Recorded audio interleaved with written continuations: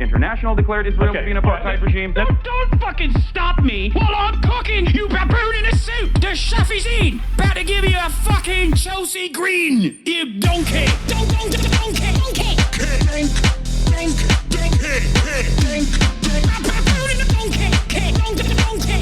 to what I'm saying, and you will understand, perhaps, what I'm trying to imply. Patronizing. Yeah, I am being patronizing. I don't know who the fuck you are, and you're over here chirping all the way from fucking London about you want to fucking free Palestine, but also simultaneously you're talking about how both sides are fucking fine. Shut the fuck up. You don't know anything, okay? Who the fuck is this pink-haired twink?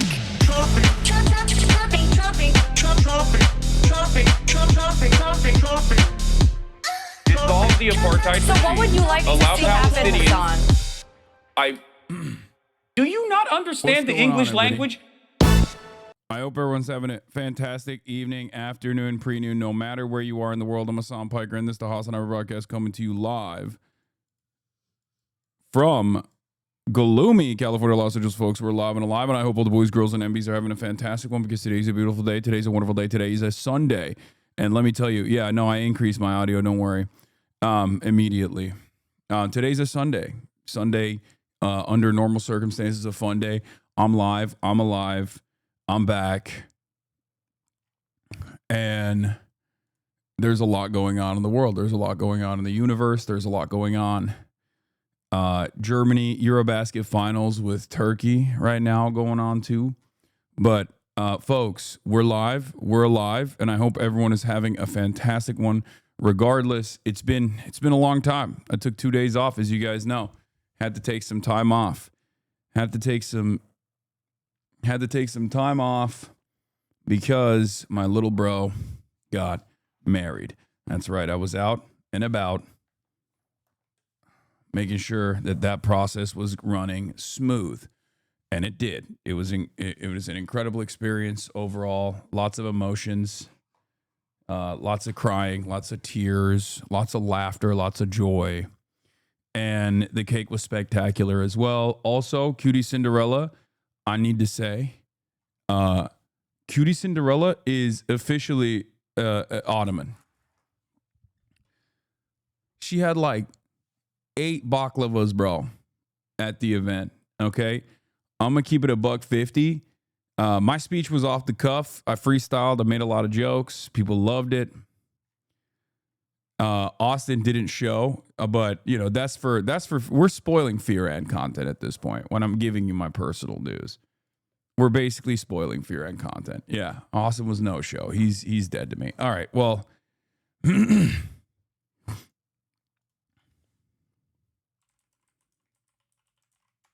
so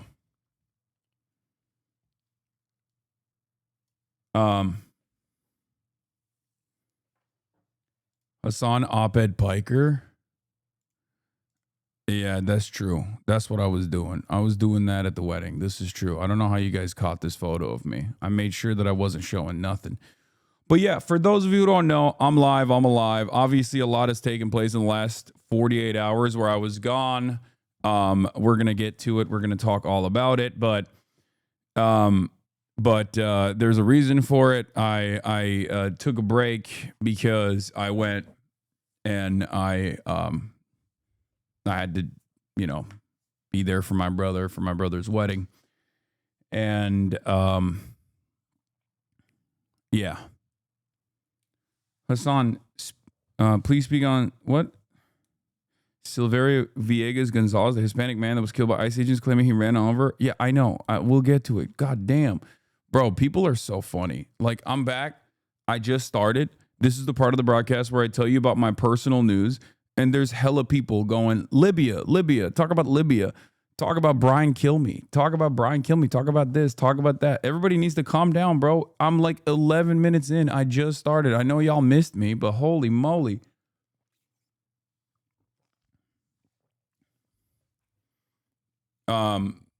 Anyway, get to the news, man. And not just any news. The news I want you to cover is basically what's going on. So, yeah, I woke up early this morning. I mean, the first day was crazy because I was driving up to the venue. And while I was driving up to the venue, I'm like dictating this New York Times op-ed piece that I wrote. And, you know, shouts out to Noah Coleman as well for helping me on the editorial side, on the edit side, but then also New York Times has their own editors, right? So I'm like, literally, I wrote the piece, I sent it in the morning. They give me, the New York Times obviously has their own editors who were like, no, some of these things you can't say. They have like a very, they have a very specific sound, like a very specific tone that they wanted to strike. Okay. So, you know, there was some edits and, you know, I okayed them. And then they got back.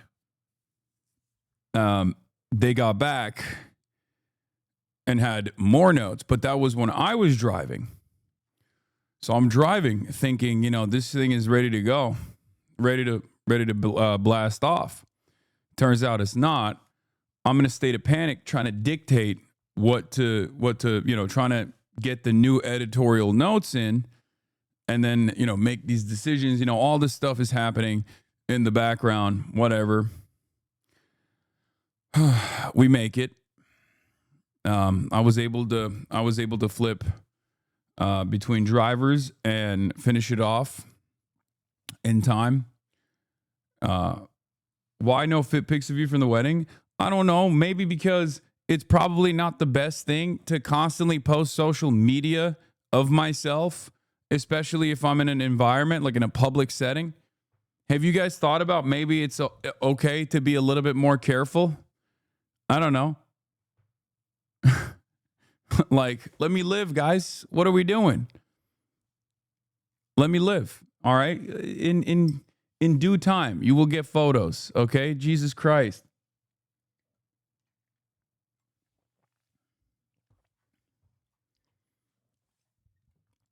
Also, yeah, it's a private family event.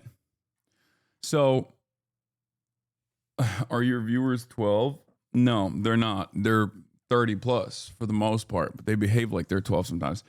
So, yeah, I didn't want to compromise Kaya's safety. She's still wearing the neck piece that she wore for the wedding. I put it around her neck again. So, anyway, I've actually been kind of checked out for good reason. I've been kind of checked out from everything that's going on, which has been good. I feel like no major events have taken place, right? In the past 48 hours, no major updates on an ongoing national story. One that has surprisingly international significance as well. No, certainly nothing crazy going on in one of the social media platforms that many people communicate on, like the owner of a platform personally. The owner of a platform personally trying to put a hit out on someone like myself, right? Like that can't be the case. That wouldn't be the case, right? Might as well start gaming early, yeah. So, all jokes aside, dude, the amount of threats I've seen is crazy. Please be careful. Yeah, I feel like it's one of those weird situations where if you just close your eyes to it, if you're not online, maybe you just don't see the death threats, right? That's how it goes. But in any case, you know, I taught my cousins a valuable lesson. Ball is life. And taught them a valuable lesson about how ball is life and that they shouldn't defy me. They should not, because one of my cousins is like 15 now, and he was talking big shit, right? He's like, like I would learn about like meme stuff from him, you know, what's like what Zoomers and Gen Alpha is saying and stuff, and like he would be like, do you know this person? Do you know that person? Whatever. And I was like, yeah, I do. And then he's like, oh, we're gonna ball. All right. So he wanted the ball, and yeah, 6'7". But basically he was convinced he could like play decently against me, and I cooked him. I had to do it. I had to show the young blood, the next gen, was what, you know, Unk Ball is alive and well. Okay. Unk Ball is alive and Unk Ball is well. Anyway, yeah, I cooked him. Cooked that 15-year-old, bro. That's it. That's how it is.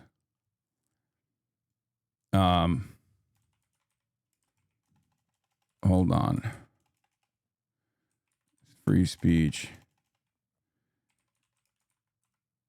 Champions. Push cancel. Okay, that's fine. You have to humble the youth, yeah. And then, you know, the wedding happened, obviously. And I'll just say it like this. I'm not going to give like too many details on it, because I feel like the podcast, Fear and Podcast, is a better setting for it. But all I'm going to say is it was very Murat.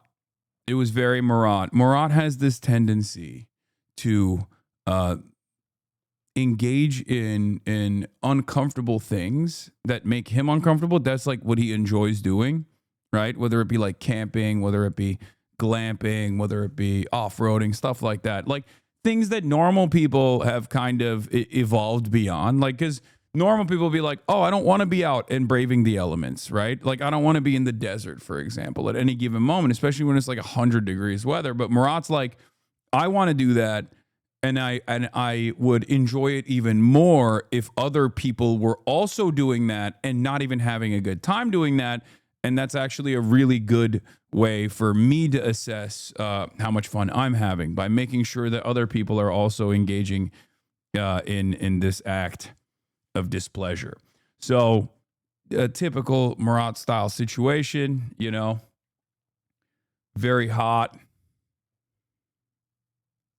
But overall, oh, Caroline posted a fit pic. Let's see. Let's go. There it is. You guys wanted a fit pic? You got one.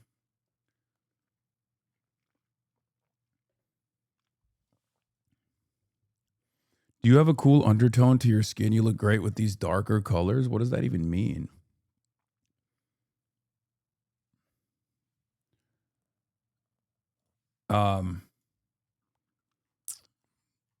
But the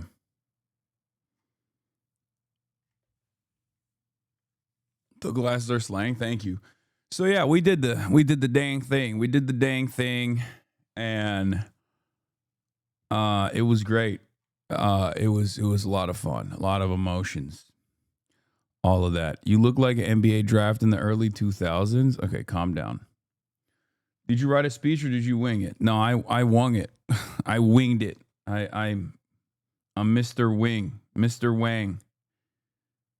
Okay. But yeah.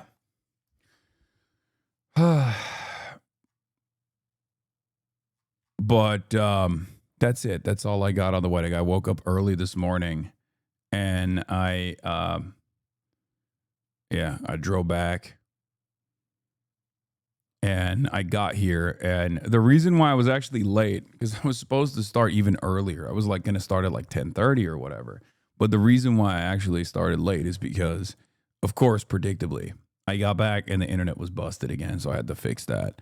But hopefully it should be fine.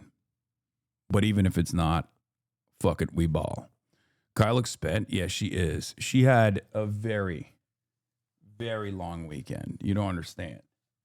The amount of people. I mean, she was the belle of the ball. When I say this, it's crazy. Like, people were going nutty mode, okay? They were losing their minds. Like, people would just, like, she would just run around, walk around, and get pet by every single person.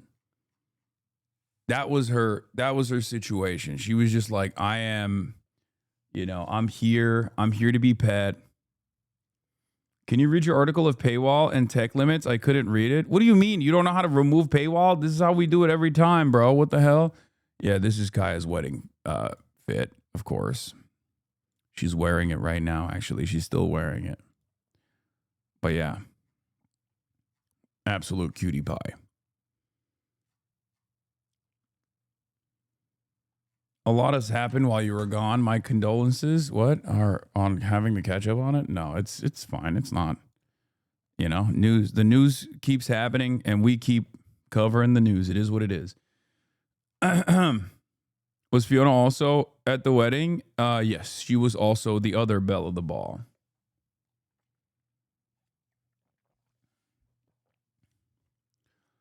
But in any case, we got a lot going on, obviously.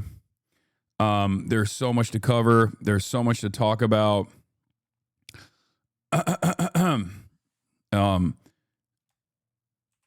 Governor Cox makes announcements on KIRK shooter background as the right tried to put the blame back on trans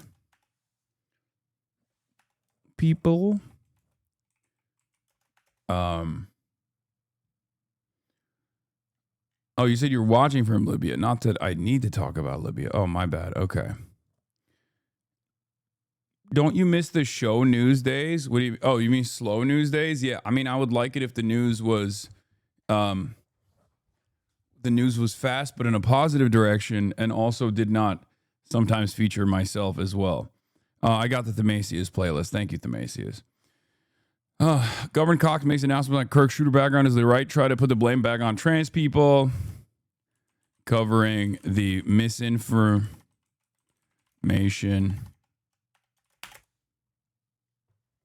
Covering the misinformation. There was another thing I was going to say. Oh my God, my brain has been fried so much from not being live to like going back directly into it,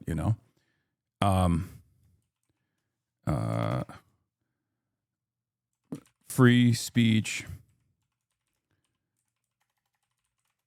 champions engage in mass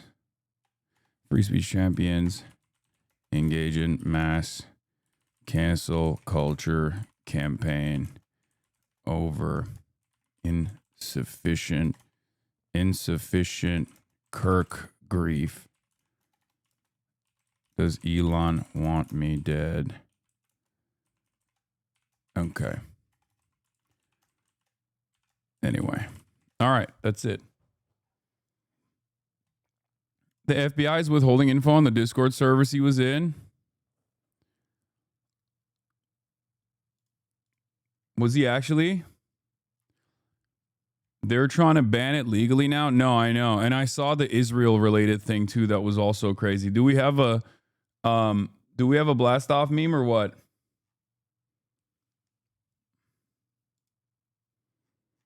After KIRK's killing suspect joke that his doppelganger did it? Oh my God. I feel like they're just like, all of this stuff is designed to make people more crazy, it seems like. I don't know. Yeah, Marco Rubio wants to take away American citizens' passports for criticizing Israel, which is crazy. Anyway, do we have a blast off or not? We do. Okay, let's take a look at this one.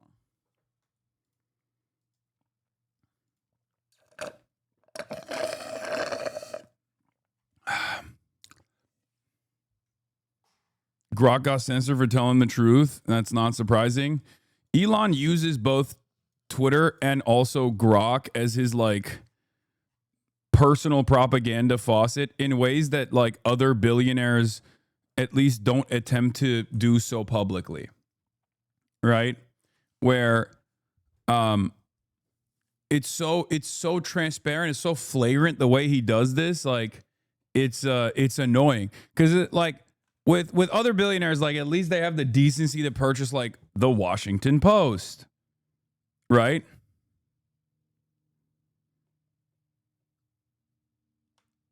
At least they have the decency to purchase the Washington Post, and then like whenever they add in editorial control, they're not so aggressive about said editorial controls. Right? Where like they won't be like so overt with their control over it. Elon will literally be like, I want Grok to be more racist. I want Grok to be more white supremacist. I'm going to do that now. Like he basically will openly say like, no, this is my platform. I bought it for propaganda. And if you don't like it, you can fuck off. Like I'm going to use it. I'm going to use it in whichever way I want to. I'm going to turn up the Nazi dial. I'm having a bad day today. I want more Nazis to be pumping on the timeline. And then he'll just go, he'll tweak it. And then that's all you see. It is so alarming that we are at the mercy of perhaps one of the most thin-skinned billionaires on the planet. Viral TikTok, you're mentioned. Guys, people like Dean Withers were crying over Charlie Kirk's death. I think I saw this one. They were friends. I remember one time on Hasan's stream, he brought up how like Charlie Kirk asked Hasan in person to hang out. Like this shit was a joke to him, and Hasan said no because this shit is real life and he doesn't fuck with Charlie Kirk. Also, guys, you remember that like sex tape between Destiny and Nick Fuentes? Destiny was giving Nick Fuentes head or some shit. Or even like how Destiny and Nick Fuentes be hanging out. All these establishment politics white boys hang out with each other behind scenes, and they hang out with shitty white supremacist shitty people. That's why when stuff like this comes out, everybody's buddy, everybody's crying. It's because they were all homies behind the scenes. But luckily my GOAT Hasan, he ain't play like that. That's my GOAT. What is that real? What do you mean? Which one? Which part of this? I don't know. Look, I'm gonna be honest. I don't know if like Dean and Charlie Kirk were friendly or whatever. I don't really know Dean that well, but I wouldn't assume that they were friends. But a lot of the people online, a lot of the people that do like debates in general, no matter how crazy their political differences are, do actually see it as like theater for the most part. Oh, did Nick really give D head? I don't know. He leaned into that initially, so probably not. I genuinely don't know. We don't know if he was sucking off Fuentes or not. But it was weird when it first came out because he like didn't deny it, but then maybe he was doing it because he wanted to like distract people away from the fact that it was all like revenge porn that was being distributed. Who knows? One-on-ones are a normal thing that doesn't make people friends. No, I mean, anyway.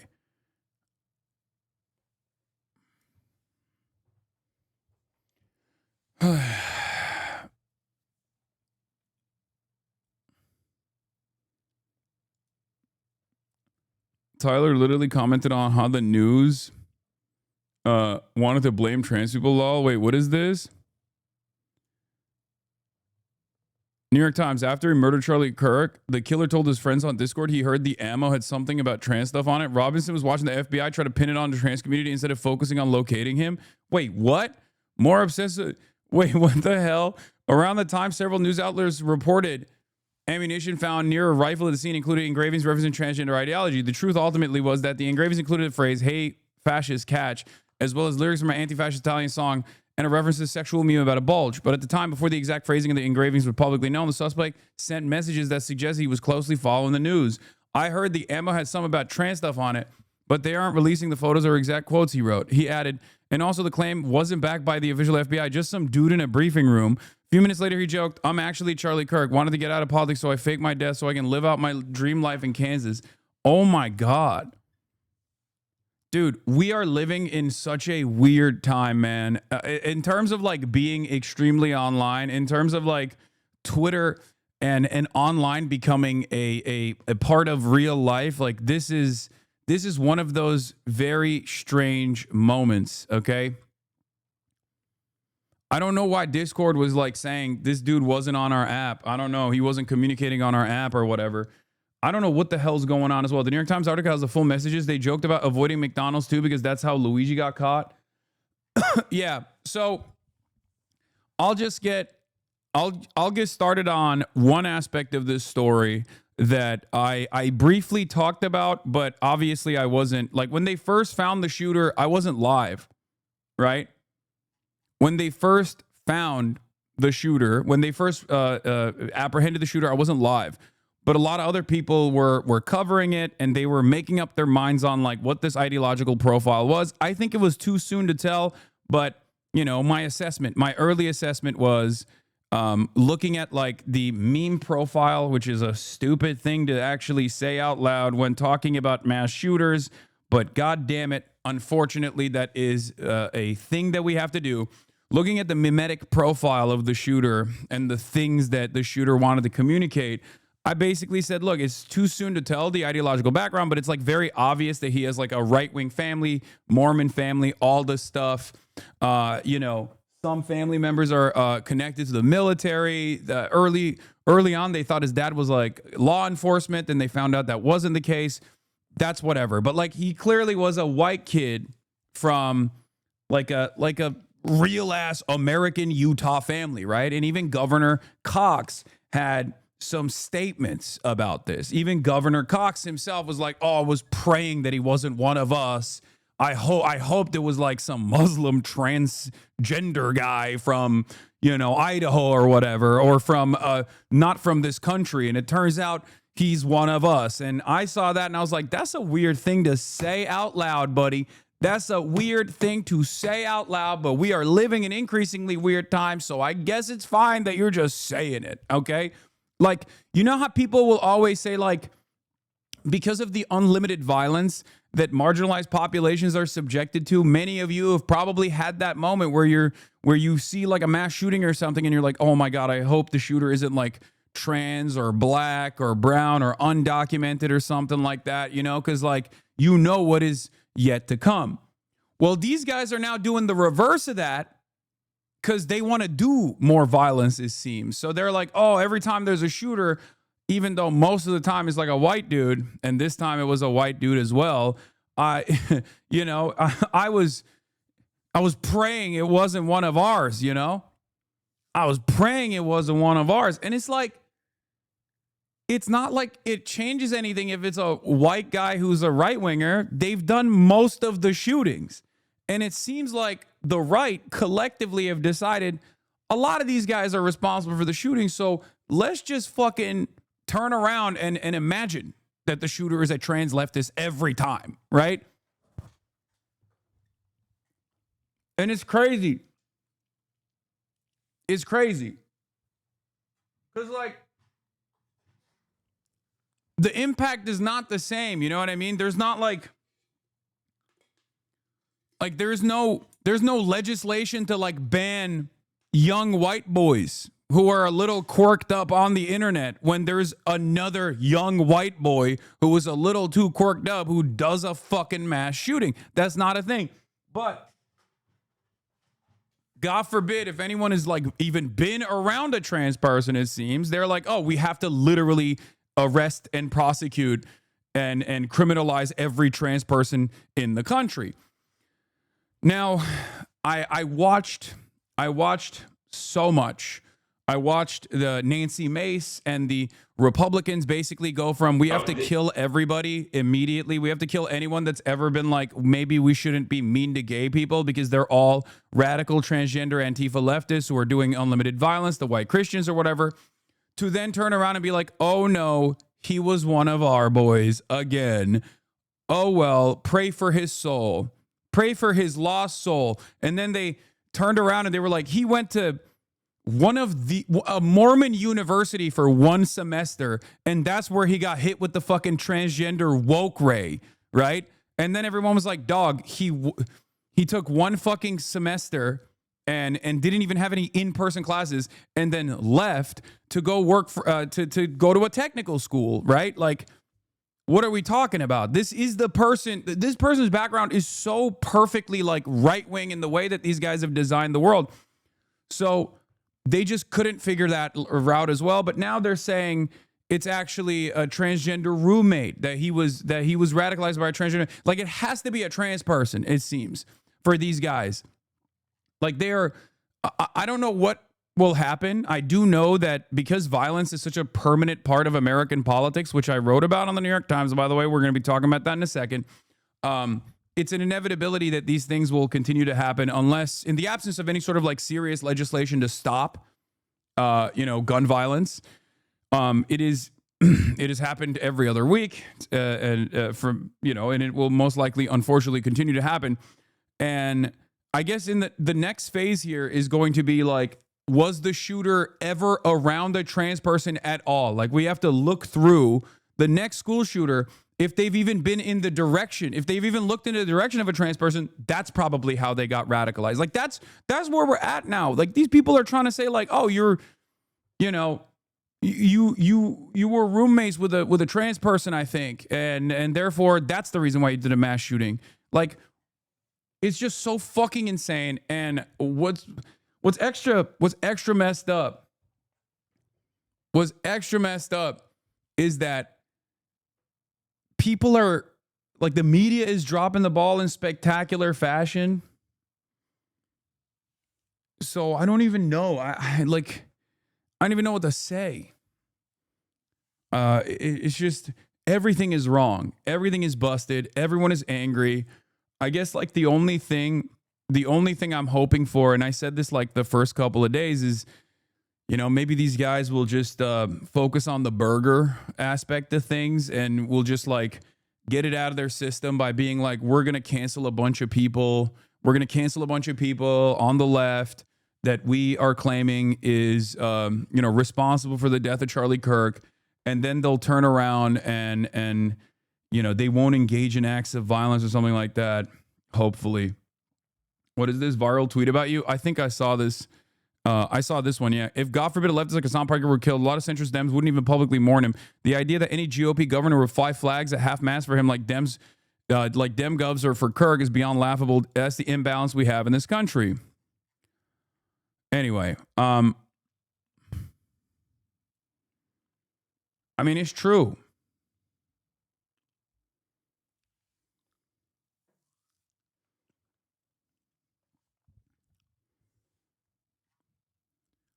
His grandma was upset that people call him left wing. I know, I saw that too.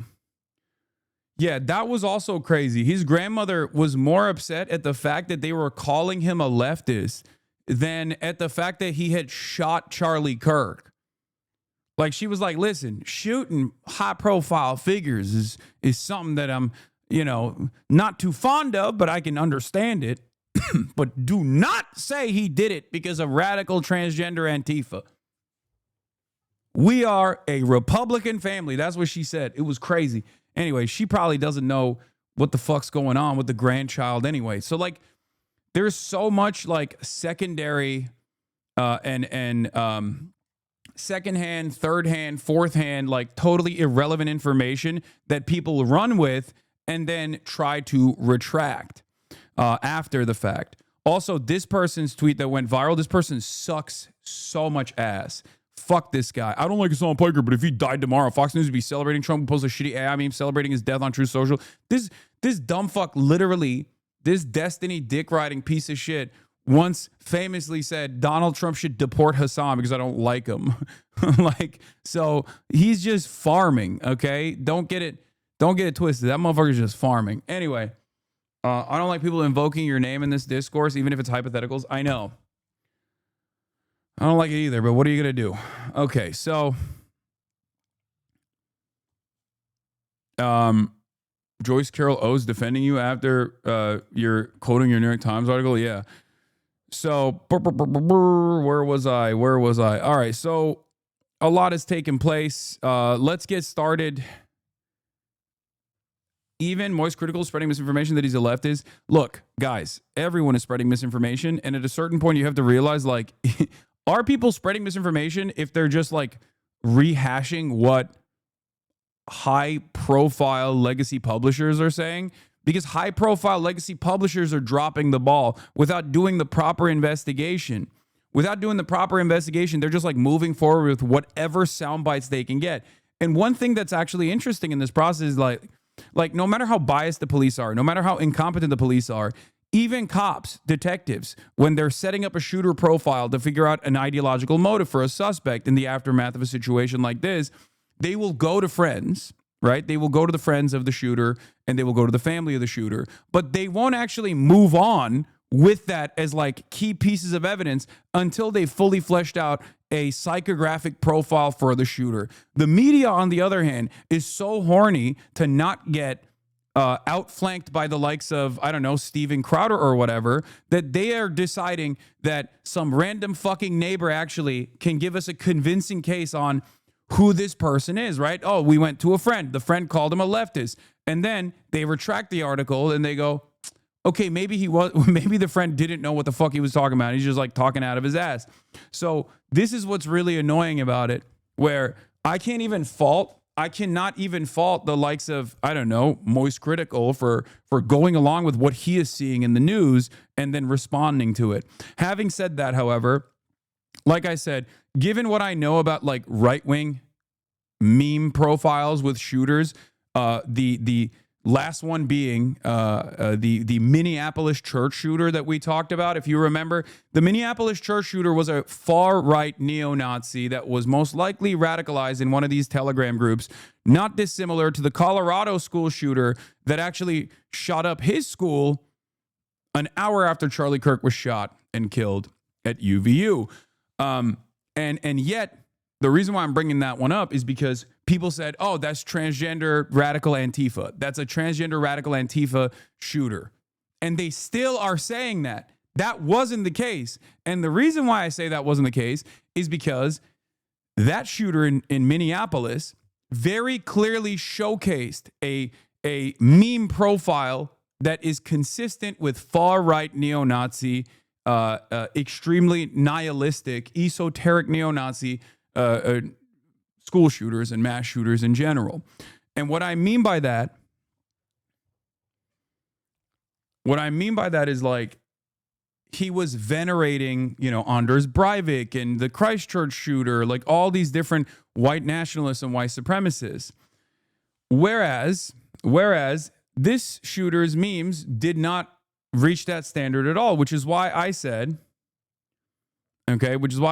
Tyler Robinson, Kirk's alleged shooter, came from a Mormon family in both law enforcement and the military, but I'm not so certain if he himself was right-wing. A lot of the memes posted on the casings are ironic or of the left variety, different than previous far-right shooters. It's too soon to tell, but this is important to understand. As well, I said, I think people need to understand that there's a massive online far-right wing community that hated Charlie Kirk. This is something that I've brought up as well. Nick Fuentes, contrary to popular opinion, contrary to how he's presenting himself right now, Nick Fuentes has actually said infinitely more violent shit about Charlie Kirk than I ever have. Okay? So it's not like I had a more cordial relationship with Charlie Kirk as opposed to Nick Fuentes. That is the reality. That is the irony, because everyone in the far right and everyone in the right wing thinks I'm responsible for this, and they keep saying I'm the one who's responsible for this. Fuck you, Hasan, you did this. Meanwhile, if you look back at his statements, Nick Fuentes' statements about Charlie Kirk, you will see like he talked about fucking doing an endless amount of violence to him, and also Turning Point USA and whatnot. So they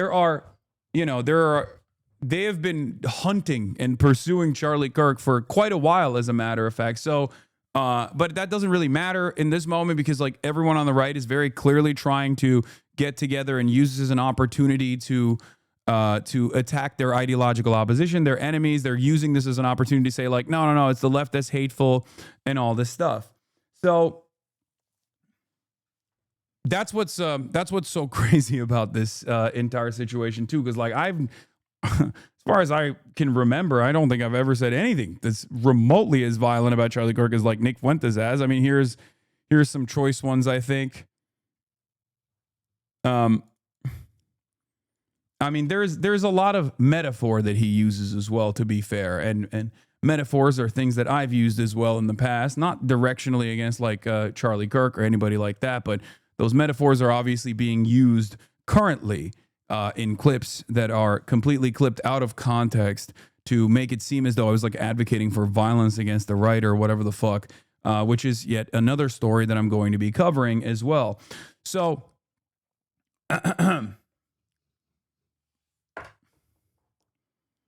but ultimately,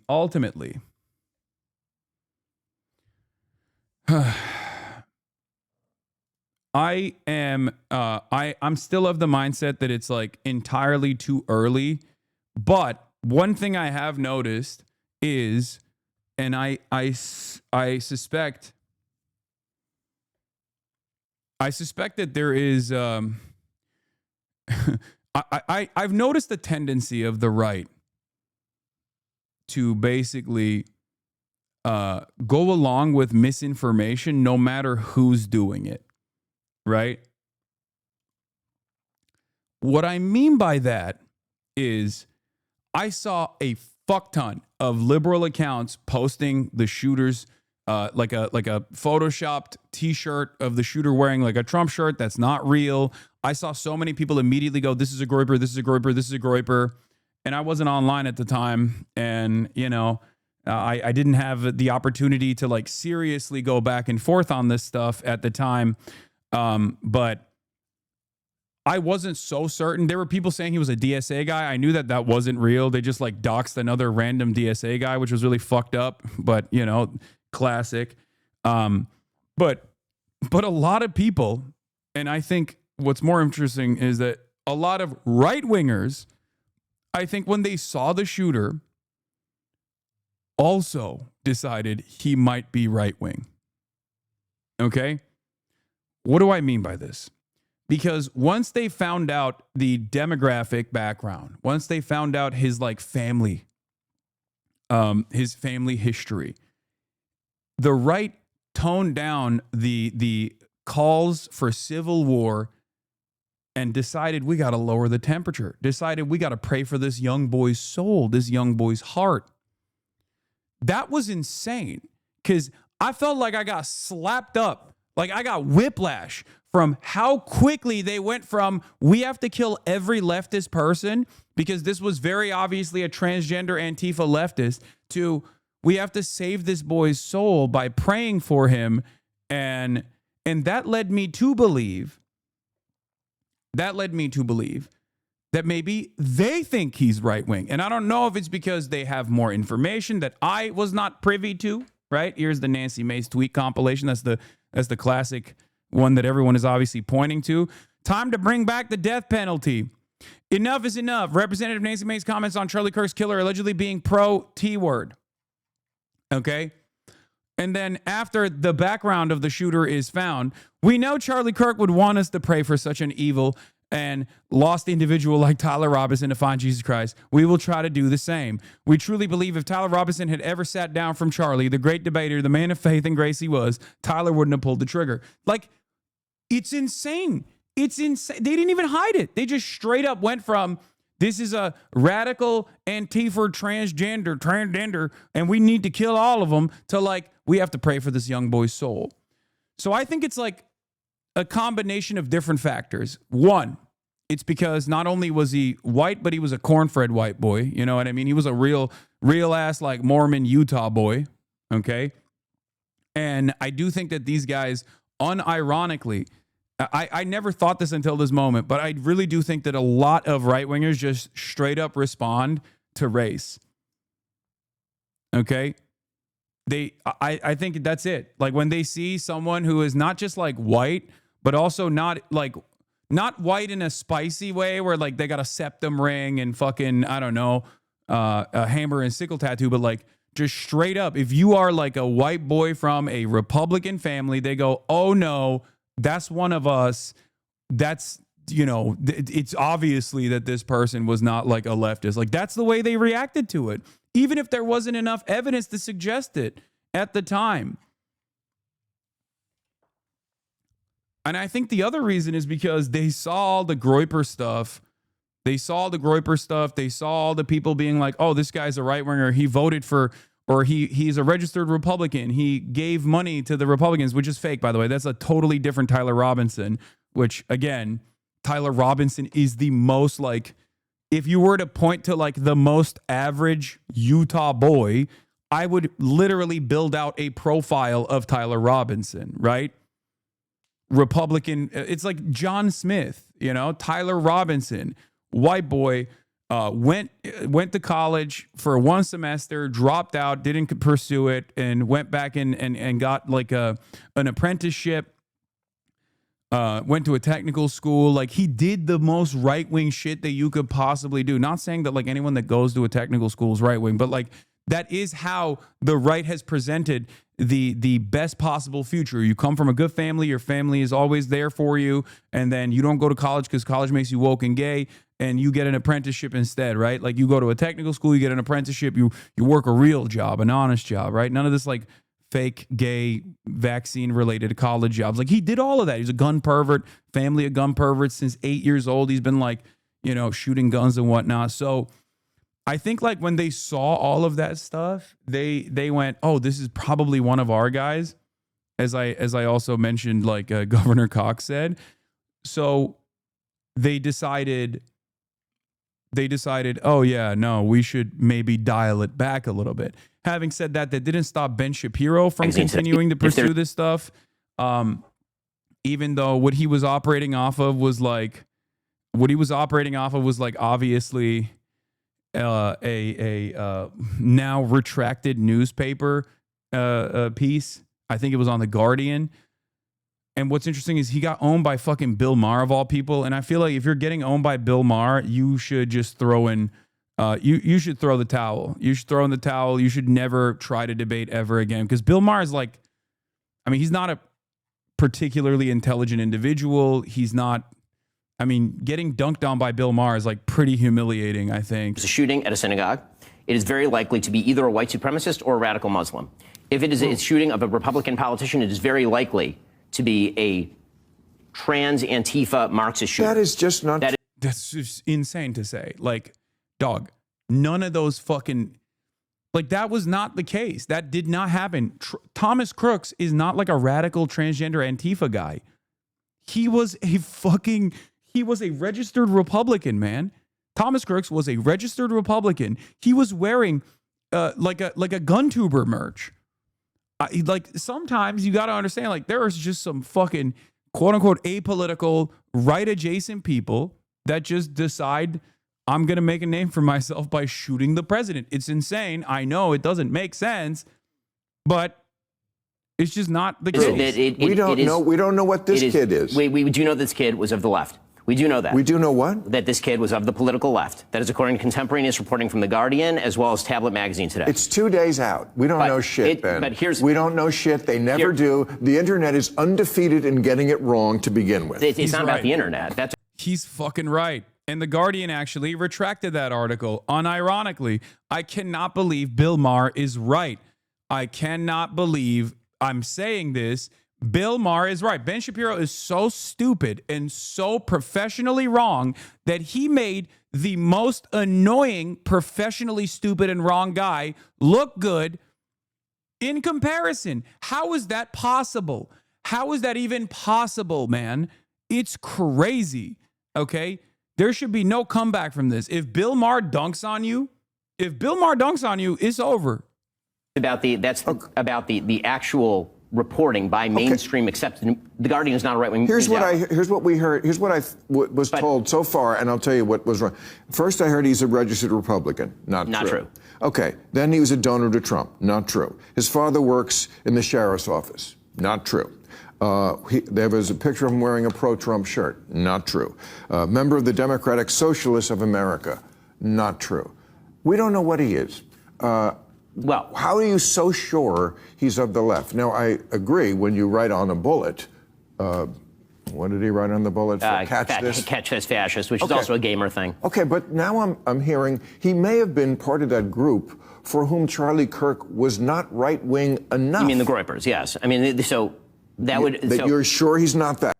So this is a cooking right here. This is a cooking because Ben hates the Groypers, okay? Ben hates the Groypers almost as much as he hates the left for obvious reasons. The Groypers are anti-Semitic. They're anti-Israel and also anti-Semitic, which, of course, anti-Semitism in that regard is not something that Ben Shapiro actually takes issue with. It's the anti-Israel sentiment, as I've said time and time again. This is something that Ben himself has also voluntarily revealed, like when talking about Ann Coulter and on numerous other occasions, Ben has quite literally been like, anti-Semitism is fine as long as you're pro-Israel. Like, he's openly said it. And the Groypers have obviously like stalked him as well, including Nick Fuentes. I do find it really interesting that like Groypers are becoming mainstream though. Like, they're now literally talking about this shit on television. Like, my mom asked me what a Groyper is. My mom, I was like, it's over. It's done. When moms are asking about what the fuck a Groyper is, it is clearly the narrative that this might be a far-right neo-Nazi shooter, regardless of whether it's true or not. And I'm not saying that that is the case. Make no mistake. I'm saying it's too soon to tell. But clearly, when moms are asking about what the fuck a Groyper is, like, clearly that is in normie circles. Like, I think on Facebook and all over the internet, like, it just blew up. It blew up as like a potential for the shooter being like a far right guy. And what's interesting about it is I've never experienced that before. I've never experienced like misinformation, or at least like faulty information spreading in the left direction like this in the aftermath of a shooting.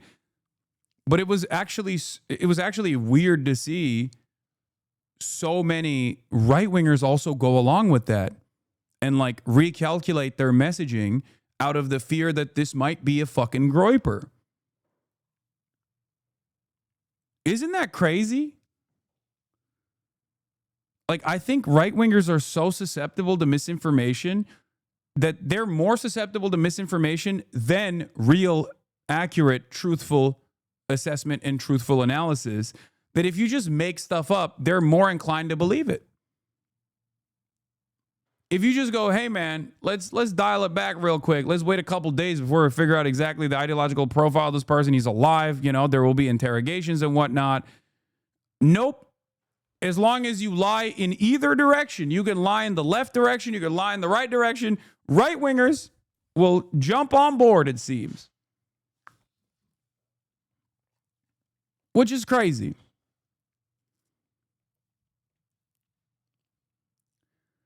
But yeah, it was very interesting. This TikTok explains the memes on the bullets. Yeah, this is my goat. I like this guy a lot. Aiden, etc. He's a reporter. He talks about like culture and stuff, like far right radicalization networks online quite a bit. Here's his piece on the memes on the bullet casings for the shooter. We'll look at that. What is this breaking? It's being reported that 6 transgenders had advanced knowledge of Charlie Kirk's assassination. What the fuck? What does that even mean, bro? What does that even fucking mean, bro?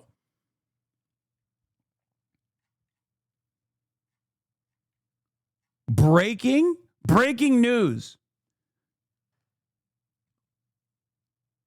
Remember what I said about Donald Trump saying everything's transgender and then people understand it? That's what this is now. You can just put transgender in anything, in any context, in any situation. You can just apply transgender to it and people will fucking go, that's right, that's probably the case. We have to do something. Like, the right is so easily fucking duped on this shit. Yeah, like, they went, the shooter is trans. Okay, the bullets were trans. Okay, the roommate is trans. Like, what the fuck? How could people not realize this is a psychotic way to approach the situation? What if the shooter wanted to be trans? You never know, like, ahead of time. You know what I mean? It's like, when all else fails, they just lie. And they go along with that lie. It just doesn't make any sense. There's like a 90% chance that all trans people found out by now that Charlie is dead. Yeah. Everybody knows transgender people are magical people. They just like fucking communicate with one another through telepathy. And they were sending out a beacon. It's just like when you start taking HRT, you just have this like these additional powers. You're a really good swimmer too. It's like it gives you swimming powers, Okay, it gives you weightlifting powers, and it also gives you the power to precog assassinations ahead of time. That's just how it is. Once you get on that HRT, bro, it's crazy. Okay. Like, I'm joking about this shit, but like unironically, that is how it's coming across. Anyway, let me finish this Bill Maher dunk because he goes, well, don't you think he could be a groyper? But now I'm hearing he may have been part of that group for whom Charlie Kirk was not right-wing enough. You mean the groypers? Yes. I mean, so that would. That you're sure he's not that? I'm not sure that he's not that. A minute ago you were sure what he was. Hold on, Bill. Hold on. Okay, because I've been. You were. That's it. You just got fucking destroyed by Bill Maher of all people. Okay, by Billiard Jedediah Maher, dude. Come on. Anyway, here, let's look at the meme, the meme analysis of the casings and stuff. I'm gonna go pee real quick. Charlie Kirk's life was engraved with a 12-year-old furry bashing meme. Notice his bulge, ooh woo, what's that? Which tells us an important thing. This assassination was a shitpost. That is the lens to analyze it through. Another of the casings references a video game, Helldivers 2, and a specific bomb that you could send on your enemies in the game with the command up, right, down, down, down. This command line sort of became a meme in image boards where it would be deployed to kind of represent, ending an argument, but almost more so as just like, if you know, you know. And that sort of signals the in-group there. Another of the 4 casings references Bella Ciao, which is an Italian anti-fascist anthem from the World War II era that has stuck around and remained very popular online. It's been used both in left and right-wing political contexts, and it's used in a lot of video games. And then the 4th and final shell casing was engraved with, if you're reading this, you're gay, LMAO. This was a shitpost. It was designed to be maximally disruptive and incomprehensible, cloaked in layer upon layer of irony so that nobody would know what he really meant unless they were our guy. This performs a kind of nihilism that plays really, really well on particular image boards and Discord servers where this guy spent most of his life. And I say most of his life because that furry meme is from 2013. He was 10 years old when it was first posted and became popular. He, like you and I, grew up alongside this part of the internet that trickled out through the other platforms that we went on and has actually informed and driven a lot of our politics. Half of the administration right now is content creators, and all of the guys who are wearing masks, going out on these deportation raids, the guys who are staffers of Republican members of Congress in these different executive departments, the guys who are 19 years old called in by Elon to Doge things, these are all Reddit kids. These are all guys who were on 4chan in 2013, laughing at that furry meme. Now, the question everybody's asking is, was this kid a groyper? And the question everybody's parents are asking is, what is a groyper? So groypers are the most extreme fringe of this kind of image board nihilistic culture that I'm talking about. They're led by Nick Fuentes, who is a content creator and a streamer, and they really are about transgressing any boundary that exists. They are like explicitly white nationalists, really bad, horrible people. The name groyper originates from this variant of Pepe the Frog, which comes about in the late 2010s, and these guys adopt it as a kind of collective self-portrait. Great breakdown, by the way. They make it their profile picture, they make it their moniker. There was the Groyper War of 2019, in which Nick Fuentes and his people trolled Charlie Kirk and Turning Point USA, showing up at these debate events and asking questions that would... It feels embarrassing to know all of this, but I guess it's gotten to a point where you kind of have to know this stuff now because a lot of this extremely online shit is having an impact in the real world. I don't know how to describe it beyond I knew about all this shit. Most of you know about all this shit. I spent most of my political career talking about this stuff as well. And it's just crazy that I feel almost hypocritical telling you to be normal and not be so fucking online and consistently telling you that the bus driver test should be applied here. Can you describe the situation to a bus driver in 60 seconds in a convincing manner? And now I'm realizing we might need to explain all this to the bus driver. The bus driver test might not be that valuable or reliable any longer. Because I talk about Telegram quite a bit. I talk about groypers. Telegram is the newer version of this. It's even more decentralized, it's even more insane, it's even more nihilistic and more violent. And and I've covered that stuff extensively as well, especially in the past month. But, you know, this is like if you think the Groyper stuff basically is the end of this depravity, it's not. Like, I would say you got Reddit, you got 4chan, you got 8chan, you got Groypers, and then you have the Terrorgram, which is even crazier than that, right? Like Order of Nine Angles and all those other different groups, right? So it gets, and the further you go down that rabbit hole, the darker things get, the more cultish things get, and the more violent things get. But it's wonderful that every child basically has access to this unlimited fresh hell of online radicalization and have basically grown up with this kind of shit.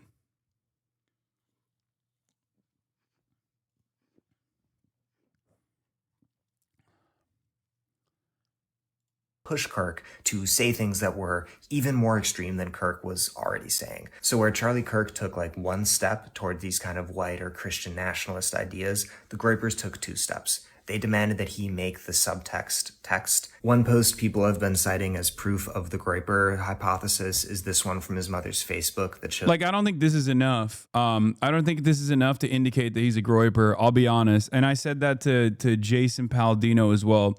Fantastic reporter. Who was of the mind that this was like definitely a Groyper. And I basically said, because he posted that, but that's a Gopnik. That's just a Gopnik meme. Like, everyone has seen that. That's almost like a universal thing. The Slav Squad is not necessarily just a Groyper thing, right? Because he said, feel like you don't do this unless you're in some right-wing nihilistic brain-rotted space. I say, yeah, I saw that as well. I don't know how to weigh that over the Ciao Bella, though. Like, that could be Gopnik posting, which is across the political spectrum. Need more info. Groypers usually hail previous shooters and have had way more aggressive slogans they use to signal. And that's what I mean. Like, if this was a far right, this was like convincingly a far right figure and was like shooting Charlie because he was frustrated that he wasn't like far right enough or whatever, I think you would see a clearer indication of that. Okay? You would see a clearer indication of that because these guys don't hide their perspective. Sometimes they'll troll and they'll masquerade as like, they'll use leftist terms. Even Ciao Bella could be utilized by like Groypers or whatever, but like there would be more of an indication of their far right leanings somewhere, right? Like, so that's why I'm saying still right now that it's too soon to tell. I haven't been able to build a proper psychographic profile for the shooter and can convincingly tell you like what the most likely radicalization pipeline was for this person. What I have found, though, and this is something that I saw with Luigi Mangione as well, is that we are now in the age of shooters that are how do I put this? With shooters with like promising careers, like upstarts, like people who have really good GPAs, people who might have even played sports.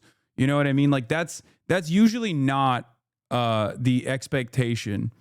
Like oftentimes when you see someone who violates the social contract in such a severe way, when you look to their background, it's usually never a person with like a prospect with a promising career ahead of themselves or with successful friendships and whatnot. It's usually like a socially isolated guy who's been brain poisoned by spending too much time online, right? They're oftentimes very like antisocial people. So I do think that with Luigi Mangione and with this shooter as well, when you look at their background, when you look at their trajectory, that actually doesn't fit the previous shooters and their psychographic profile at all, and that's kind of interesting. I would say that says something, right?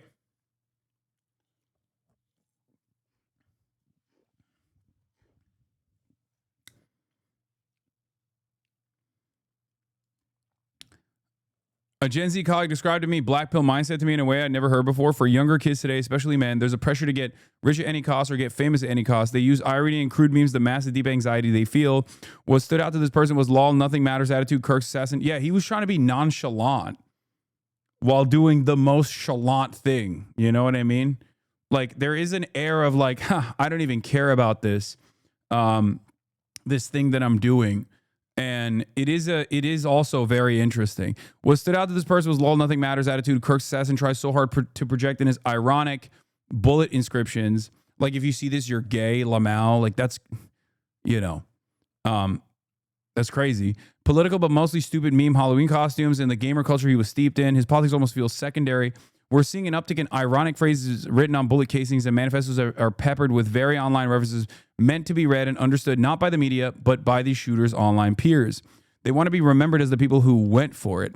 It speaks to an alienation that younger Americans, disproportionately men, try to heal not through therapy, but through online game communities, Discord, and validating themselves online. I mean, I think this is like a boomer assessment, but it's not entirely wrong. It's something that I have obviously noticed. There's a lot of shared experiences in these online spaces, like a desperate way to create a sense of community, something that I speak to all the time, all the way to like the most depraved corners of the internet, like the Kiwi Farms people who get together and engage in the act of what they call A-logging, autistic logging, or lolcowing a person with like significant mental health complications, like stalking them, gang stalking them, almost professionally, and trying to ruin their lives professionally. And you get like a sense of community off of doing that, right? That is a thing that people do, and it is deeply, deeply antisocial. And obviously the antidote to that is developing interpersonal relationships in the real world. But I think that kind of community fostering creates a replacement that isn't a healthy alternative to developing a real relationship in the real world and being around normal human beings, but it's enticing enough that people don't even realize that there is something that is missing from their lives. So in that regard, this feeds into that isolation that I think people have. You know, that's definitely something that I have seen online quite a bit. And it's something that I try to push people away from in my community, at the very least, by forcing them and pushing them to engage in community organizing, labor organizing, and activism in general that forces them to go outside and be around other people and actually to talk to other people from a diverse ideological profile so that they can, you know, learn how to be a human being. I'm fortunate enough that I'm 34 years old and I went through these experiences when I was growing up, and therefore I have this this foundation to build upon, so that even when I spend every waking moment online now, I still have this background. I still have this built-in understanding of the world and real world experiences.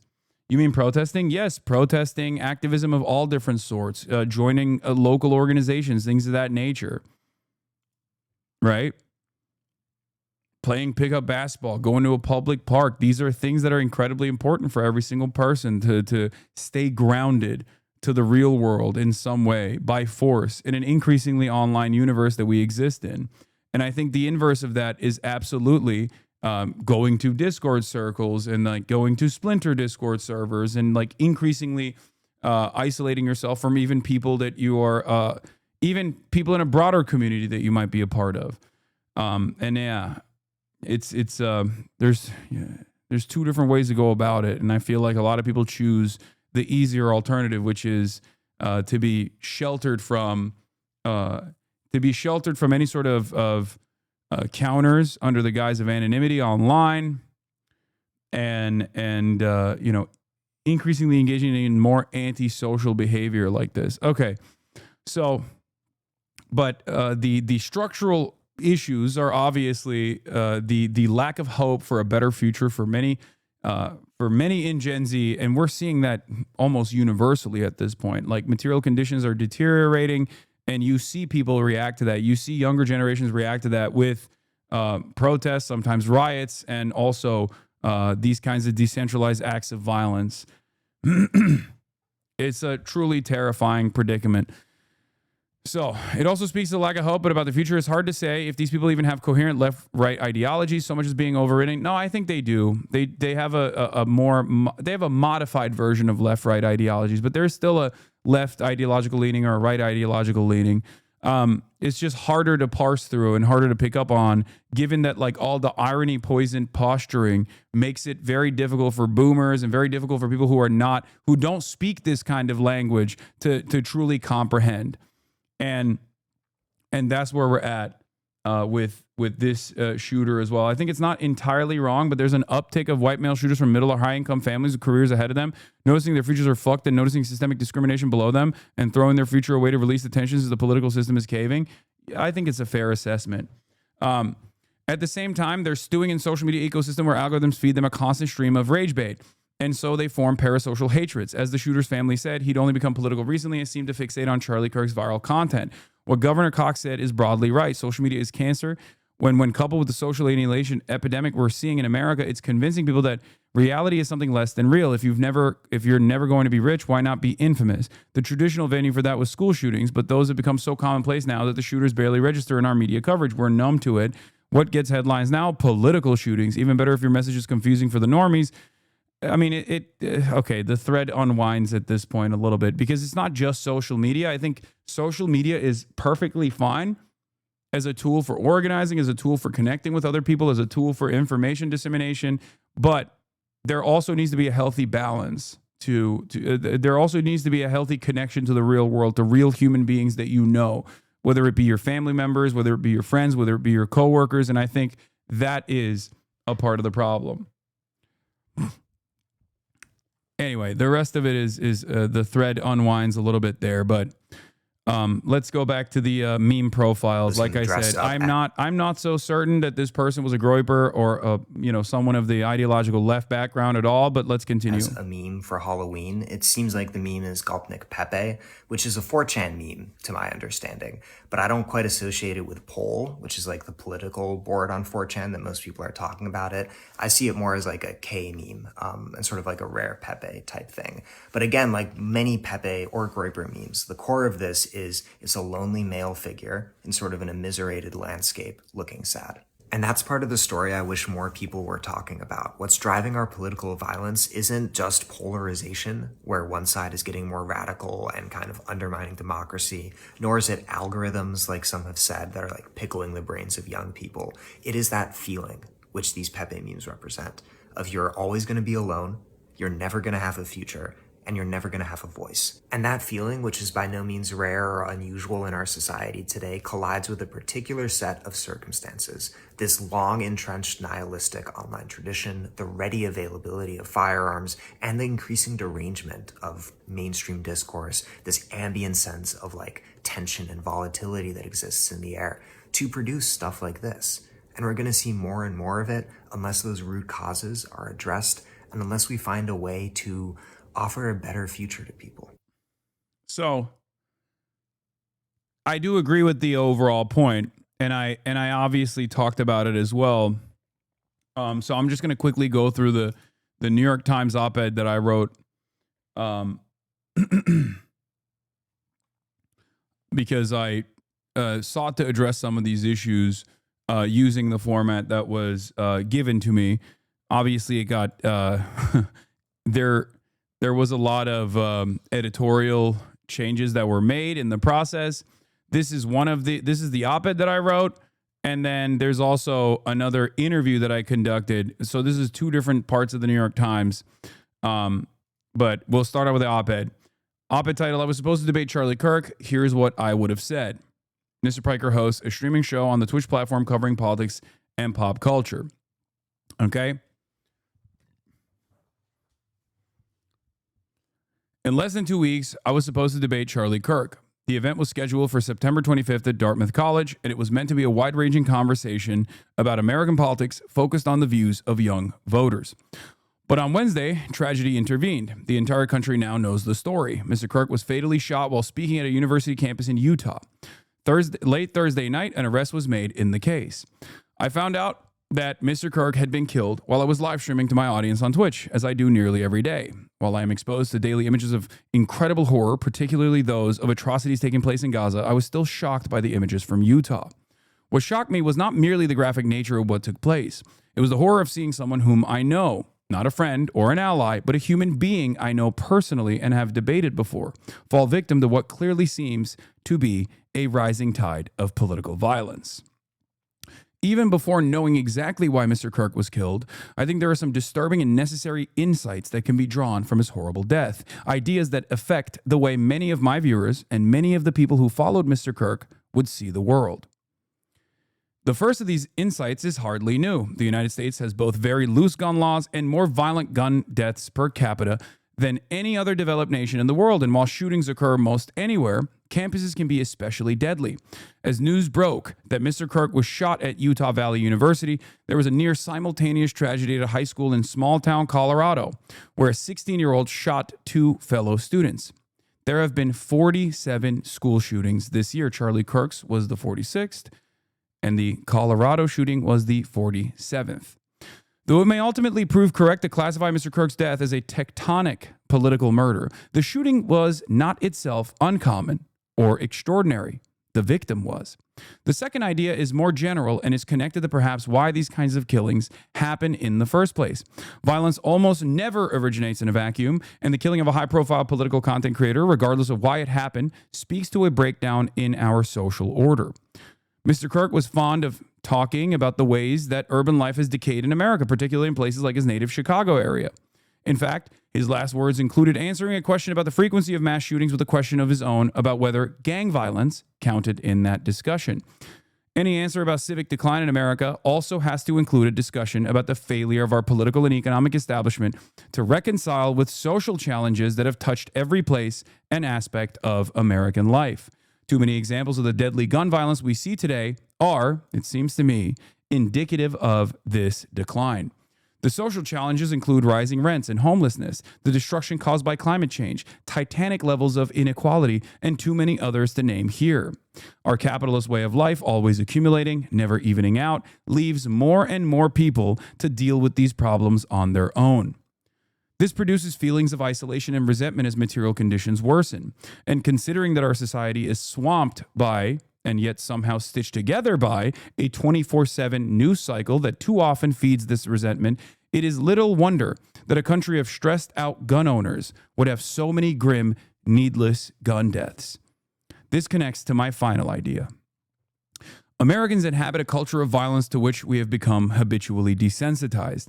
There is a connection between our culture of violence and American foreign policy. Over time, our culture of violence has targeted people around the world, anywhere from Cuba to Iraq, people who serve as literal targets for American weapons and bombs, absorbing what I think of as Americans' excess capacity for violence. For years now, American politics has taken on an increasingly punitive flavor. During the George W. Bush era, Arabs and Muslims were, and remain, singled out for suspicion. Their civil rights were routinely violated as we embarked on fresh wars against Arab and Muslim countries, and we regarded lives in those countries as less precious than our own. I call it the process of collateralization, where we look to the children in Gaza, for example, and we just, even if we are naysayers, even if we actually find Israel's actions to be abhorrent, deep down inside of our consciousness, we still see that as like unfortunate byproducts of a necessary way in which the world exists, right? Collateral damage. We almost turn it into a natural disaster. He reads this article every time I tune in, Lamau. I wrote this article recently, and this is the first time I'm reading it. But I have repeated a lot of these things, so yes. So you have heard me say these things before. That's just usually how it goes. It's just me putting pen to paper, you know?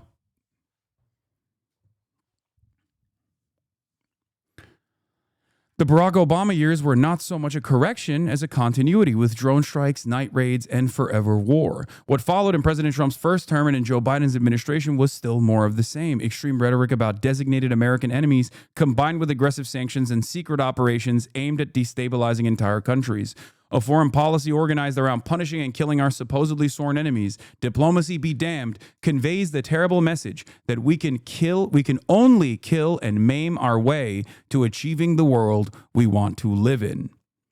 I fear that this is the most evident in America's ironclad support for Israel. The genocide in Gaza has claimed tens of thousands of innocent lives. Meanwhile, Israel has carried out brazen assassinations and attempted assassinations in Iran, Qatar, Lebanon, and Yemen, backed up by Mr. Trump and previously by Mr. Biden. Our government's virtually unyielding support for Israel tells a scary story about the country we live in. It suggests that merely because we designate them as such, American enemies can be marked for death. Whether such rivals pose a legitimate threat, the fire and fury of our military and our allies have clearly become the default answers for how we deal with a world whose interests don't align with our own. Pulling a gun or launching a missile has become a part of our national character, a sad reduction of morality to the time it takes for fingers to pull the triggers. I would have liked to ask Mr. KIRK about all these things. He and I identified some of the same problems, but our views clashed about their causes and their potential solutions. Americans, especially younger Americans, feel a sense of growing hopelessness as so many of those in power refuse to listen to their struggles, economic or otherwise. One side, Democrats, offer mostly platitudes, while the other, epitomized by Mr. Trump, frequently takes advantage of people's resentments and redirects them to vulnerable communities. Mr. KIRK, an ally of Mr. Trump, was an expert of the latter. I wanted to debate Mr. KIRK, but because of a violent act, now I can't. So that was it. Does this have comments? I want to see the comments. How did you get the New York Times to publish this? They asked me. Do they not have comments on this?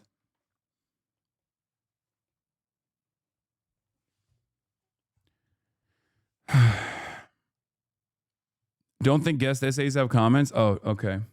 So, they asked me and I wanted to, they changed some stuff around structurally. And if you think that the tone it takes is a little bit drier than the way I would have spoken on these issues, that is because, yes, there is an editorial tone that they keep.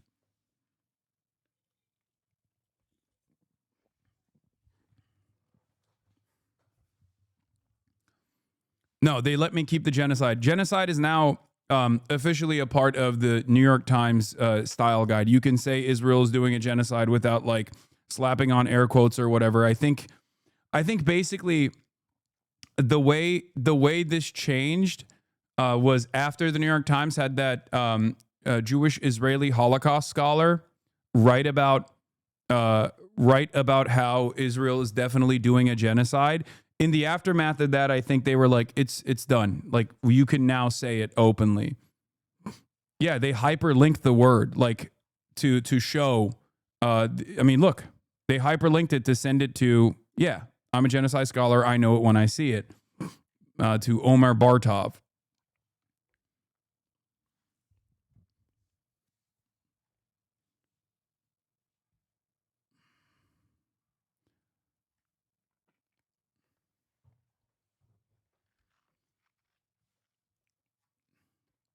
So obviously it's a little bit more restrained and a little bit more balanced and takes a drier tone than I normally would use. But that is because it like when you write a guest essay, even when you write a guest essay for the New York Times, like they still obviously have their own editors go through it. I had 2 different rounds of editorial process. And then this is an interview that I did with Joe Bernstein of the New York Times as well, where I kind of like went through the same process as well. But I'm not going to go into that right now. The reason why I brought up the guest op-ed that I wrote for the New York Times is because like it basically is the easiest to understand summarization of how I connect like America's unlimited violence overseas back to unlimited violence in the domestic, and how we have become increasingly more desensitized to violence, and that's the reason why we are reacting the way that we are to all of these instances. Because people, I think, mostly don't understand. I don't think people understand, like boomers especially are like, what the fuck? Why are people celebrating death? And it's like, this is part of the reason, because so many people, regardless of their political background, are experiencing the same economic pressures, and they're also seeing unlimited violence born out of our actions as a consequence of foreign policy, but also our actions in domestic policy. And then they're going, okay, well, the value of life is worth nothing, I guess. You know? Look who else tried to say they were trans. Skull and Gate said Charlie Kirk is trans. That's crazy.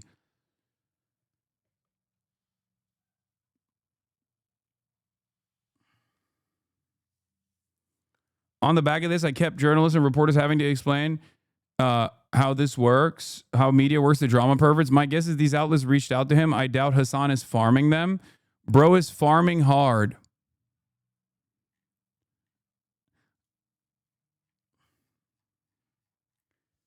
Yeah, I wonder why a bunch of mainstream outlets would reach out to a guy who is, fairly knowledgeable on like online radicalization, and is also directly connected both by his profession and also directly connected due to the fact that we were supposed to debate to the person who was just killed on the exact opposite side of the political spectrum.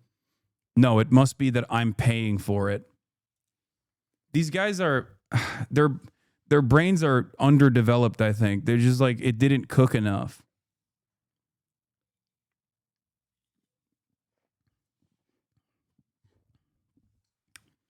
Part of the reason why I wanted to write the op-ed was also because I feel like there's a lot of people offering their takes on the stuff, and some of it actually doesn't accurately convey Charlie Kirk's perspective at all.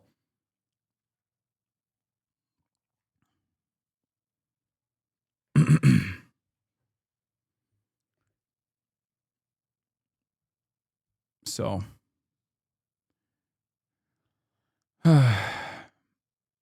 just watched a YouTube video saying you didn't condemn the assassination commie. The 10-sec vids, I'm sure, are true and not out of context. Yeah. It makes no sense, to be fair. But yeah, we'll talk about Candace Owens as well in a second. Candace Owens, out of all of the demons on the right, was perhaps the only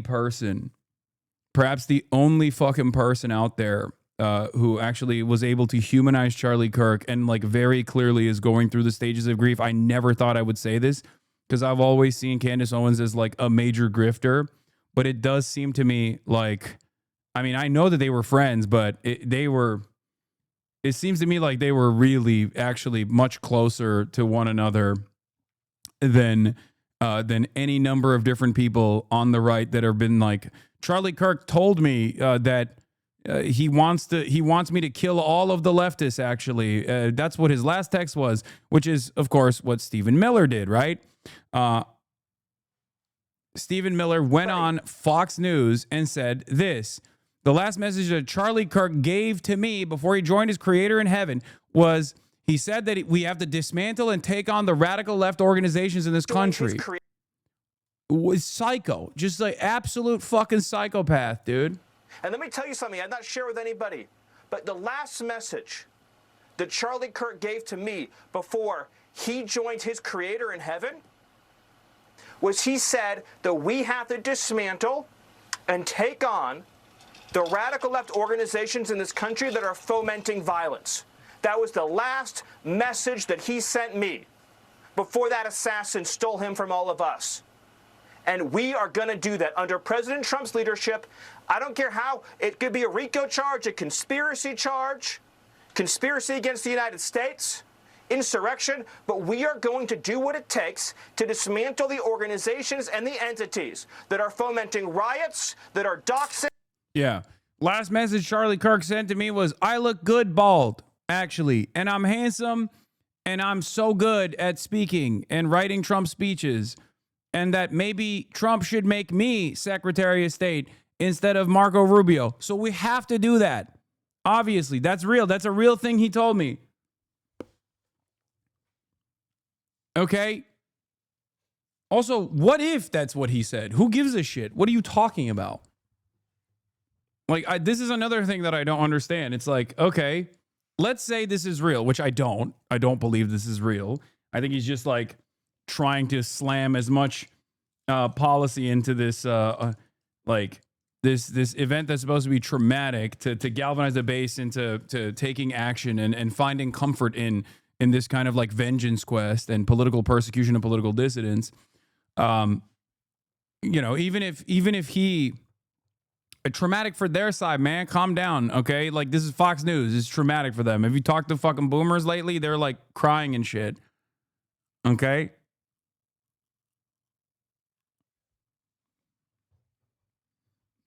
It's very obvious. It is very obvious to me that their goal, I mean, Trump spelled it out pretty much, but they are very obviously trying to get their audience on board, get the right, the MAGA base to be on board with political persecution of political dissidents. This is an anecdote from my life, but I know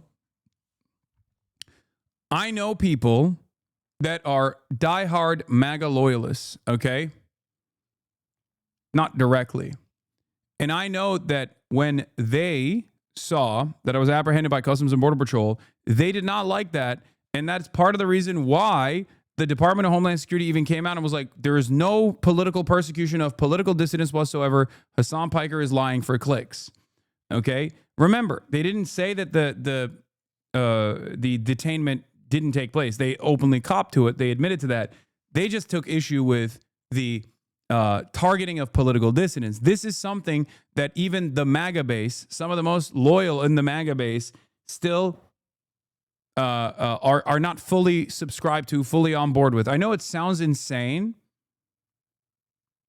I know it sounds insane to say this because you're going to be like, what? I see all these fucking people that are screaming bloody murder and they want political persecution. And it's true. There are plenty in the base that do want it. But there are still a lot of normies out there that are not, that don't have the same exact appetite to just like start rounding up the left or whoever the administration declares political dissidents, because like Americans do place a lot of emphasis and a lot of value on the First Amendment, a lot more than you would think.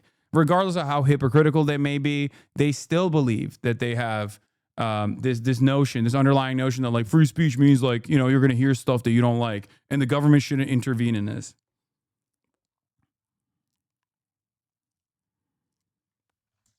It was also a big part of what Trump used to win the race. He said the Department of Justice was weaponized against him. So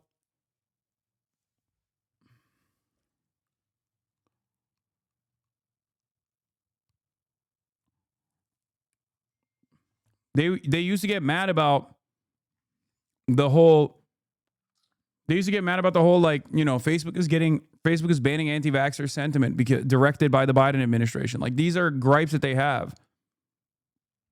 So there is a level of, there is some appetite for political persecution of political dissidents, but the reason why they're really farming this is because they want that to be a unified front when they eventually engage in it. That are trying to inspire terrorism and that are committing acts of wanton violence. It has to stop. And my message is to all of the domestic terrorists in this country spreading this evil hate. You want us to live in fear? We will not live in fear, but you will live in exile. Because the power of law enforcement under President Trump's leadership will be used to find you, will be used to take away your money, take away your power, and if you've broken the law, to take away your freedom, Sean.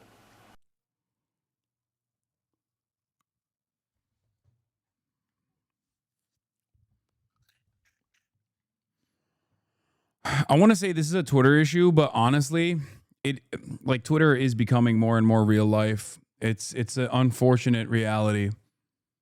Like, I want to say Twitter is not real life, but we have motherfuckers in the administration that treat it as though it is.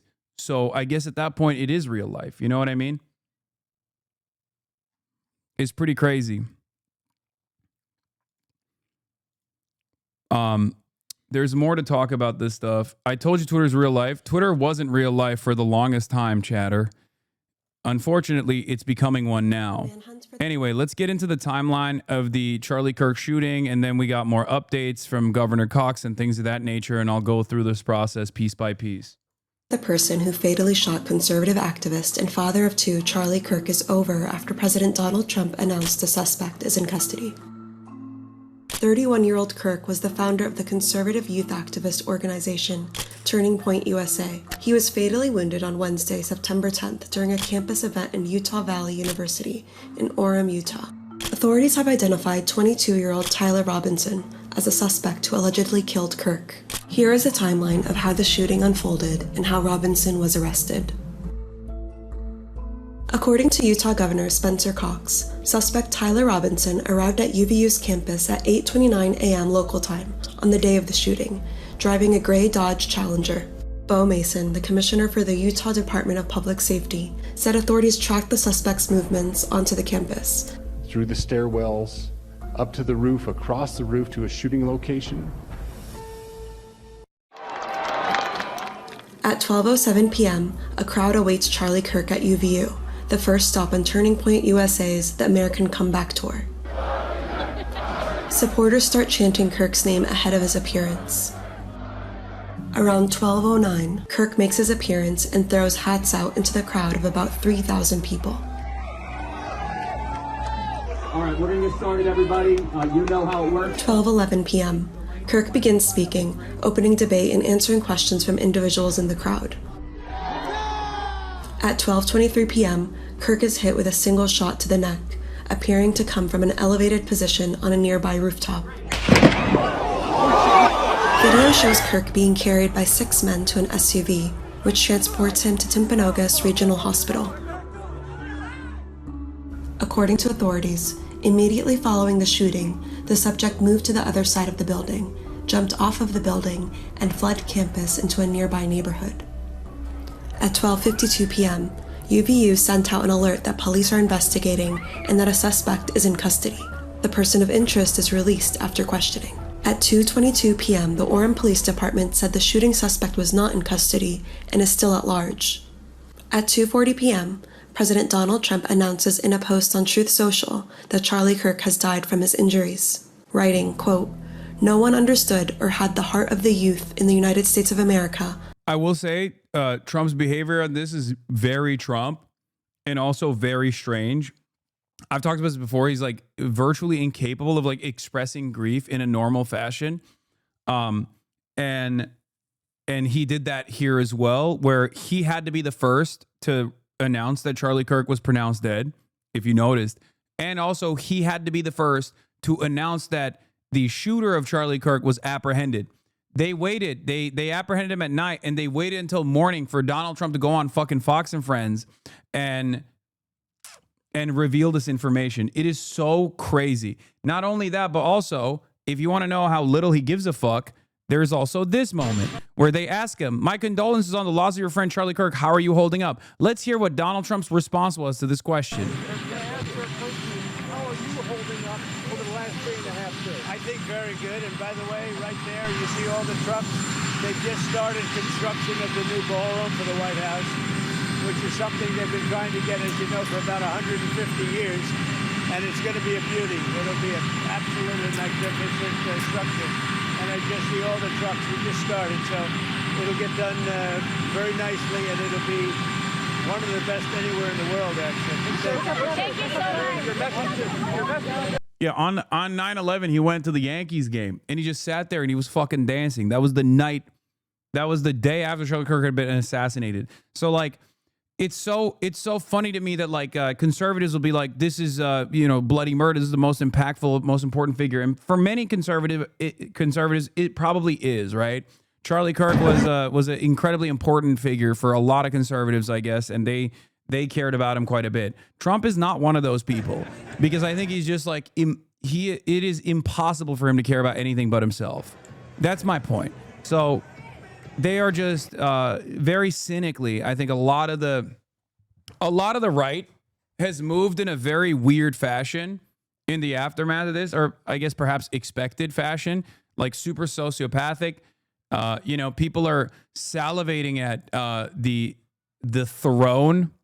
People are salivating at the prospect of like taking the throne and the mantle away from Charlie Kirk now that he's dead. Obviously, you got Nick Fuentes on the one side, really restructuring his commentary and trying to become the new wave and the new voice of the Gen Z conservatives. You have Stephen Miller. We just showed you. You have Donald Trump saying, we're going to use Charlie's murder as a way to persecute political dissidents. You have the Steven Crowder going from number 2 largest conservative show to number 1. You have Ben Shapiro talking about potentially taking over Turning Point USA as well. So there are a million different things that these guys have done that basically shows, with the exception of like Candace Owens, I would say, that these guys don't give a fuck about anything, and certainly not about Charlie Kirk, the person, but more so about like what they can get out of the situation. Okay. Now, of course, before people say, Hasan, what about you? It's like, well, you already know my position. I'm not a friend of Charlie Kirk. I was his ideological opposition. So I think I have a different set of expectations here. Like obviously, I'm not going to run around fucking celebrating this because it's infinitely, you're weird as fuck. Okay. It's incredibly close to someone like myself, but like the reality of the matter is that with the exception of Candace Owens, I've seen very little like human emotion and reaction to this kind of thing. I'm pretty sure the Ben Shapiro takeover was fake. No, it's not real. It's not happening. But I'm saying that like people are posturing to take advantage of the situation to the best of their ability. They want it. I have seen his wife's press release as well. I don't know if I should like get into that because I feel like it's a little strange, like the way. I mean, she's grieving, is what I want to think, and therefore, it's very strange the way she's like reacted to it as well. But let's take a look at what Trump was saying when he revealed that the Charlie Kirk shooter had been apprehended. And we're going to look into that. What do we do about our country with that? Because we have radicals on the right as well. We have radicals on the left. People are watching all of these videos and cheering. Some people are cheering that Charlie was killed. How do we fix this country? How do we come back together? I'll tell you something that's going to get me in trouble, but I couldn't care less. What about your fellow political streamer reaction? Who? I don't know who you're talking about, but I don't care. Okay, I'm not doing this. Like, I don't care. I don't know how other people have reacted to it, but it is so funny when motherfuckers be like, we couldn't get what we wanted out of you in terms of your reaction because it seemed like you were too traumatized for us to be able to farm it as though you were actually excited at the prospect. So we're just gonna move on and be like, well, what about these other people?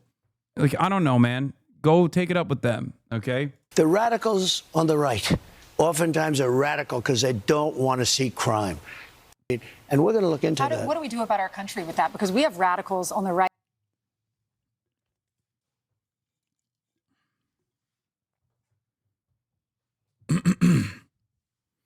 Yeah, I saw people say you had a sociopathic reaction. Wait, what? Who the fuck said that? They must have seen something entirely different. They probably got duped by like some other shit.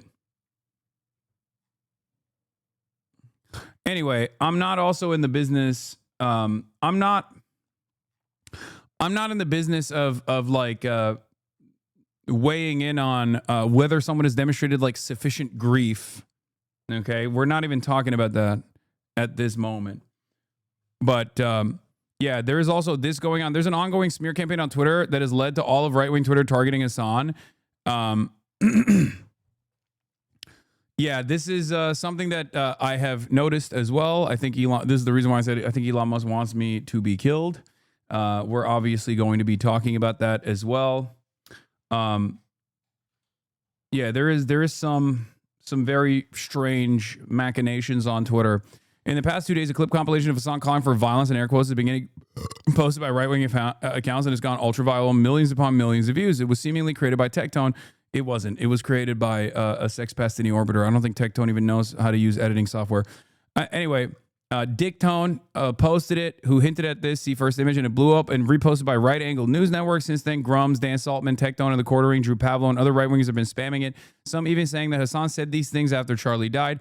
Elon Musk has replied several times. The compilation is a joke. The first one is him 3 years ago talking about Democrats needing to be better at debate rhetoric. He's being hyperbolic and is not meant to be taken literally. I know, but they clipped it in a way where it seems like I'm saying like the Democrats need to start killing people or something.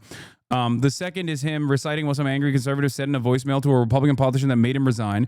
Hasan was highlighting the anger people feel with their representatives. There's also a clip of Hasan talking about the ACP and Fuentes, calling again, not for a call for violence, but they're banking on people not knowing what the ACP is and doing what they always do, taking his jokes sincerely. Regardless, this tricked most of the right-wing Twitter, who are all calling for him to either be banned, arrested, deported, or killed. These right-winger influencers either don't understand or do that when Twitch doesn't ban Hasan for these out-of-context clips, it might convince very angry people that violence is the only solution. They're putting a massive target on Hasan's back. There's one tweet, the very last one from Tectone, where he completely fabricates quotes from Hasan. He's as good as putting a hit on him with the one about KIRK. Yeah. So, as you can tell, it's like me with long hair talking about the fucking Democrats and their inability to address Herschel Walker with like aggressive tone. Yeah, there's a longer clip, obviously, that Elon Musk replied to. And Elon Musk has been highlighting these like nonstop, for the record.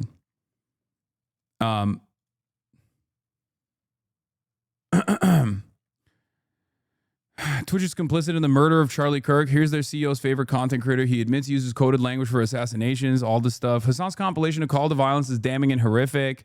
He definitely created an atmosphere where political violence was lauded and Twitch encouraged it. Slice him up. You need to gut him. New Jersey-based Muslim American Hasan Piker told his 9+ million followers to murder conservatives everywhere. It's just like, it's just insane. But the last version of this was also Elon Musk basically adding Jeff Bezos and demanding that Jeff Bezos ban me from the fucking platform or some shit. But hold on, where is it? Breaking. Numerous clips of Hasan Piker calling on his viewers to kill right-wingers are going viral. None of this is true. Okay? Incitement to murder, he says. And also, if that was true, I would go to jail, which is, of course, who knows? I mean, maybe the Trump administration will get their hands on this and go, well, this clip out of context is enough for us to take action. Who knows? But, yeah, he's got to be banned at Twitch. Come on. Elon Musk says yes. And the Hasan Piker calls for violence on Nick Fuentes. And that was me literally saying Nick Fuentes should debate the ACP guys. Like, that's it. That's all I said in that clip that they're talking about. I was like, I don't want to deal with Nick Fuentes. Let the ACP guys deal with them. Let them fight it out. Like, in terms of debating. Which is really funny because these guys are also simultaneously saying that, Charlie Kirk was a beacon of free speech. Well, guess what? I was supposed to debate Charlie Kirk. So clearly that's, not something that I'm against at all.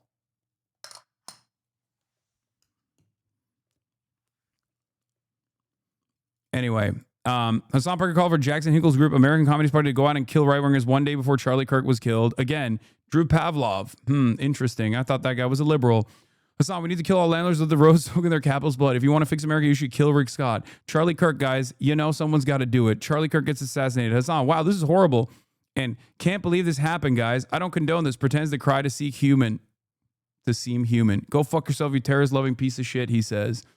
None of this is real. Anyway, he's a desperate fucking charlatan. It is what it is. These things, no matter what happens, all I can do in this situation is like, show you what the actual clips are, what the actual context is. And if you see it in the wild, you can like correct people if you want. Could you sue for slander? No, dude, it doesn't work that way. Please stop. Yeah. Elon Musk has now on 4 different occasions demanded or reposted like Dan Stalkman, and is now is adding Jeff Bezos to try to get me banned.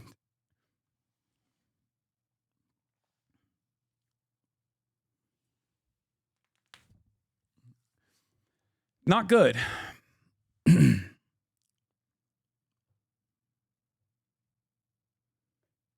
What that chatter was referring to earlier, I think it's purely sociopathic personally. I think it demonstrates almost no empathy except just like immediate shock. To me, this speaks volumes to how many people worship this guy and he can't really like react properly to someone dying. Wait, what? What is this?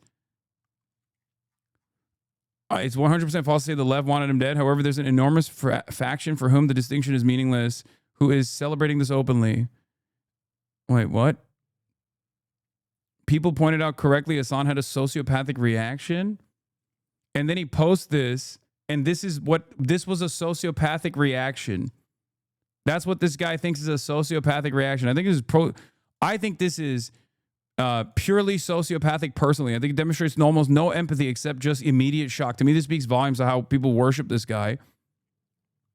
Are you kidding me? He reacts with shock and horror and is very clearly upset by it. I had the exact same reaction when I saw the video. I hated Charlie Kirk and it crushed me.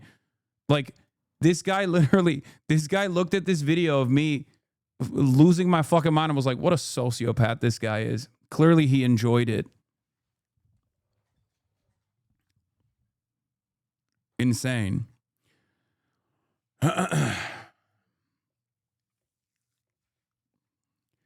That guy's a nobody. I mean, he's an example of like the way people have like lost their minds on this issue. But in any case, I do find the strange irony here, because like that dude, this is not like some low motion shit. Like Elon Musk highlighting this. This has got 91,000 fucking likes, bro. It's got millions, 6.2 million views. You know?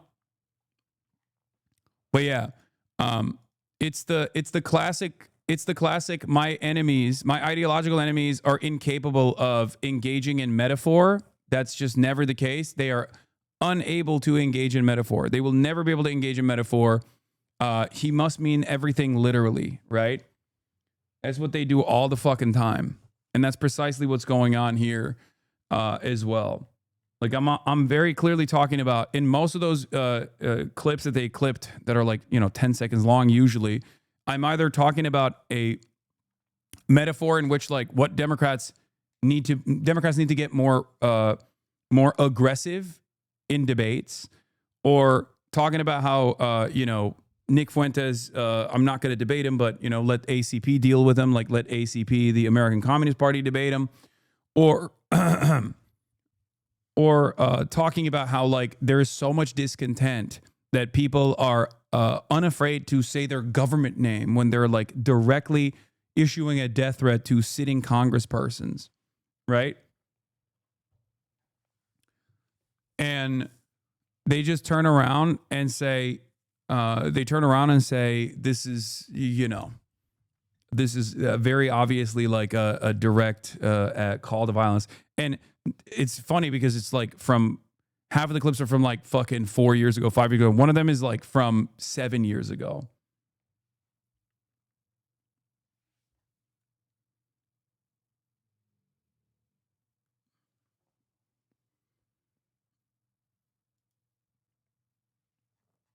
Yeah.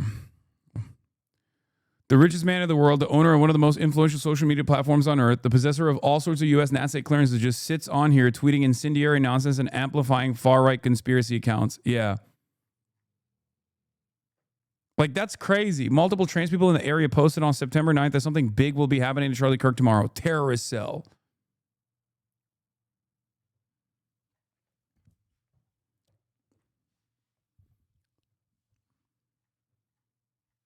Like, it doesn't matter. It doesn't matter. Talk about the kill Rick Scott stuff. I have a video on my YouTube page if you want to go find it.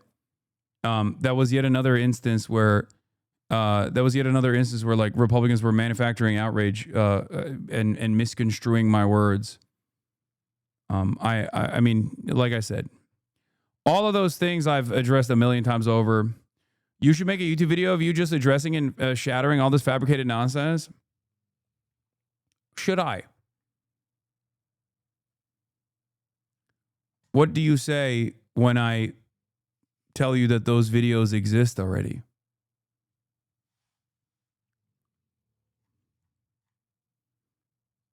I have an entire channel dedicated to where they get those clips from.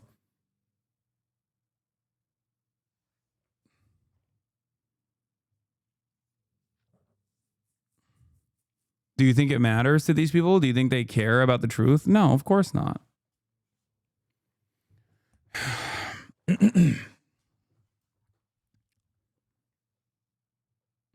Yeah, because no one would go back and find all those individual videos. I mean, it doesn't matter. The debunking doesn't matter. I have done the debunking a million times over. It just, people don't care. They're not, you can only convince someone who is actually invested in the truth. If they're not invested in the truth, and this is not something that they're interested in at all, they're just like angry and they're looking for a target that they find to be appropriate, you're never going to be able to, like, you might be able to convince your parents who are just like, oh, I heard this guy that you're watching has said a bunch of violent stuff. You can have a conversation with them and be like, that's not the case. Here's why it's out of context. He's speaking metaphorically, blah, blah, blah. But like to the average onlooker online who has already established their worldview, who are just literally not reasoning, who are not listening to reason whatsoever, they're angry. They're looking for a valid target. I happen to be the most visible target that they can launch their endless anger towards.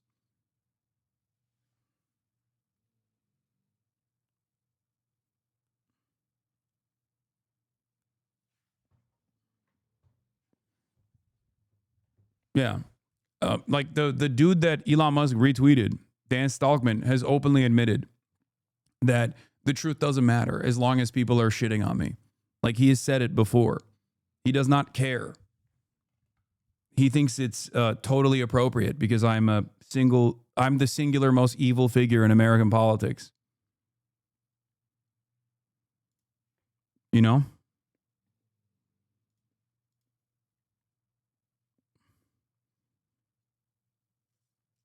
The Rick Scott video was clear and concise format that lends well to debunking, though. Yeah.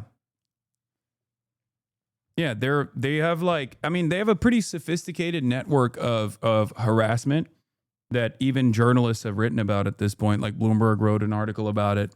The difference is, of course, like there's only one country's troll operations and troll farms that will take it to that level, and that country is Israel. And I think we all know, you know, I am an op to the state of Israel. So they will use their sophisticated influence peddling operation to elevate Gamergate style harassment campaigns and like try to legitimize them, because there's a network of newspapers that will always cover that shit too. New York Post, Jewish Insider, sometimes Fox News will do it as well. But yeah, if you're coming in here to be like, oh, well, you should do a debunking, it's like, we've had these issues many, many times over, you know? It's not new. All right, let's continue. So we got more stuff on Tyler Robinson as well. Better than Charlie. At 4 p.m., Utah Governor Spencer Cox clarifies during a press conference that there is a person of interest in custody who is being questioned. To whoever did this, we will find you. At 4:21 p.m., FBI Director Kash Patel writes in a post on X that the subject, quote, for the horrific shooting today that took the life of Charlie. You can be so obnoxiously hypocritical. You say people don't care about the truth, so they won't listen. But then say you stream on here to change those people's minds just so you don't want to make those videos anymore. No, dumbass. I already have made those videos. My point is, there are always going to be some who just don't want to see it or don't want to hear it. What the fuck's wrong with you? How is that obnoxiously hypocritical? I just said I already have done those videos and it doesn't work. As evidenced by the Kill Rick Scott thing, right? That video has 1 million+ views, chatter. The fuck are you talking about? Everybody's seen it. But that hasn't stopped Republicans from continuing to do that, right?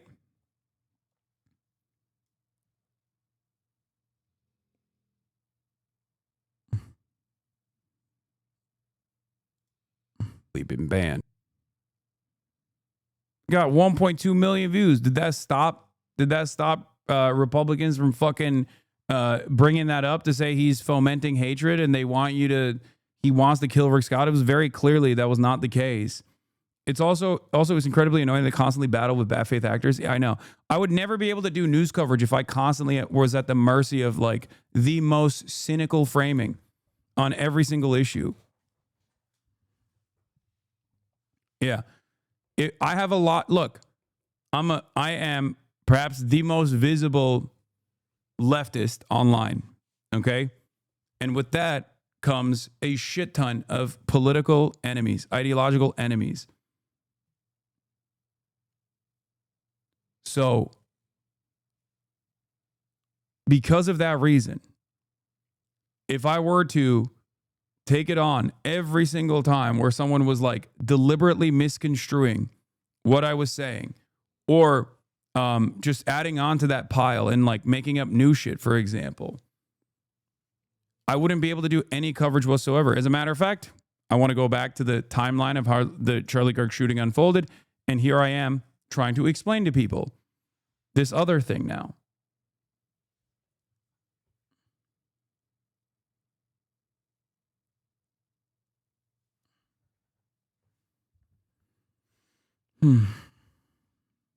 Charlie Kirk is in custody. Authorities later say the person of interest was not the shooting suspect and was released after questioning. At 7 a.m. on Thursday. Hasan, I've never seen you correct or take accountability for what you say. It's always out of context or misconstrued. I understand that does happen, but it's not always the case. Okay. Here, the Rick Scott situation is a perfect example. This is why I don't deal with bad faith actors, by the way. Okay. I said if Republicans, in a conversation that was taking place where Republicans are slated to cut $800 billion from Medicaid, which they are, by the way, they successfully pushed that legislation.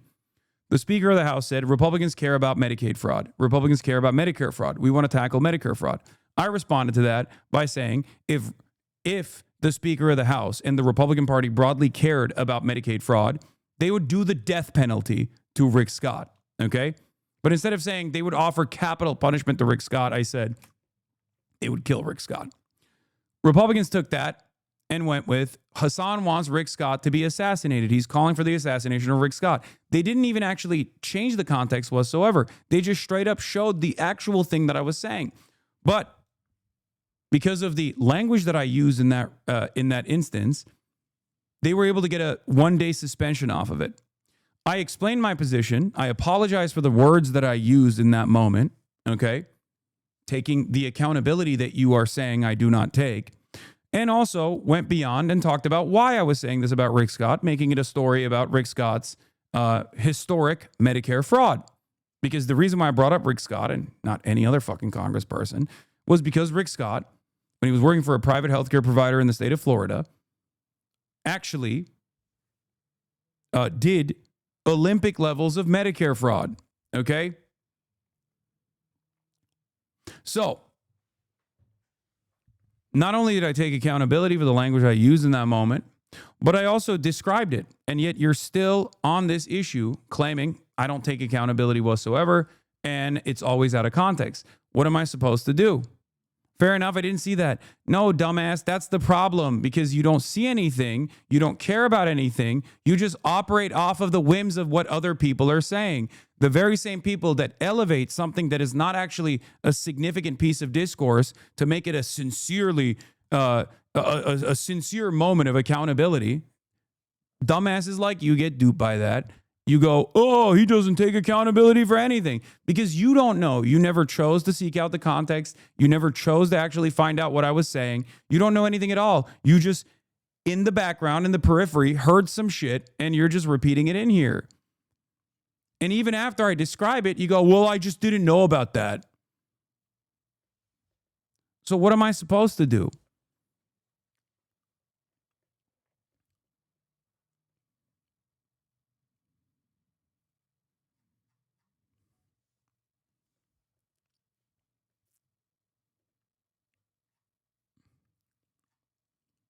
There it is.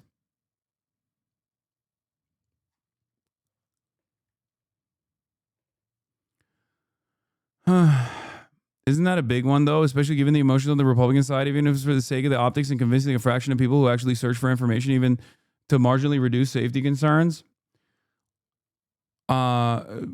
Maybe, potentially. Yeah, the gut them thing is exactly the same. You're using scary words, but it's being metaphorical about winning a debate. Yeah, 100%. Like, if you look at the context of it, it's very clear what I'm saying.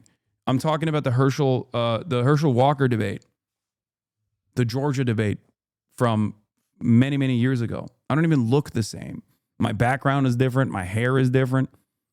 But that doesn't stop people from going off on these ridiculous tangents, talking about how, here, this is what I was looking for. Here. Wingers. I'm sick and tired of it. Left wingers, liberals, you need to be fucking showing your opponent's guts on there, okay? You need to be gutting them. You need to be shanking these motherfuckers and letting their intestines just ride on stage. What the fuck is this shit, man? Slice them up. Slice them and fucking dice them. What the fuck is this?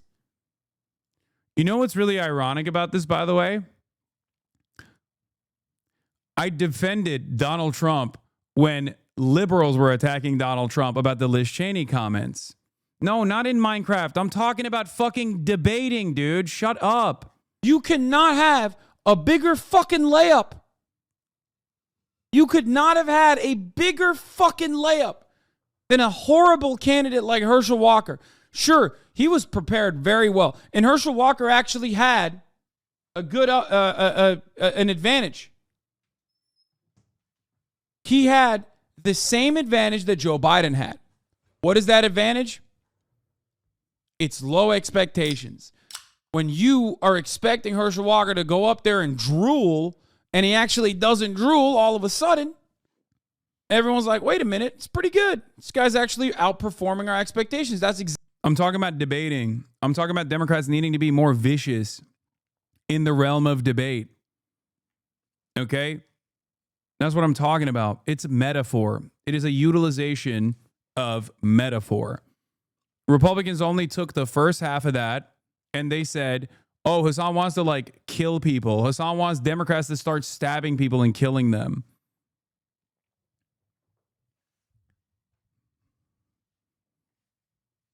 It's very, no, you are clearly talking about physically slicing humans. Yeah, my expectation is that Nancy Pelosi start fucking killing people. That's what they think. Exactly what happened with Joe Biden. But beyond that, he was not capable of crafting sentences. I cannot believe that the moderators routinely allowed him to get away with not answering the questions. I'll give you a great example of this, okay? I'm going to give you one, like, universal example of this. When people are cynical actors, when they're, like, operatives, okay?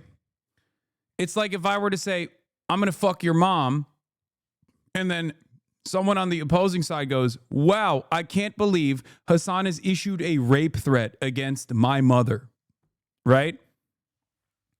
That's not what that is, okay? That's not what that is at all. And everybody understands that. But if enough people actually cynically farm outrage, then you can turn something that is clearly not intended in that, not intended to be received that way, to turn into that. And I'll give you a political example of this with Donald Trump.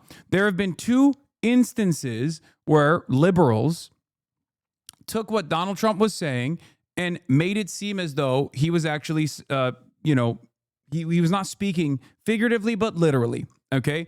One was with the Liz Cheney thing, right? And even my audience yelled at me for it because I defended Donald Trump's usage of the terminology, where I said he is saying that Liz Cheney is a chicken hawk, that she would not actually go out and fight these wars, but instead would send others to fight these wars at her behest.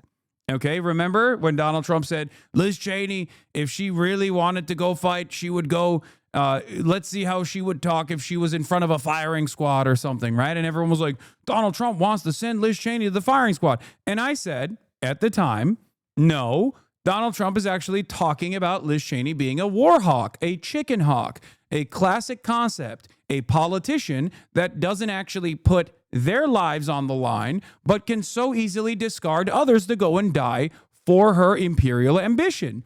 That's what I said. Okay? I defended Donald Trump in that regard because it wasn't even defending Donald Trump. It was defending the truth. It was defending the usage of a metaphor. Another instance where this happened was when Donald Trump said it's going to be a bloodbath or whatever, and everybody fucking jumped on that, right?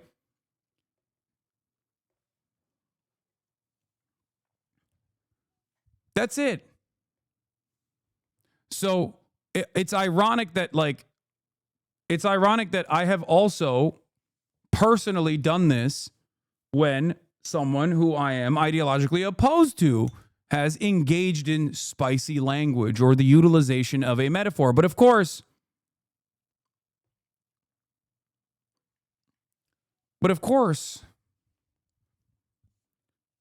Republicans love doing the exact same thing that they yell when the liberals do it. Everybody does this, okay? Everybody fucking does this. Everybody claims they hate cancel culture, but they love utilizing cancel culture when it suits their purposes. Everybody loves talking about how they love free speech, but they always love to stop free speech from happening.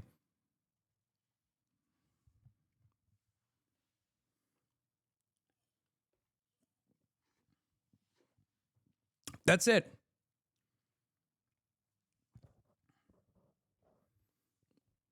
And of course, there is, once again, a step beyond that as well, a step beyond metaphor as well. How do you feel about Elon's remarks against you? I don't like them. I don't appreciate it at all. But unfortunately, the owner of this website that I'm on, Twitter, has deep resentment for myself. So I don't know what to do. There's nothing I can do really other than just, continue existing in this world. The more resentful he becomes, the more insane he becomes. The more insane he becomes, the more he tries to agitate. You all realize how big of a deal this is, right? Elon Musk is directly calling out Amazon, Twitch, and Hasan. Something is probably going to happen finally. Just wondering if Amazon thinks it's okay to pay and promote someone he's paid by Twitch and Amazon who makes repeated calls for murder. It wouldn't be okay. Which is why I haven't done that.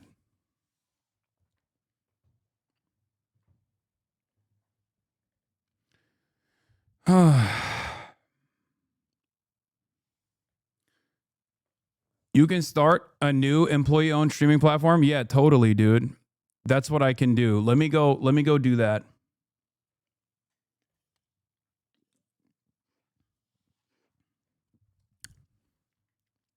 He's trying to boost the algo to farm engagements with one-word sentences, FYI. No, I know.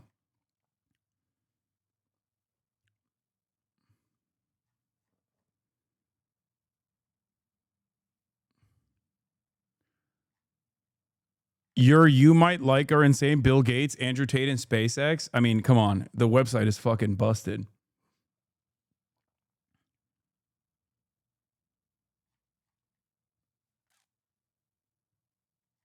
Yeah. Meanwhile, he's fomenting race riots in the UK.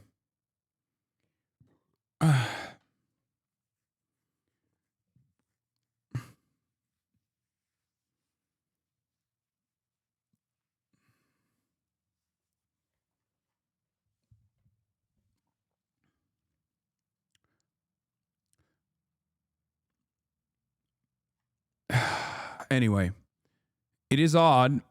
This is from 13 minutes ago. I mean, he's still doing it, but he's so bitch made. Like, dude, talk to me directly if you want to have a fucking issue.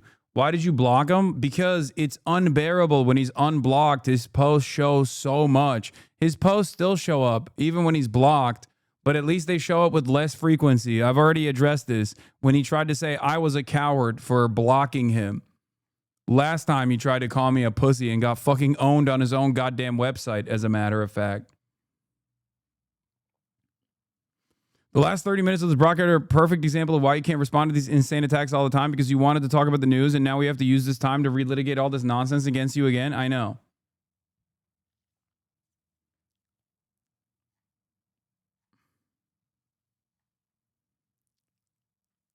Do you find yourself as divisive? Yes, of course I find myself as divisive. Are you kidding me? Dude, there are people in this country.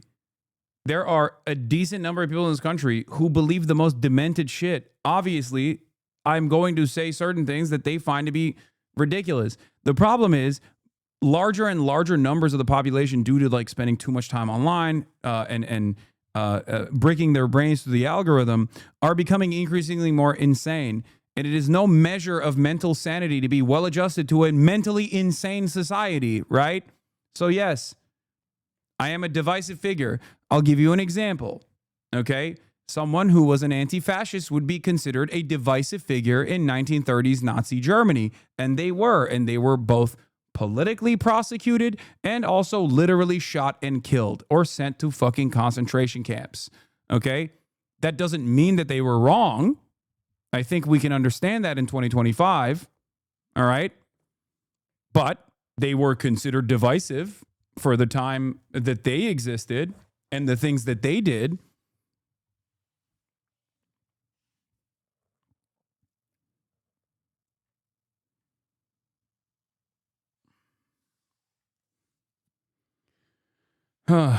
Let's keep Thursday, going. September 11th, FBI Special Agent in Charge Robert Bowles announces during a press conference that authorities have recovered what is believed to be the weapon used in the shooting, a high-powered bolt-action rifle. At 9:56 a.m., authorities released images of the suspected shooter. Hire me to make a Haas wiki with a common slander section, which I explain why these accusations are false, with each other having its own number in the future. You can just say see points 5, section 3, save you 30 minutes. I think that's actually not a bad idea. We should do that. Asking for the public's help in identifying them. The FBI writes in a post on X that it is offering a reward of up to $100,000 for information leading to the...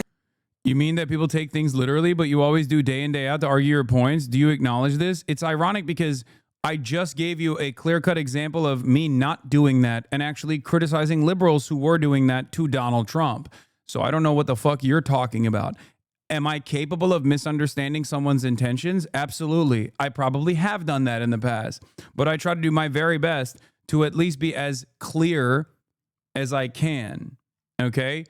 I try to do my very best to be as truthful in my coverage, in my analysis. That is the number one thing that I care about, which is precisely the reason why I didn't instantly lean on Tyler Robinson being a groyper, for example. If that was my goal, I could have done that.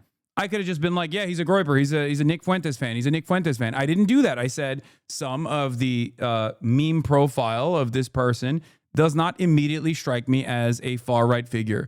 Are there far-right figures who would also take a shot at Charlie Kirk? Absolutely. Okay? But it's still too soon to tell. You explaining yourself over and over doesn't look good to anyone, no matter how right you are. That's exactly right. Poo Poo Pee Pee Man is back once again to deliver. Poo Poo Pee Pee Man is once again here to deliver an incredible truth. Hasan, you are a piece of shit. Oh, that guy is lying. That guy is wrong. But Poo Poo Pee Pee Man brought another fucking truth nuke. Identification and the arrest of the individual responsible for the murder of Charlie Kirk. At 6 a.m. Mountain Time on Friday, September 12th, President Donald Trump announced on Fox and Friends in New York that a person is in custody. As I'm walking in, they said, looking real good. They have the person that they wanted. At 8 a.m., Utah Governor Spencer Cox said at a press conference that Tyler Robinson, a Utah native, was identified as the person who shot and killed Kirk. Good morning, ladies and gentlemen. We got him. He was taken into custody in St. George, Utah on Friday. Cox said that after Robinson's father recognized his son in the distributed photographs, he told Robinson to turn himself in.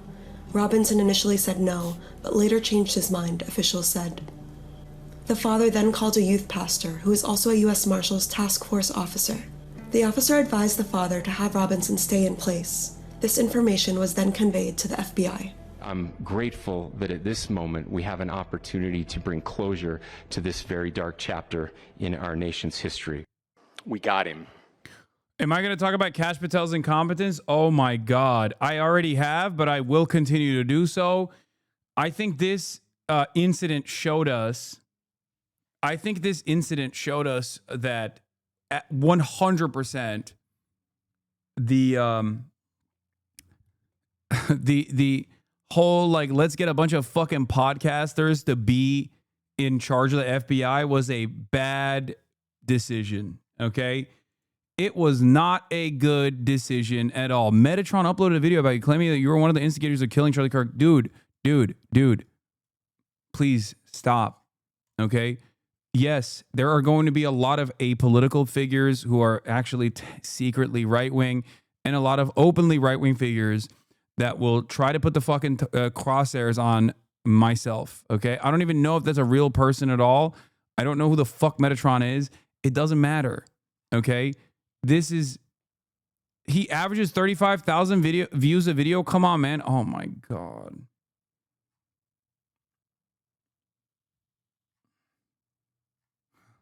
Optimus Prime made a video about you, bro. It's true. Elon just retweeted about you. I know. Okay? That's a little bit more relevant than some random fucking dickhead who apparently defended Elon Musk's Nazi salute. Okay? On the evening of September 11th, a family member of Tyler Robinson reached out to a family friend who contacted the Washington County Sheriff's Office with information that Robinson had confessed to them or implied that he had committed the incident. This information was relayed to the Utah County Sheriff's Office and scene investigators at Utah Valley University. This information was also conveyed to the FBI. Investigators reviewed additional video footage from UVU surveillance and identified Robinson arriving on UVU campus in a gray Dodge Challenger at approximately 8:29 a.m. on September 10th, in which he is observed on video in a plain maroon t-shirt, light-colored shorts, a black hat with a white logo, and light-colored shoes. When encountered in person by investigators in Washington County on September 12th, in the early morning hours, Robinson was observed in consistent clothing with those surveillance images. Investigators interviewed a family member of Robinson who stated that Robinson had become more political in recent years. The family member referenced a recent incident in which Robinson came to dinner prior to September 10th, and in the conversation with another family member, Robinson mentioned Charlie Kirk was coming to UVU. They talked about why they didn't like him and the viewpoints that he had. The family member also stated Kirk was full of hate and spreading hate. The family member also confirmed Robinson had a gray Dodge Challenger. Investigators identified an individual as the roommate of Robinson. Investigators interviewed that roommate, who stated that his roommate, referring to Robinson, made a joke on Discord. Investigators asked if he would show them the messages on Discord. He opened it and showed several messages to investigators and allowed investigators to take photos of the screen as each message was shown by Robinson's roommate. These photos consisted of various messages, including content of messages between the phone contact name Tyler with an emoji icon and Robinson's roommate's device.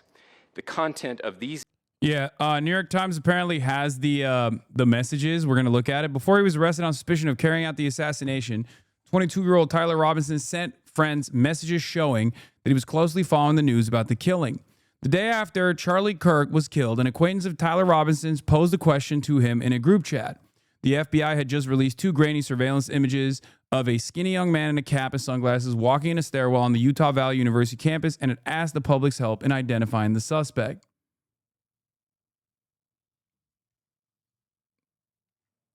Tagging Mr. Robinson's username on Discord, a messaging platform, the acquaintance attached the images and wrote, "Where you at?" with a skull emoji suggesting that Mr. Robinson, 22, looked like the man being sought. Mr. Robinson replied with a minute. His doppelganger, he wrote, was trying to get me in trouble.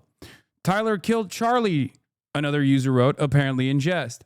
That was on Thursday afternoon, 1 p.m. local time. It was not until later that night, nearly 34 hours after the shooting, that Mr. Robinson was arrested on suspicion of carrying out the assassination of Mr. Kirk 31, a conservative pundit whose killing has inflamed the political world. The Discord messages were the clearest glimpse yet of the suspect's demeanor in the hours after the killing. They were shared with the New York Times by someone who knew Mr. Robinson in high school and has kept up with him in the group chat, which includes about 20 people, but said he had not seen Mr. Robinson in person for several years. He spoke on the condition that his name not be used, fearing harassment for being an acquaintance of the suspect. The Times independently verified that the person who shared the screenshots attended high school with Mr. Robinson and found other indications that they knew one another. The screenshots were shared at the request of the Times. Discord declined to confirm Mr. Robinson's username, but it matches several other accounts that he used elsewhere online.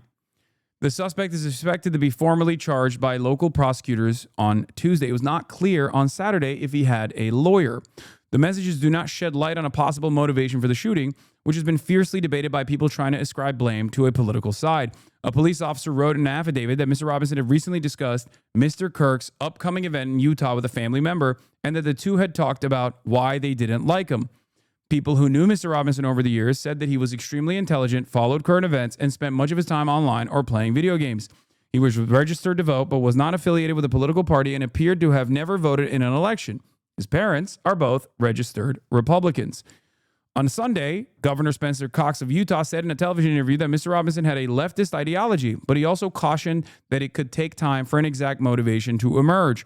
After Mr. Robinson joked that the gunman was his lookalike, another user suggested that the group could turn Mr. Robinson in and get a $100,000 reward that the FBI was offering. Only if I get a cut, Mr. Robinson responded. How fucking insane is that? He's just like yucking it up. I mean, obviously, you just don't think that the person in your group chat is capable of doing such a thing. So in your mind, no, it's not internet brain poisoning, chatters.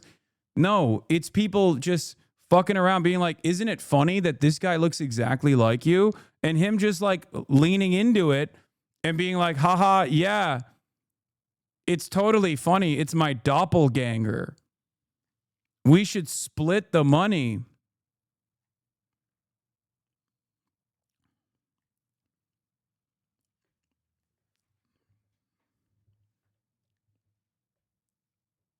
Yeah. Someone posted, whatever you do, don't go to McDonald's anytime soon. A reference to the arrest of Luigi Mangione, who was found at a McDonald's restaurant and charged with the killing of a health insurance chief executive in Manhattan. Mr. Robinson agreed and offered a supposed joke of his own, writing, better also to get rid of this manifesto and exact copy rifle I have laying around. So does that mean he actually has a manifesto? When another user suggested that the killing of Mr. Kirk would lead President Trump to send the National Guard to Utah, the suspect replied, in a red state? Nah, clearly the shooter was from California. Oh my God. Oh my God. Brother, he was fucking memeing nonstop.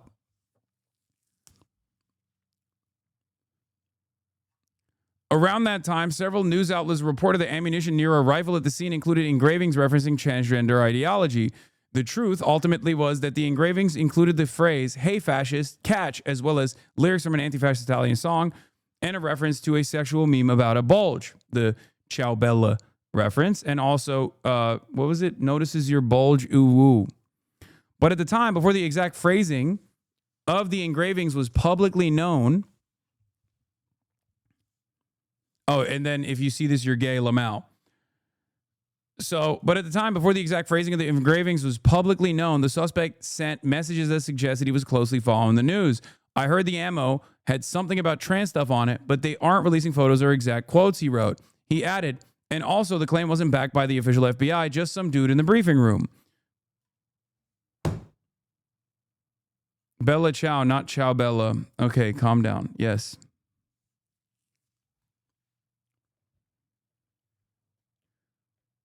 I can't believe he would get ooh and oh whoa confused.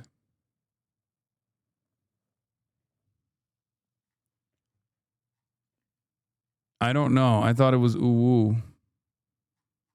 Anyway, Utah's governor said in television interview on Sunday that a person previously described as a roommate of the suspect was in fact a boyfriend who was transitioning to become a woman, and he said that the person was fully cooperating with authorities and was shocked by what had happened. So the irony here is that this person, Republicans are trying to say, like, this is, if what they're saying is true, okay? If what they're saying is true, this would mean that the trans person involved in this is unironically the good party, okay?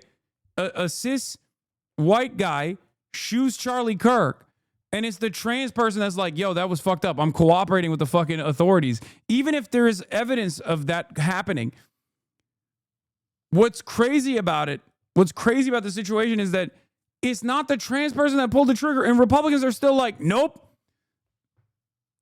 How is he cis if he's dating a trans person? Dog, what the fuck do you mean? You don't become trans when you date a trans person, even if they are dating, which I don't even know if they are. What? Cisgender just means that you are the gender that you were assigned at birth. Transgender means that you do not subscribe to the gender that you were assigned, the sex you were assigned at birth. Okay, that's it. Cis doesn't mean gay or anything like that. There's no like trans cooties or whatever. Mr. Robinson's message on Discord appeared next to his avatar, which was from a Garfield comic. It depicted the confused face of Garfield's owner, John Arbuckle. At one point, he joked in a message, "I'm actually Charlie Kirk. Wanted to get out of politics, so I faked my death. Now I can live out my dream life in Kansas." The police have said that the suspect walked onto campus ahead of the event, in which Mr. Kirk debated students with opposing beliefs and climbed up on the roof of a building about 400 feet away from where Kirk was speaking. The gunman fired one shot, they said, fatally striking Mr. Kirk, and then dropped down from the roof and rushed off campus. Hold on. The police said that Mr. Robinson had implied or confessed that he committed the crime and that he was then encouraged by a family member and family friend to turn himself in, which he did. He surrendered to the police in southwestern Utah, where he lived, more than 3 hours' drive from the campus where the shooting took place. Following the suspect's arrest on Thursday night, members of the group chat on Discord struggled to believe that he was actually being accused of the crime. "Our governor wants to give him the death penalty, dude," one wrote. Another said, "I truly cannot distinguish if this is for real."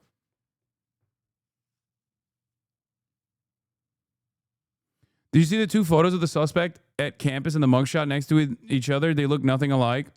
Yeah, man. Totally. Yeah.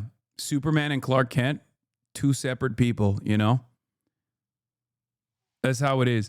I can't believe motherfuckers would be like, oh, he was wearing glasses and a hat, so very clearly this is a different person. That's wild, man.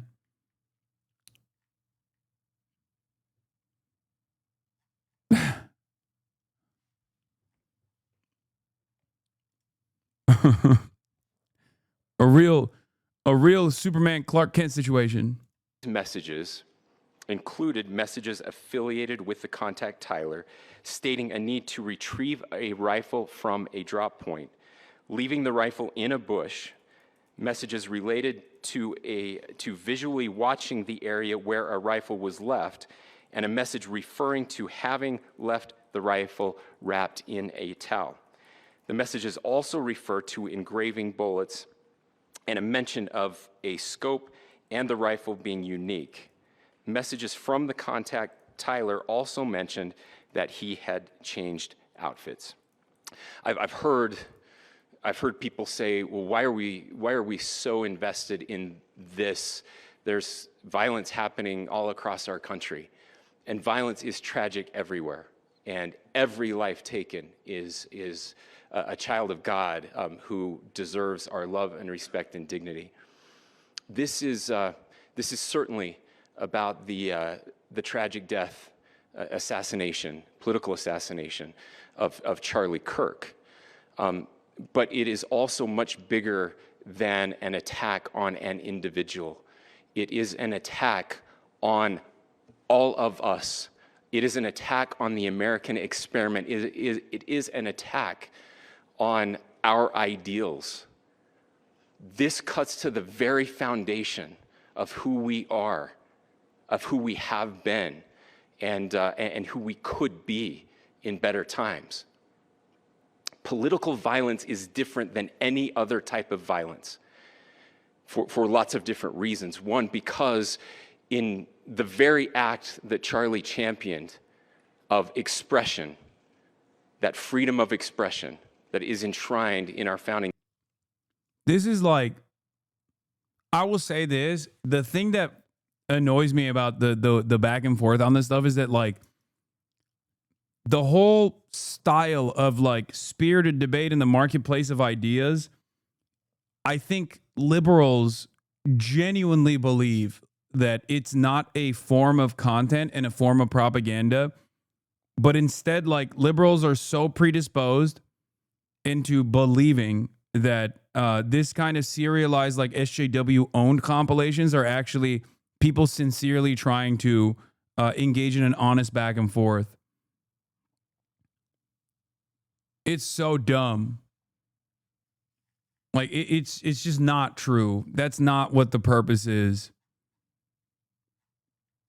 That's never been the purpose. This isn't like, and I'm not saying like that's not the purpose, so it should be banned, or that's not the purpose, or violence is the answer, or anything. Obviously, I'm not saying that, and I find myself, of course, having to clarify this position over and over again because people will regularly try to misconstrue my words here, but it's just not fucking true at all. The notion that, like, dunk culture is somehow actually working at the behest of, like, more speech or whatever. It's just a way to sequence out Republican talking points.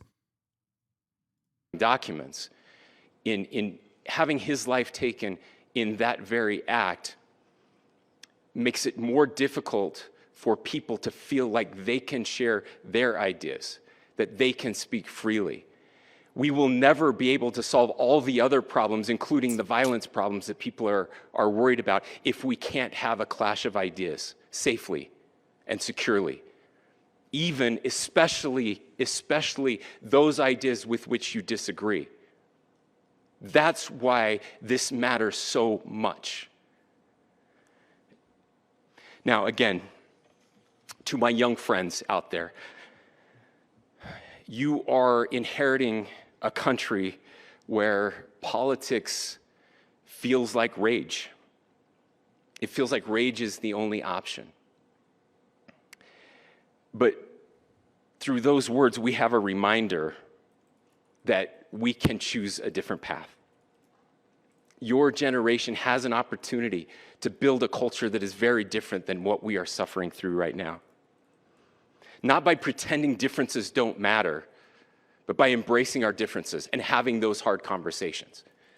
I think we need more moral clarity right now. I hear all the time that words are violence. Words are not violence. Violence is violence.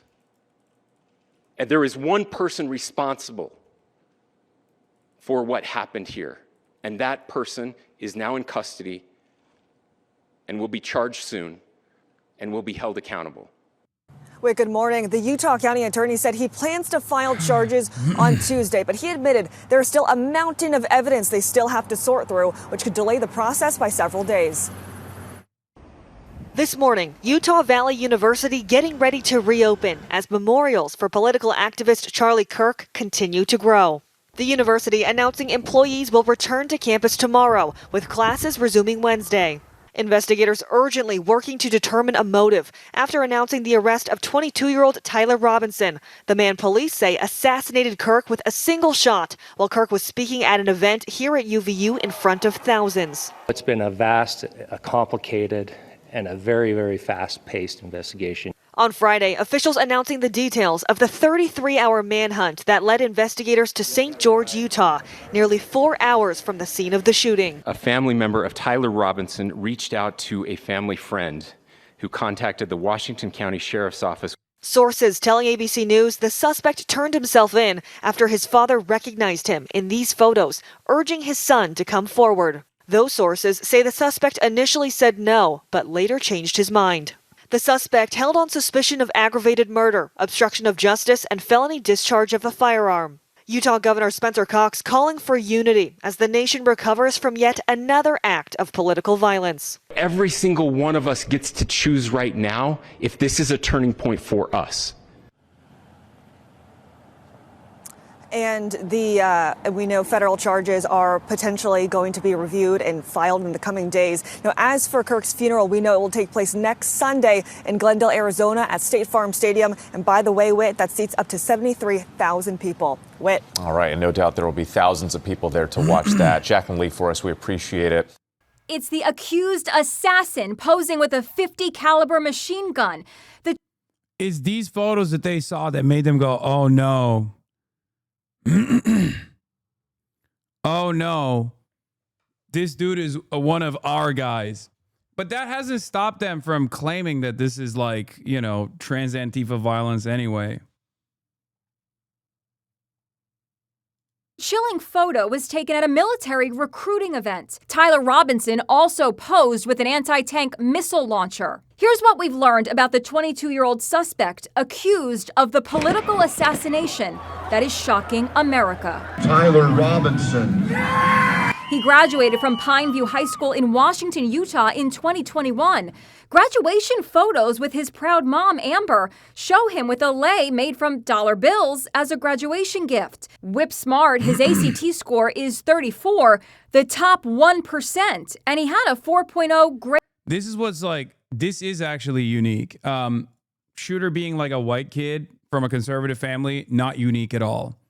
Okay? Shooter being a white kid from a conservative family with excellent marks on his academic, like being a go-getter, like being someone of this kind of background, this kind of academic background is actually unique for any shooter. It's definitely interesting. And the last time I saw this was like with Luigi Mangione. How is that surprising? In most circumstances, guys like this, in most circumstances, when you look at the profile of a shooter, they oftentimes have like tremendous antisocial behavior because, I mean, you're killing someone. Like that requires a level of alienation, a level of isolation. Like that, it's not a typical profile of a fucking mass shooter, school shooter, an assassin at all.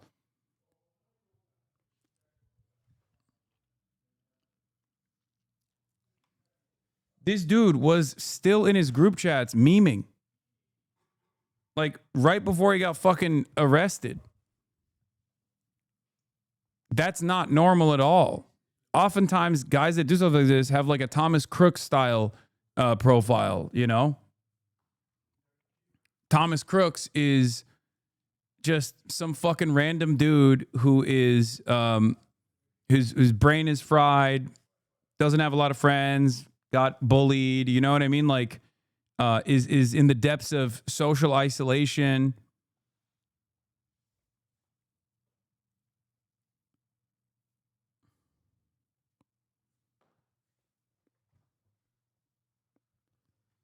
Yeah, I saw this post from Why Did the Post. I think a kid switching from college to a trade school is smart, but a kid who got full tuition, 4-year scholarship, and moved into a dorm, flaking out after the first semester only to go into a work-study trade program makes me think that that's a huge part of this equation. There's so much expectation bound up with school and life choices, especially at that age, especially on how to build a social life untethered from high school. That period, 2020 to 2021, was already crazy challenging on that front. Can't imagine that switch was easy to make. He got a fucking full ride. He got like a presidential scholarship to go to this school, and then he swapped out first semester. He went for one semester. It wasn't even in-person classes, and he swapped out to go to a trade school. Grade point the semester average. Was remote. His mom took video the moment he learned he had earned a scholarship.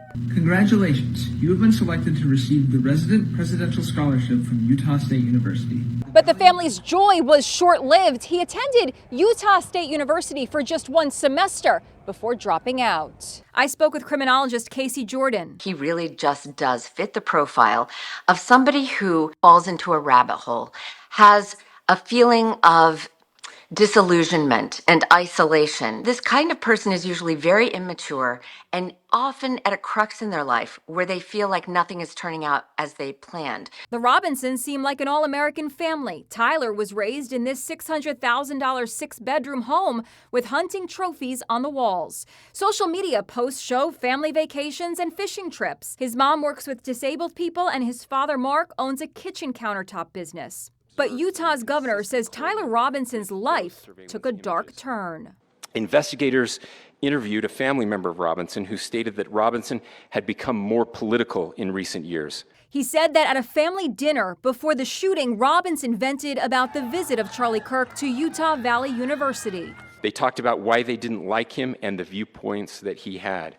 The family member also stated Kirk was full of hate and spreading hate. Investigators also revealed that Kirk's assassin left behind bullet casings with political messages. One says, "Hey fascists, catch." Another says, "Bella Ciao Ciao Ciao," a song used in the video game Far Cry 6 and which radical elements have adopted as an anti-fascist anthem. Bella Ciao Ciao. Radical elements.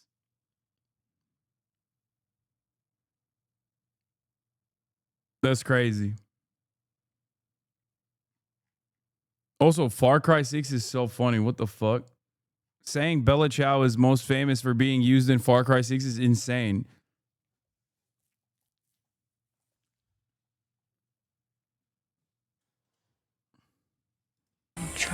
There was also a reference on the bullets to a violent video game, Helldivers 2. Violent video game. Oh my God. Everything is so cooked. It's just... This is already deep fried for like even people of our generation who are oblivious to like all of the online culture and the back and forth. So I feel like it's even crazier. It's already difficult to discern what took place here if you're young and you're like kind of tapped in. But these people are also old and definitely not tapped in, so it makes it even harder for them to comprehend what the fuck they're looking at. And that's why you got this insane commentary. Just so fucking out of touch. Violent video game Helldivers. Aldım bile. Ne o? Peki, tamam. Tamam.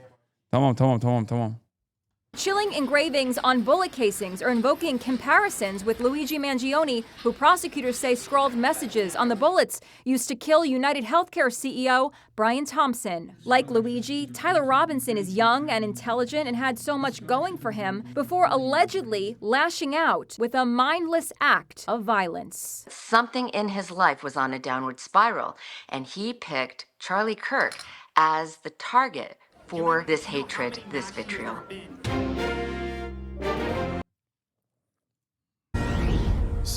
And now they're, as we covered already, they went from the shooter is trans to realizing the shooter is not trans to only going back to it now to say the shooter had the trans bullets to realizing the shooter's bullets weren't trans to now claiming that, well, the shooter was around a trans person, potentially a trans person. We don't even know if the person is trans or not. So we have found a way, or at least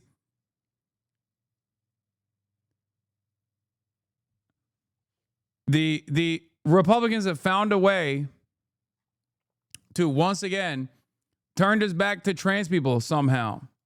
Charlie Kirk's alleged assassin, Tyler Robinson, reportedly lived with a transgender partner in Utah, according to FBI officials. And this is the same partner that reportedly came forward with messages from the suspect discussing the killing, including the rifle, engraved bullets, and a change of clothes. Retired FBI Supervisory Special Agent James Gagliano joining us now. You know, we've had this conversation, my friend, about the nexus of information as we continue to unpack this investigation.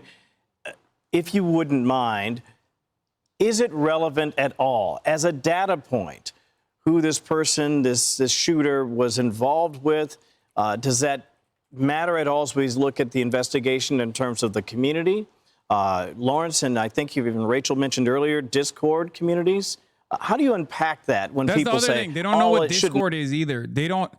So these guys don't know what a fucking Discord is either. So they think it's like they don't understand that there's like different servers. They don't understand that it's a communication platform where people can just like talk to one another in the same way that you can with like Skype. So that's the other problem with this too, where they're just like, they're talking about shit that they don't understand at all, right? It's just, I don't know. It's all bad. Investigations are layered. And really, when you go to look at this now, we're seeing this new ideation, which is assassination culture. Yeah. What does that consist of? Starts out with a grievance. These are all grievance collectors, whether it's a mass shooter, a terrorist, or a political assassin. You add into that an ideology. My ideology is superior to yours. You're an existential threat. You're going to stop the next election. You're against my family unit. And last, moral absolutism. You believe that you are superior, your thinking is superior, and I have the right to take your life. I don't even fully know where this, like, the roommate is trans is coming from. I think, like, they were pointing to the fact that, like, the roommate had, like a face filter, like a female face filter on a TikTok that had, like, 3 views or something. And also that the roommate was, like, photographed wearing, like a weird hat or something. Like, no, that I'm not even kidding. But I don't know. But they might be. They might be. But there's 2 reasons why it's like, there's 2 reasons that's not it. It's been confirmed. They found social media accounts and everything. Like, originally they were talking about it because, like, there was a face filter thing. But they were active on trans subreddits. Oh, they found the Reddit, right? That was not his Reddit. That was the roommate's Reddit, right? I saw. It was like the Jordan Peterson one, right? The one that likes Jordan Peterson and also loves the landlord, the land Chad subreddit or whatever. Like, it's like one of those like weird neoliberal type. Like, their online footprint is like very neoliberal kind of. That the land chads is like a satirical subreddit, but I think they were like, maybe I misunderstood it. Anyway, we'll look at what it is. I don't know the full details and the full background, but what I saw initially was like people connecting it to like a random, you're spreading misinfo. They hated landlords. It was making fun of it. Okay. Hold on. Calm down. I'm not spreading misinformation. I don't know the exact details. I'm going to get to it. Listen to my words. I am going to look into it. Do you hear that, what I'm saying? I'm going to look into it further. I don't know. Understand the words that are coming out of my mouth. I'm saying, I don't know. I saw something before I went live and I didn't look too much into it. Okay?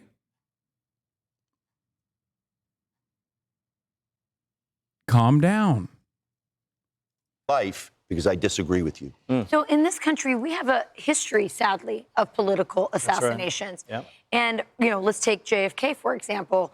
People had a lot of ideas. And Dog, they were saying the roommate was trans because he posted himself on TikTok, the anime girl filter. But didn't the roommate also like have a Reddit account or something? Theories about what would have what happened, and was that killer or shooter? He was obviously a disturbed person, but who was actually behind animating and using that disturbed person to actually, kill our president? So do we know anything about that? And do you feel like our government can be trusted to dig that deep? We're certainly not immune to political violence. I mean, in our 250-year history, 4 sitting presidents have been assassinated. We're conditioned, sadly, Rachel, that's normal. Whether it's Gabby Giffords or Justice Kavanaugh, we think that that's almost our norm. Charlie was an interlocutor. He was somebody that just went to college campuses and debated. Now, in looking at this assassin and what he did, it was just a cacophony of errors and how clumsy it was. He was successful in what he ultimately set out to do in his dastardly deed. He is essentially a murderous nihilist. But the FBI now is digging deeper. Was he inspired by somebody or something? And was he directed, or did anybody provide any material support? That's important. That's what I want to know. Can we stay right there? Because, and we got a statement from Discord, which is the chat feature, the gaming app that they were using. Now, they say that they've kicked them off the app, and the communications that took place were after the assassination. I'm not comfortable with just the company's answer. I want to see how forensic people do. Do you think there could have been planning on the app before? And if the people that he was communicating with knew about it or had conversation about it, will they be brought in? That's the tough thing. I mean, we cherish our Fourth Amendment protections, you know, against illegal searches and seizures, and all of our privacies that we appreciate as well. This is tough. Remember 2015 San Bernardino, and at the time FBI Director Comey trying to get into an Apple phone from the terrorists who were dead and was unsuccessful. We had to end up going to get some kid to break the code because Apple wasn't working with us at the time. Later they changed their mind. Yeah, it's a tough thing. Again, people online say crazy things. It's separating that from the people that are going to act on it. And Lawrence, to your point, that's the tough part. Well, I think this is going to be a challenge for the FBI. You know, MAGA and President Trump's people are in charge. And I think people are going to, you know, really look at this to see, do we have the FBI? Can we restore the trust that was lost? Yeah. So much of it lost during the last administration. So thank you so much for joining us. Great stuff. Thank you. Man, great.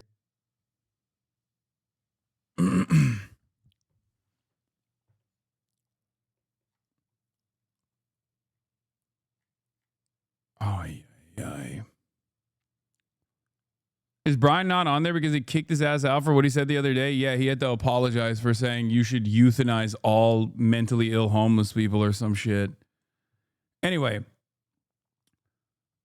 I don't know about the level of relationship, the involvement that he had. I don't know about the background of the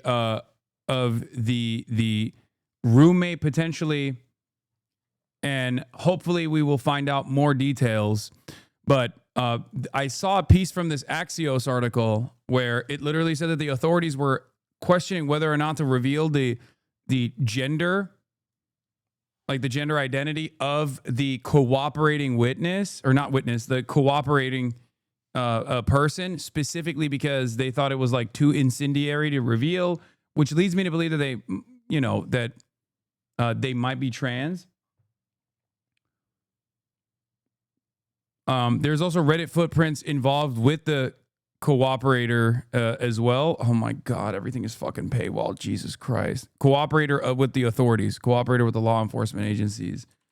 Because it seems like they very quickly went to the roommate and were like, what's up?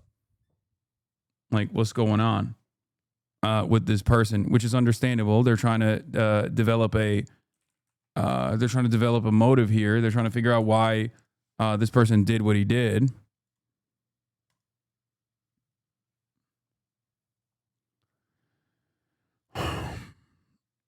Okay, here it is.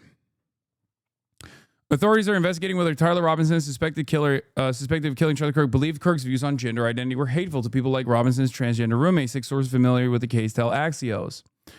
Why it matters. Investigators believe Robinson's anger at Kirk's views could be a key to establishing a motive for the slaying of the controversial activist whose death sent shockwaves through American politics. Each of the 6 sources familiar with the investigation told Axios that investigators believe Robinson had a romantic relationship with his roommate. The latest, Utah Governor Spencer Cox confirmed on Sunday to ABC News This Week that Robinson lived with a romantic partner who was undergoing a gender transition. Robinson's roommate is cooperating with authorities, Cox said, but that Robinson is not and has not confessed to Kirk's killing. Axios sources said investigators initially wanted the information about the roommate's gender identity kept quiet because that person is being extremely cooperative with the authorities. The roommate was aghast at the slaying when speaking to investigators and shared electronic messages sent by Robinson, one of the sources said. That's what happened. Oh my God, no, the roommate said, according to the source. Here are all the messages. The phone messages indicated a sender listed as Tyler had mentioned that after the shooting, he had wrapped his rifle in a towel and stashed it in some bushes near Utah Valley University. What is so insane about this, by the way, is that the person who is trans in this situation is cooperating with the authorities, and yet every fucking Republican has basically run with the narrative that like the like without any evidence whatsoever, has run with the narrative that this is yet another instance of trans violence.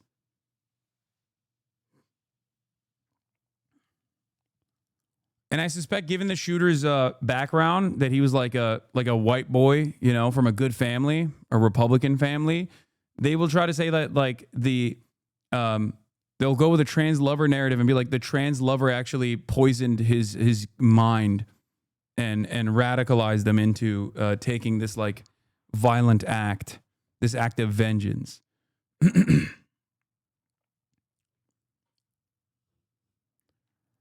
The phone message indicated a sender listed as Tyler. Tyler also told the roommate in writing that the rifle would have to be retrieved. Cox said, between the lines, federal and state law enforcement officials are also examining leftist groups in Utah to see whether they had knowledge of the alleged shooter's plans beforehand or if they lent material support to him afterward. One of those groups eliminated his social media profile after the shooting, Axios has learned. The motive and political ideology of Robinson, 22, are subject. Well, this literally could have been because they were just like claiming that random people were the shooter. Like, that's the other thing. Because like in the aftermath of this, they straight up were saying, oh, this random DSA member is the shooter. That random DSA member is the shooter. Like, it's fucking ridiculous.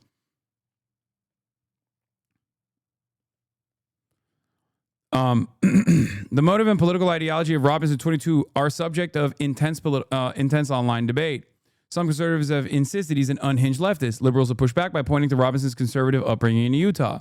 The reason why I didn't immediately rush to the notion that this was a right-winger in the aftermath of this incident was because I told you there's plenty of people who grow up in conservative backgrounds and don't have conservative opinions. There's people from a similar ideological upbringing, even in this community, right?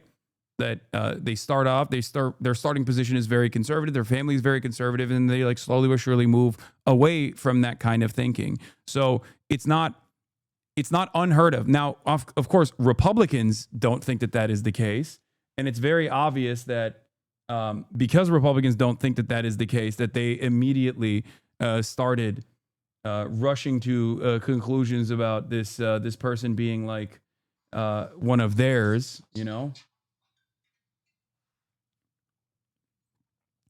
In a Daily Mail interview Friday, family matriarch Debbie Robinson said the family supports President MAGA's movement. But again, Debbie Robinson, the grandmother, might not know Tyler Robinson's point of view. Okay? Most of my family members are Republicans, she said. I don't know any single one who's a Democrat. Cox said on NBC's Meet the Press, just like the grandmother might not know of the political allegiances of Tyler Robinson, their friends, like people that, friends that say, oh, this person is definitely a leftist, he's extreme, they might not know either. Okay? A lot of people just make up their own minds. They talk shit, if you will.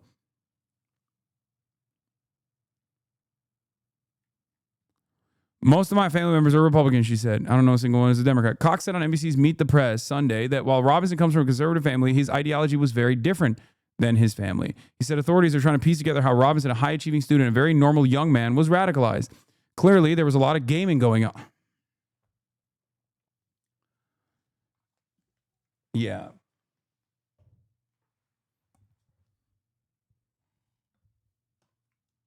A lot of gaming going on.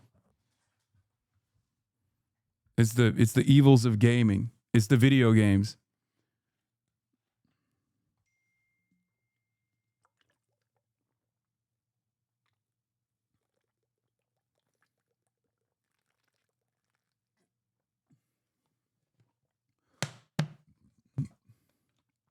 Do you game so rarely to prevent radicalization? Yes.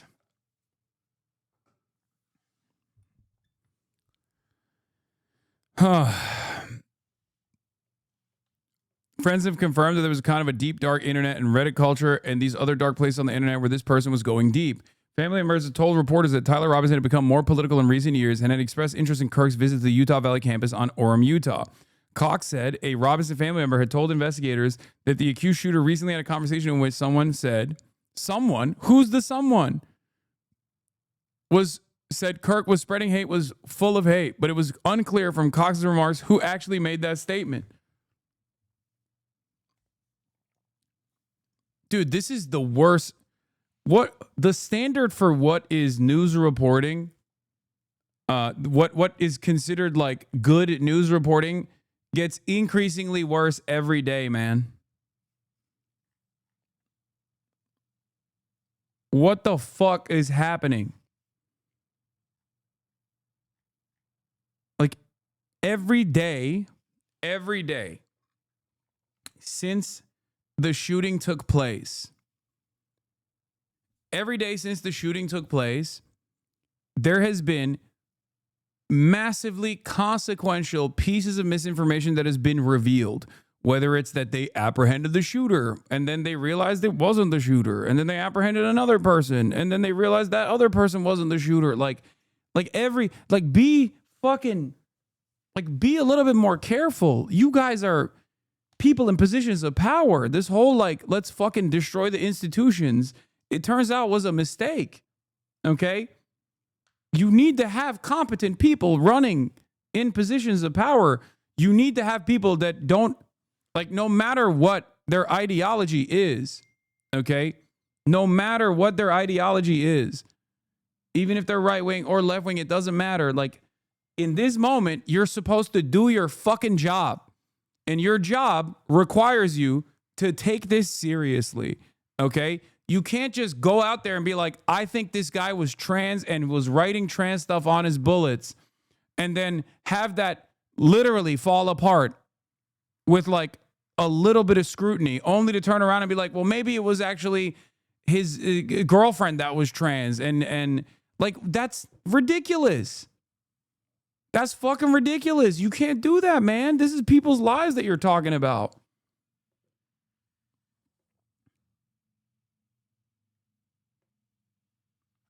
The ways in which we have found information, information about this story have been genuinely shocking. Like the ATF leak that went to Steven Crowder, and then Wall Street Journal confirmed it and then had to retract it because it was half cooked. There wasn't they didn't see any primary materials whatsoever. They just went along with assessments being made without any sort of firm analysis.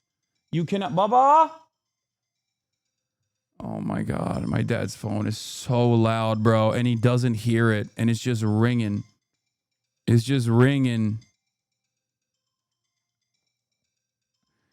LGBTQ activists have criticized media outlets for erroneously reporting in the hours after the shooting that a bullet casing from the scene included a message related to transgender people. KIRK, who toured college campuses and challenged progressive students to debate him under a tent that said, "Prove me wrong," was an outspoken opponent of gender-affirming surgeries for minors and transgender athletes competing in women's sports. What they're saying is clearly that Robinson's roommate knew a lot and didn't say anything after the killing, so they're a person of interest officially and are cooperating. A second official said, "We want to keep it that way." Oh. Thank you. Appreciate that. I'm Steve Ducey. I do want to start with some of the many unanswered questions about the investigation. You told the Wall Street Journal that it is, quote, very clear to us and to the investigators that this was a person who was deeply in. Crowder claims he got it right and wants you to apologize, Law. Wait, what? Me? Fuck Steven Crowder. The fuck do you mean? We were here. We saw it. The ATF leak was half cooked. It didn't actually feature the actual message at all. The fuck are we talking about? Yemek benimki geldi. Yeah, he got subpoenaed by the ATF. What is he talking about? Information that is pertinent to the investigation, that's important to the investigation, without proper analysis being revealed this way is baba ver nereye götürüyorsun? Ya ver boş ver. Is literally has contributed to the misinformation environment. There's a reason why the ATF doesn't actually put out preliminary assessments without doing proper analysis. Indoctrinated with leftist ideology. Can you elaborate on that and be more specific? Well, sure. So that information comes from the people around him, from his family members and friends. That's how we got that information. Again, there's so much more that we're learning, and so much more that we will learn. There will be official charges will be filed on Tuesday, and there will be much more evidence and information available then. And again, we're interviewing all kinds of people, everyone that knows him, and trying to learn more about what that motive actually was.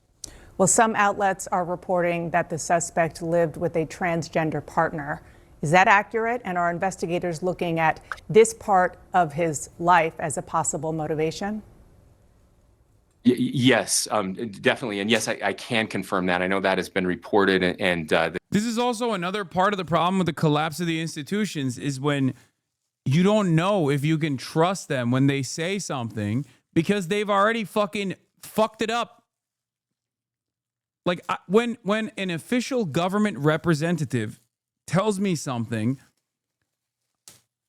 there has to be an assumption that he is, no matter what his political background is, no matter what his ideology is, I have to assume he is being sincere. I have to assume that he is not operating to score political points against like random subsects of the American population. Do you see what I mean? And when you actually reveal yourself to be biased in this regard, and so biased that you're willing to reveal half-truths or sometimes false information, and you lose that credibility, it makes it much harder to trust this person. It's like the Israel phenomenon.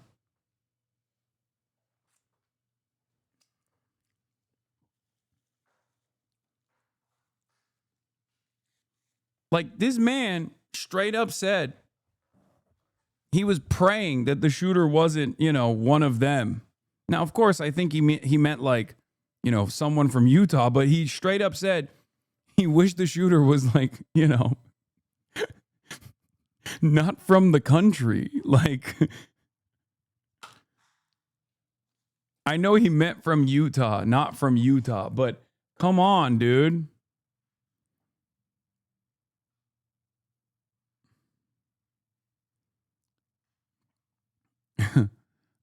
Yeah, he's like, I pray that the shooter was a black Muslim transgender from Mexico illegally crossing the border.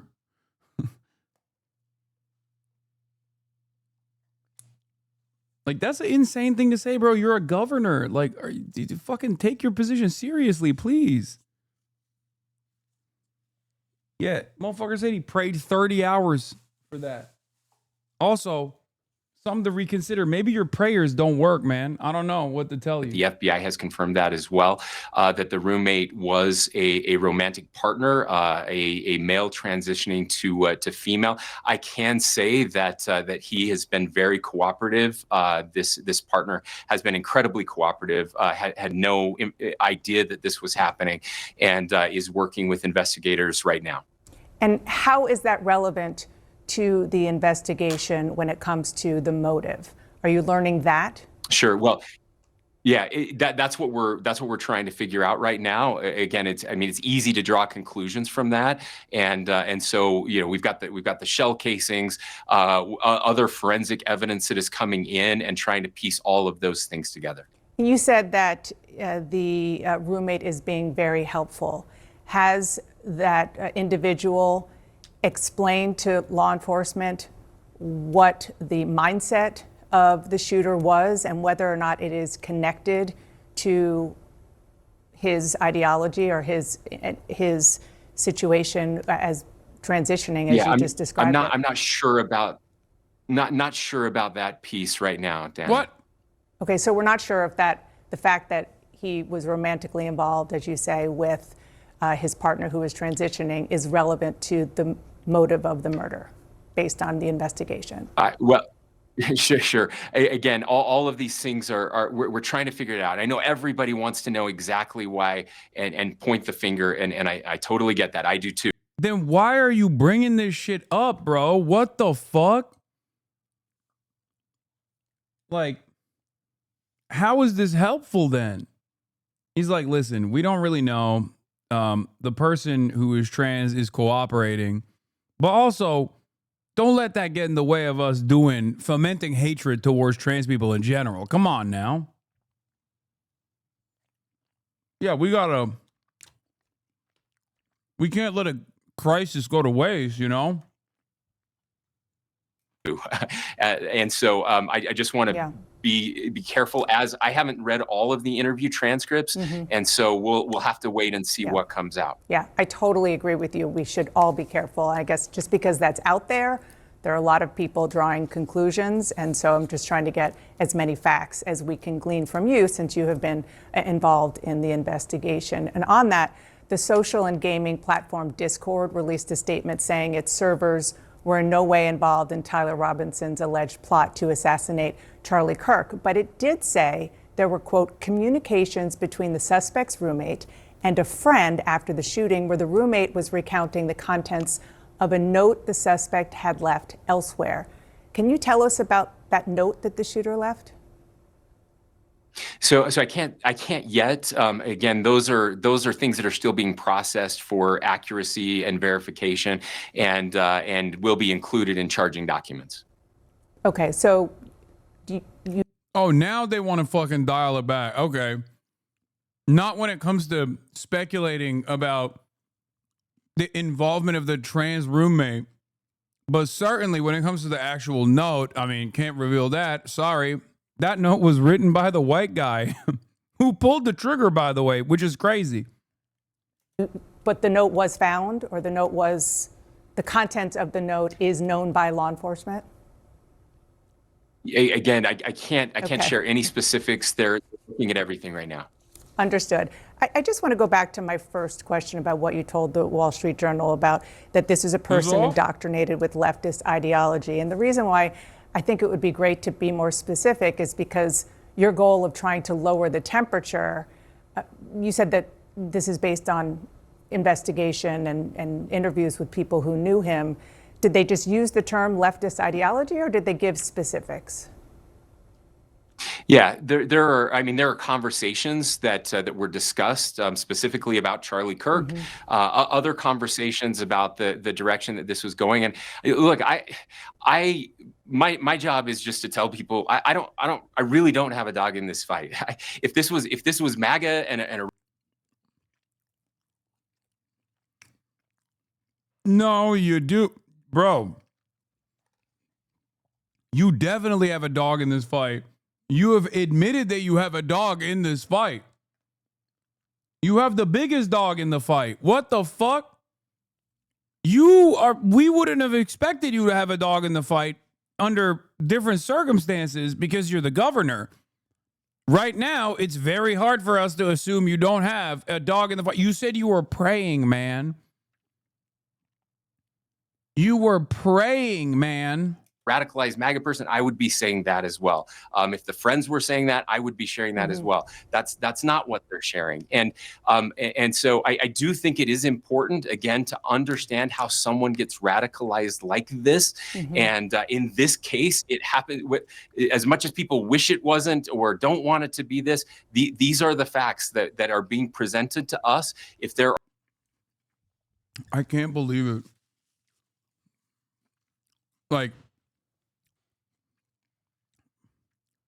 there have been so many high-profile mass shootings, school shootings, children being targeted in this goddamn country by far-right neo-Nazis.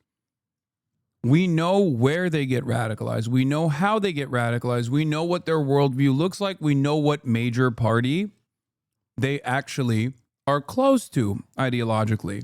And yet, for some weird reason, this kind of question is never addressed.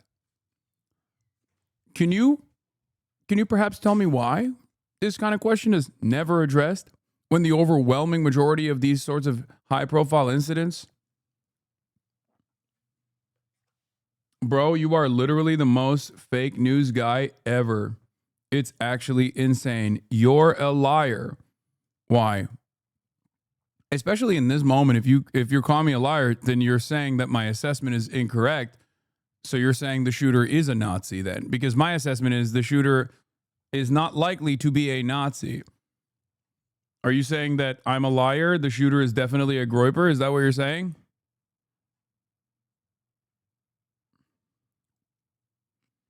I haven't seen enough evidence that the shooter is a groyper.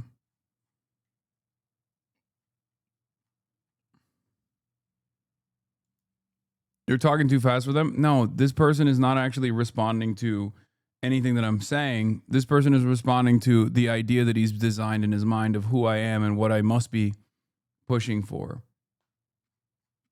Are additional facts that would point otherwise, but family discussions, parents, this is what they're saying, and these things happen, and so it's okay to have these discussions.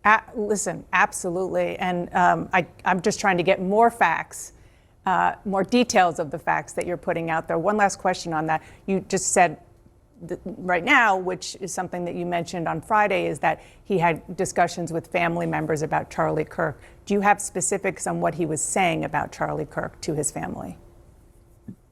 Just not a fan. That's all I can say. Okay, not a specific reason why. McKay Cop. Wow. You mean to tell me that the guy who shot and killed Charlie Kirk was not a fan of Charlie Kirk? That's great. Thank you. You really gave us a motive there.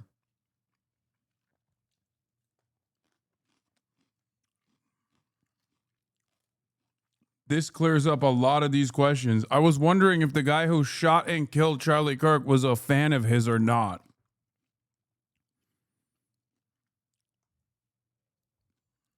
From The Atlantic is reporting that President Trump called you after your remarks on Friday, and that the president told you, quote, you know, the type of person who would do something like that to Charlie Kirk would love to do it to us.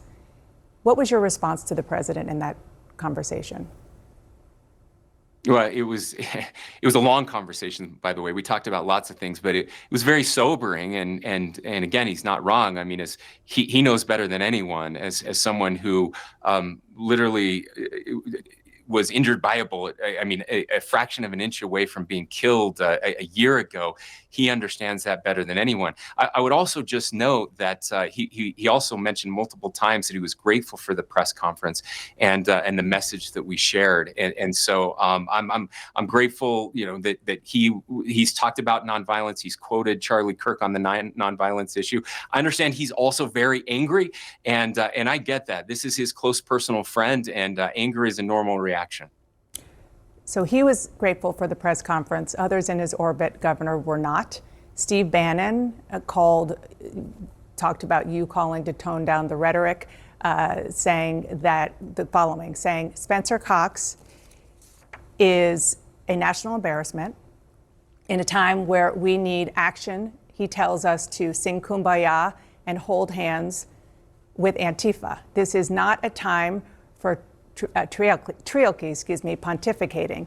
This is a time to declare Antifa a domestic terrorist organization and have the FBI go kick down some doors. What's your response to Steve Bannon? Well, again, Mr. Bannon is angry, and rightfully so.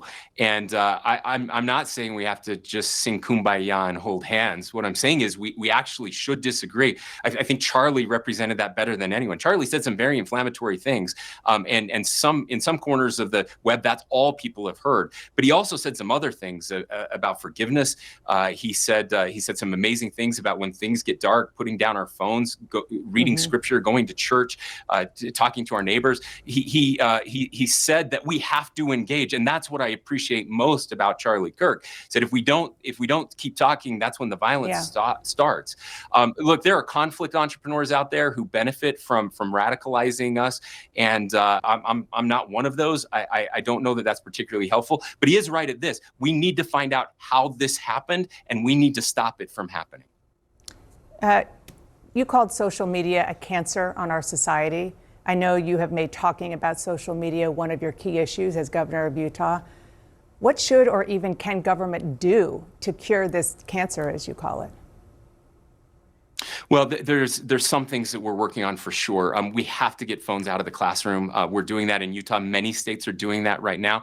We have to hold the largest companies in the history of the world with combined $1 trillion market caps. We have to hold them responsible for the algorithms that are pushing us. Again, they're hijacking our agency. They're hijacking our free will with these dopamine hits. Same chemical reaction as fentanyl, getting us addicted to these platforms, and outrage releases a dopamine hit for sure. And they are taking no responsibility for this. In fact, they're suing the state of Utah to stop the most comprehensive social media reforms in the world's history. They're happening right here, and we absolutely have to hold them accountable. Just real quick, you have said that we're in a dark chapter, and you're not sure if it's the end of a dark chapter or beginning of a darker one. Is your view of America right now shaken? Yeah, I mean, if your view of America is not shaken right now, then there's something wrong with you. This is a direct assault on America, a direct assault on every single one of us. Of course, it's an assault on Charlie, and we love Erica and her kids and his family. But this is us, and this is our chance. This is our moment. We've had periods like this in the past. I mentioned the late '60s and early '70s. But if we're waiting for a president or a governor to get us out of this dark chapter, then it will never happen. We can't, I don't understand this, again, giving our agency up, waking up every day and saying, well, what did the president say today? That's going to determine how I react. Or what does the governor say today? That makes no sense to me. Every one of us has to look in the mirror and decide, are we going to try to make it better, or are we going to make it worse? And I pray that God will help us find him again and find our souls and find each other again. Governor, thank you. Thank you for being here. Appreciate it. Thank you, Dana.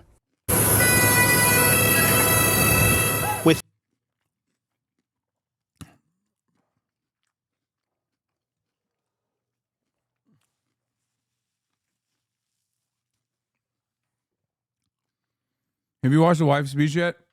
I have. I was planning on not doing it because I feel like it's just very strange, but here, we'll watch. Full military honors. They brought him home to Arizona. Charlie Kirk's widow, Erica, comforted on the tarmac by Usha Vance, the vice president's wife. Oh, I love you. She later posted this video of her husband's open coffin. I love you so much. I love you. Vowing that the global movement he built would never die. God bless you. If you thought that my husband's mission was powerful before, you have no idea. You have no idea what you just have unleashed across this entire country. And this world, you have no idea. You have no idea the fire that you have ignited within this wife. The cries of this widow will echo around the world like a battle cry. Police have removed a car from the home of the suspect, 22-year-old Tyler Robinson, a neighbour revealing that she came face to face with him shortly after he's alleged to have carried out the shooting. Looking over, seeing that he was limping, kind of being like, oh, okay. And then long black shirt, kind of thinking that's kind of weird. It's kind of super hot outside. It's kind of odd, I don't know. Like, now that I think about it, it's just very, like, chilling to me. The killing of the conservative influencer who championed Donald Trump highlights the depth of division here. 83-year-old Marty has been protesting outside the White House for 7 years. He was no fan of Charlie Kirk, but longs for peaceful discourse. I disagree with him on so many things. And certainly if he had been my neighbor, I would never have invited him to dinner nor accepted an invitation from him. Find him a reprehensible man, but political violence can only lead to political violence. There is no other outcome possible. And so killing somebody like him, absolutely unacceptable and absolutely the wrong direction for this country. This has been described as a moment of reckoning for America, a potential watershed. But real change would require a tempering of the rhetoric by both sides, a commitment to the norms of political debate. And there are many who say that starts right here, at the top. A family is grieving for a husband and father. The Vice President is mourning a close personal friend.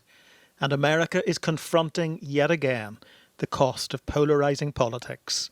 David Blevins, Sky News in Washington.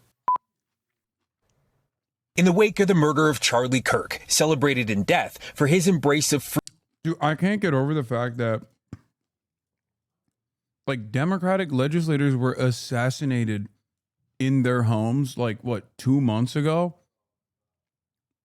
And there was no conversation. It was like literally only there was a point of contention. There was a conversation about political violence because for like the first couple of hours, they just cynically claimed that the shooter was a leftist. And then as soon as we found out that the shooter was right-wing, it went away.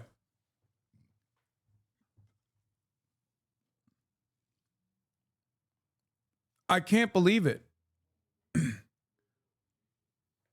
It almost feels like the media landscape design here is like, if you are right-wing, you're a person, you're a human. If you're leftist, liberal, Democrat, doesn't matter. You're just not a human. Like you get killed and it's not even a fucking footnote. Trump doesn't even show up to your funeral, calls you kooky, says you got lies about like why you got killed. Literally says like, oh, you did this to yourself. And then we just move on.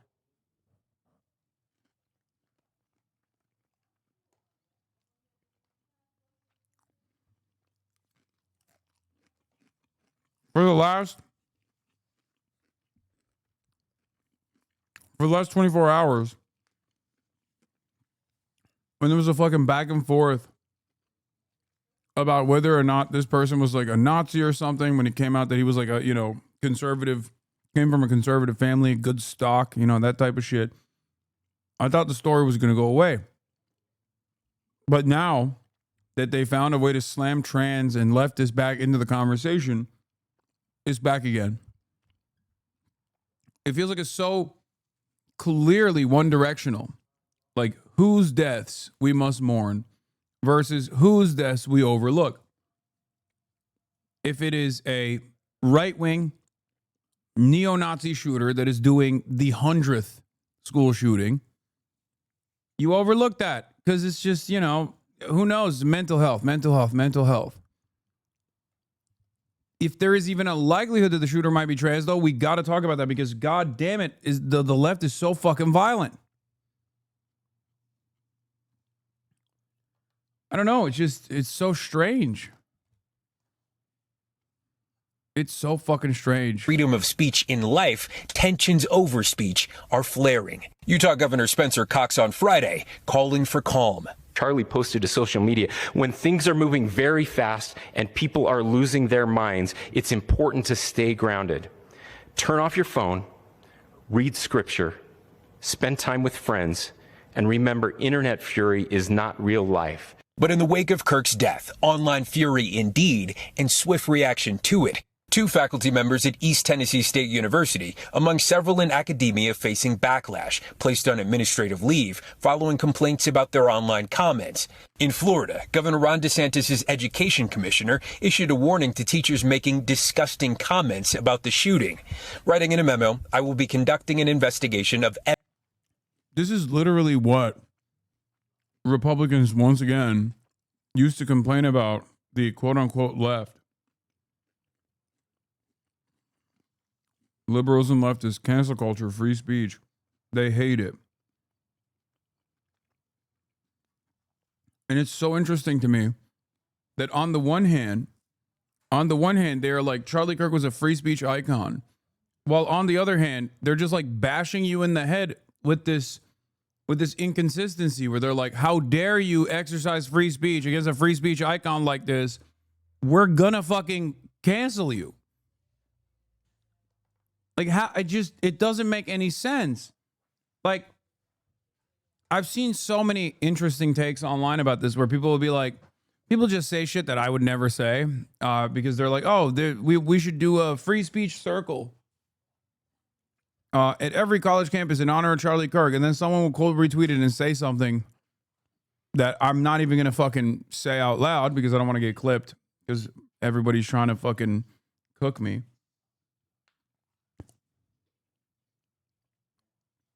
But it's so strange that like people are like, they made a doxing website, like a Canary Mission Israel style doxing website.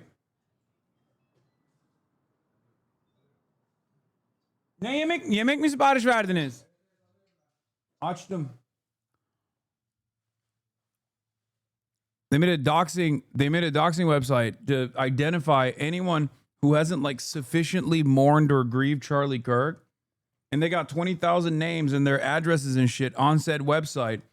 And they're claiming that these people actually contributed to Charlie Kirk dying.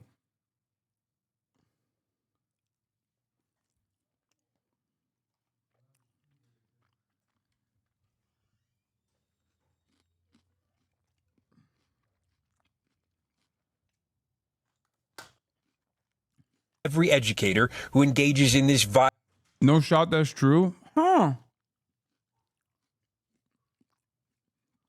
It sounds incredible, right? It sounds insane, right? Except it's not. It's real. That's a real thing that they did.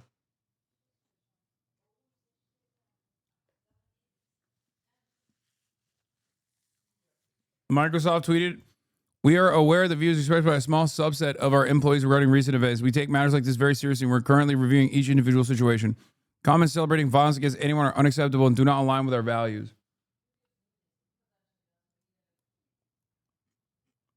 And my name is... What is this? Hi, my name is Rachel. I'm first on the website, and the North American far right is using to target people that celebrated Charlie Kirk's death. There's one problem. I never did that. Currently first on a website claiming to expose Charlie Kirk's murderers. You might be wondering how I got here. I'm kind of wondering that too. I already told this story to Wired, but let me tell it to you now in my own words. Because for the last 2 days, I've been getting messages like this nonstop, claiming to know where I live and saying they're coming for me. Now, what did I say to deserve all of this? Let's go to the website and read the screenshots that they included of me celebrating Charlie Kirk's murder. I said I was terrified to think of how far-right fans of Kirk, aching for more violence, could very well turn this into an even more radicalizing moment. Will they now believe their fears have been proven right and feel they have a right to retaliate regardless of who actually was behind the initial shooting? That analysis came from the fact that I am an experienced journalist who has extensively covered right-wing extremism. That's also why, by the way, a lot of people hate me and want to shut me up. And I was immediately proven right. Many far-right personalities are using this as an excuse to agitate and retaliate against their political enemies. That includes former conservative leader Andrew Scheer, because this is where it all started for me. The hate massively escalated when former conservative leader and sitting currently conservative MP Andrew Scheer took my words and called me twisted and said I have so much hate in me. Pierre Poilievre's wife also boosted this post. Then things got even worse when I got a DM from a friend of mine telling me about this website. She sent me the link, and at first I thought she must have sent me the link to the direct post about me on this website. But then I double checked the link and I realized this was the homepage. My name was first. And then things exploded. The flood of threats turned into a tsunami. And as it escalated, I shared that I was scared. Then several massive American right-wing accounts with hundreds of thousands of followers took a screenshot of that. Bro, that is... like, they proved her right, dude. They were like, yeah, wait till you see how right your initial assessment was, which is ironic because we're mad about your initial assessment. Okay, then don't prove it right, you fucking psycho.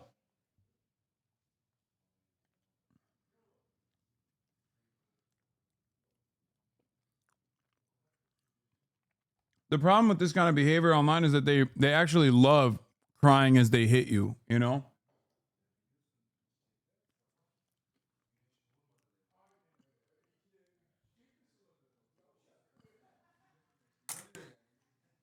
That's it. Do not go on that website. There's probably a bunch of different malware and keyloggers, IP trackers and shit on that website, for the record.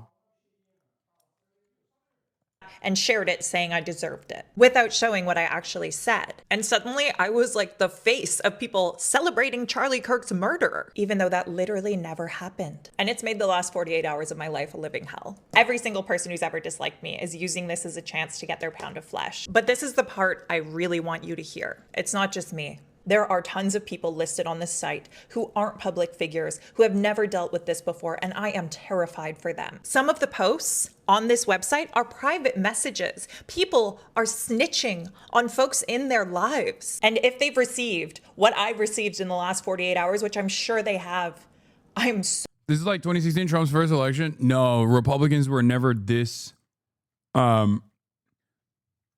Republicans in 2016 were yelling at the liberals because the institutions were still like slanted in the direction of liberalism. This is a totally new phenomena. Republicans used to cry and complain about this kind of shit, where now they're doing it. It's the same as Republicans talk about cancel culture or like for years and years saying like, oh, Democrats hate free dissemination of information. They hate free speech, while simultaneously turning around and being like, things are woke, things are CRTs, things are DEI. We have to delete them. That is a real initiative to change American history, and it's a successful one.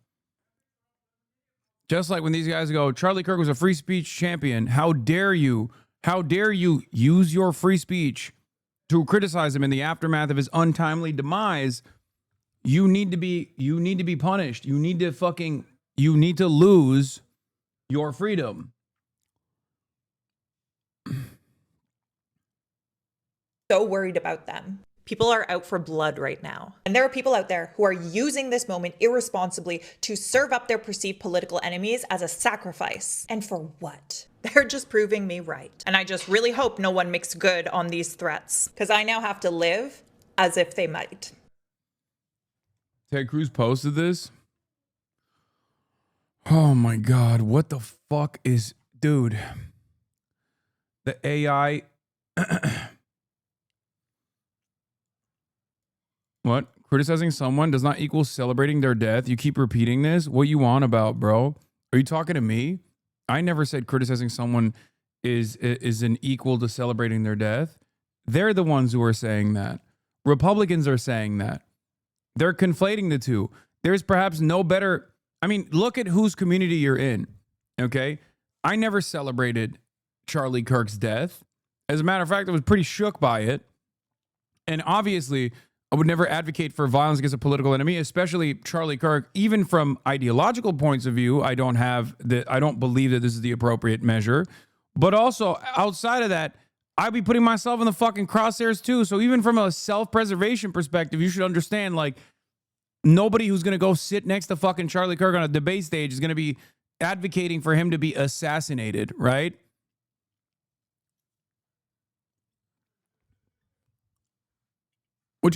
But that hasn't changed people's minds. They're consistently saying over and over again that, like, I did this. My community did this. I've advocated for this. And there needs to be some kind of punishment.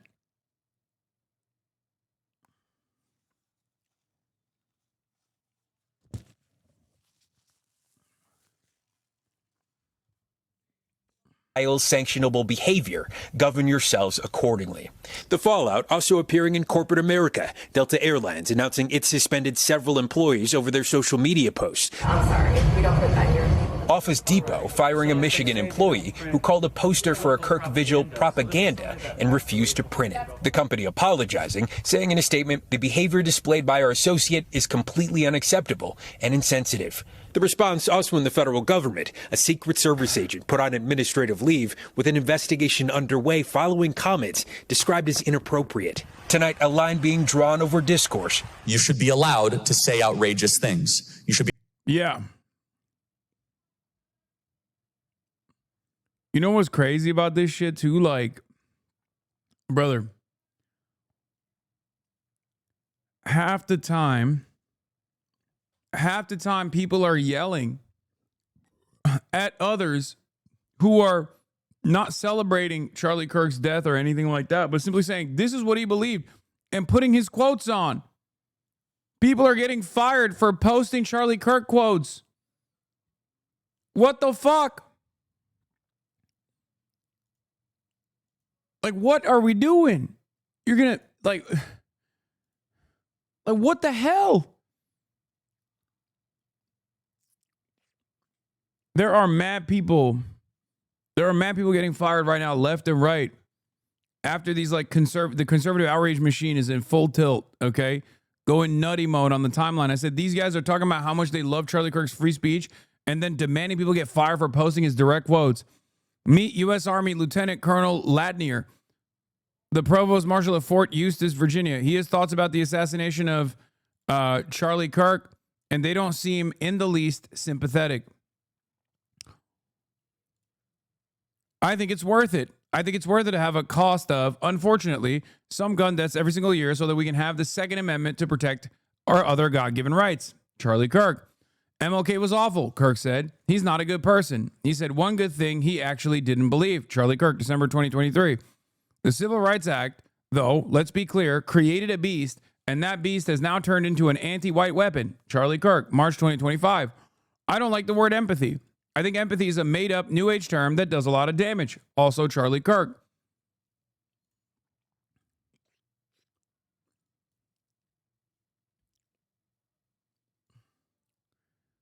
It's just quotes. Like, Charlie Kirk's assessment on this, if sincere, is that, like he said, you could say outrageous shit. Like, you could literally celebrate, as he did with like George Floyd and numerous other people. You should be able to unironically celebrate it and not see any repercussions for it. That's his worldview. That's not even my worldview. You know what I mean? But these guys aren't even doing that. These guys are just simply showing quotes, which is good. Like, you know, that's not even what these people are doing, right? He never celebrated, you liar. He never celebrated what? Isn't that not your view, though? So why are you saying, yeah, free speech means you don't go to jail, not people don't think you're a horrible person or an idiot? Dumbass. We're talking about the fucking American government taking action against people who they have perceived as political enemies by using what happened to Charlie Kirk as this spark. What are you talking about? Yeah, I don't give a fuck about like people's distaste or anger. Who's gone to jail? Are you going to be outside of the jail when it happens? Are you going to be protesting? What do you mean, who's gone to jail? I'm talking about what the president has said so far, you fucking baboon. What the fuck do you mean, who's gone to jail? That's what the president said. Take it up with him. Why are you yelling at me? Stephen Miller said we're going to hit a RICO charge on anybody that's ever exhibited what they consider to be bad opinions, and you're over here yelling at a fucking Twitch streamer.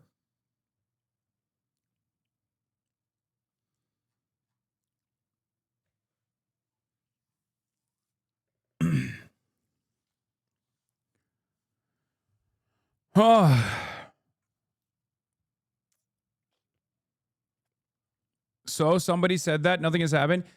Listen, dipshit, you can't say somebody when that somebody that we're talking about is the fucking president, and the other is like one of the most notable the administration's most notable advisor, Stephen Miller. What the fuck do you mean somebody? Also, this administration has already put people in jail for their speech. Mahmoud Khalil comes to mind. Do you remember? for criticizing Israel. I'm sure you didn't have a lot of issues with that either, because ultimately you don't have any sort of serious principle that you're fucking abiding by. This screenshot at Post makes no criticism held. This could be a fancifully quoting his favorite lines. Charlie was such a fucked up guy that quoting him implicitly reads as trying to make him look bad. That's deeply sad. This was his life's work. Own it.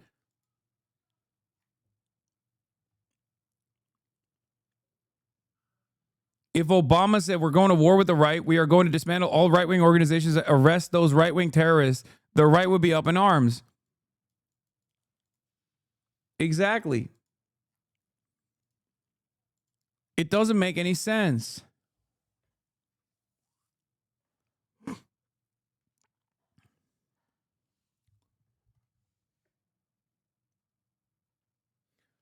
Many of the quotes are out of context, though. I feel like sharing them like this is weird. Okay, here's a quote that's not out of context. When Charlie Kirk was asked, you have a 10-year-old daughter, okay? If she was raped, would you carry a pregnancy to term because of your anti-abortion stance? His answer was yes, okay? That was not out of context. He just straight up said yes. That's the level that he was willing to ride or die for his worldview.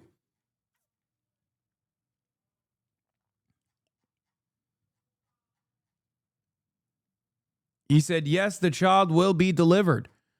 So one must ask the question, why?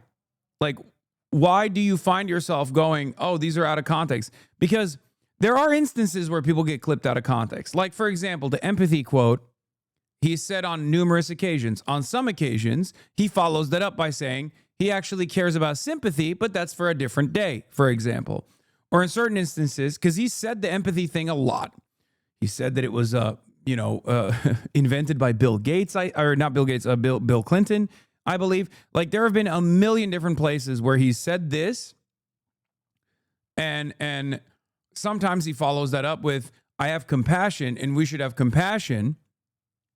Okay? So in that regard, you could say, oh, it's out of context. Okay? Your time on this platform is numbered. Oh my God. Once again, this is deplatforming. It's a separate thing. This is not free speech, right? Free speech is when the government intervenes in speech, which the government is intervening in speech. So when I talk about like Donald Trump or Stephen Miller talking about prosecuting political dissidents for their speech, that's what I'm talking about. That's actually anti-free speech. When we talk about cancel culture, okay, when we talk about cancel culture and this kind of like deplatforming initiatives, this is another thing that the Republicans have routinely criticized and yelled about, and Charlie Kirk has done so as well. Do you understand?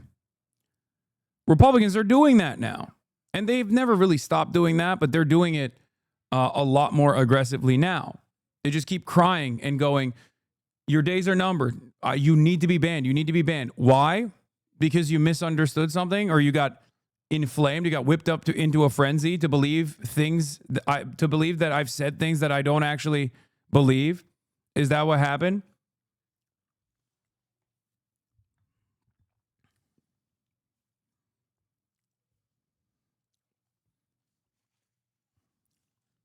That's it.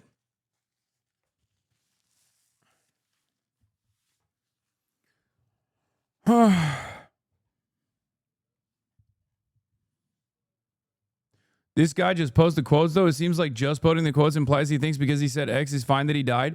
First of all, that's your assessment of the situation. Okay? That's your assessment of the situation. That's not what he said. But even if he fucking implied that, you're adding that assessment onto it, assuming that he implied that, okay? He could very easily feel that political violence is completely unacceptable, as do I, right? He could feel like Charlie Kirk did not deserve this, as did I, but simultaneously make an accurate assessment of his worldview in the process. He didn't say any other words. The reason you have to ask yourself, okay, why do you feel this way? Why do you feel like this makes Charlie Kirk look bad. If these are positions that he's had, and these are positions he has defended on college campuses, but now when you look back at it and it makes you feel bad, ask yourself why. And I know, I mean, this is an issue that hits close to home for me because I say incendiary shit all the time too, especially in my most passionate moments. Okay?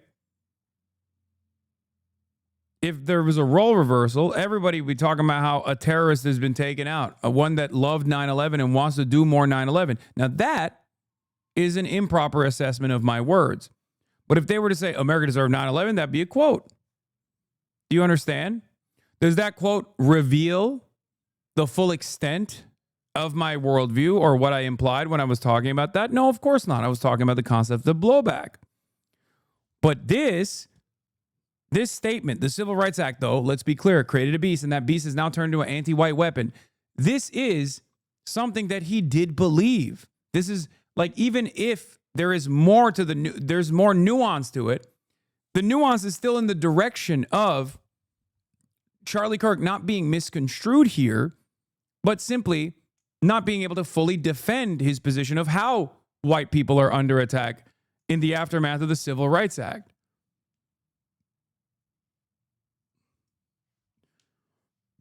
Do you get it?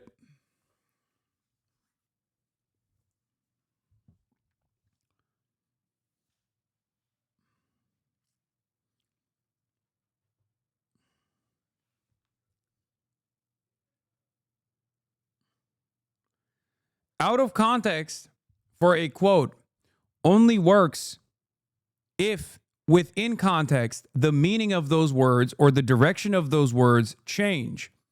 Okay? If the meaning and the direction of the words don't change with additional context, then it's apt. It's just an abbreviated version. That's the difference.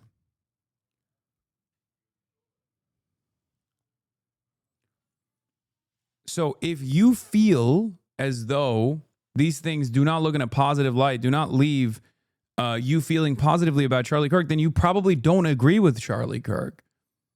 You've just conditioned yourself into thinking that you agree with his worldview, but you probably don't. Do you understand? Even the example I used earlier, the one that like Elon Musk keeps highlighting, where I'm talking about like Democrats need to be way more vicious. They need to be shanking their opponents in the debate stage, right? That's not a real call to action. I'm using a metaphor in that regard to say Democrats need to become more aggressive and actually fight back on the debate stage. I'm talking about literally a debate, right?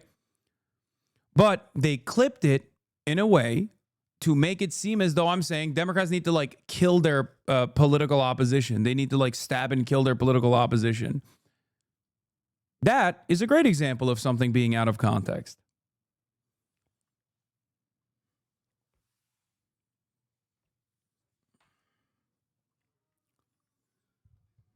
Yeah, it was the Warnock-Walker debate that I was talking about.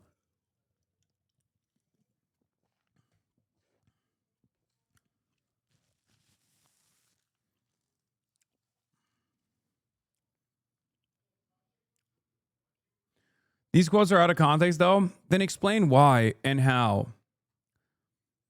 Because I know Charlie Kirk's worldview very well. I've debated him. And I know what he believes. I've talked about his views on a million different occasions. We both rose to prominence at the same time in our respective sides of the ideological spectrum. And these things are not out of context. Like when Charlie Kirk was taking an anti-MLK tone, that was real. That was a deliberate, that wasn't like he loved MLK, actually. And he was just simply saying like, MLK actually, you know, When he says MLK was awful, Kirk said, he's not a good person. He said one good thing he actually didn't believe. So when you actually look at that quote, do you think he was saying actually MLK is awful at playing basketball or something? You think that's what he was talking about? And that's why the context is actually totally removed from this situation? MLK was awful.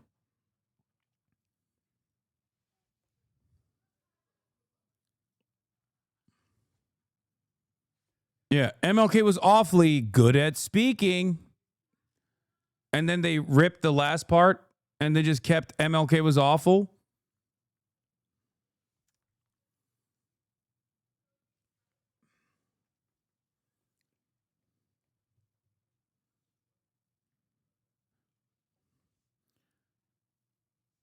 Or do you feel like you kind of agree with his worldview, but when it's laid bare in front of you, you just have a hard time with it? No, I literally highlighted it. I didn't steal the joke, chatter. I highlighted it.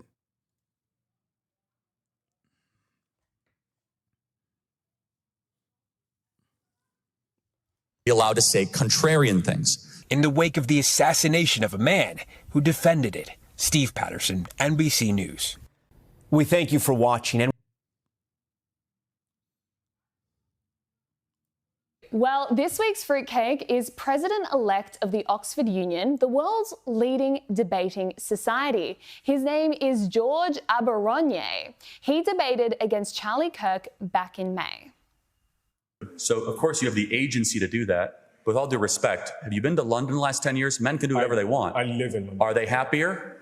Men can dress how they want. Men can act how they want and go to any club. Has it worked? Yeah, but also we've had austerity. There are other factors outside of simply just. Do you see what you're doing? Respectfully, you're scrambling for an excuse to get away from. Like this one is one of the worst videos of like the outrage that has been manufactured in the aftermath. New Arizona sports outlet Phoenix Sports has fired lead Phoenix Suns reporter Gerald Bourguet. I don't know how you say his last name.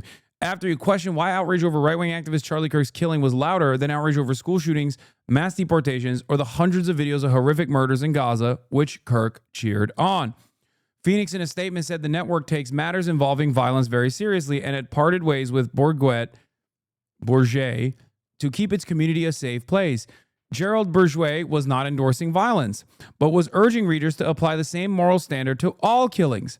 He wrote, "To many of you who are more concerned with being polite and appearing to be good people rather than showing some damn backbone and standing on the principle to condemn hate, the network did not explain how his comments made Phoenix less safe."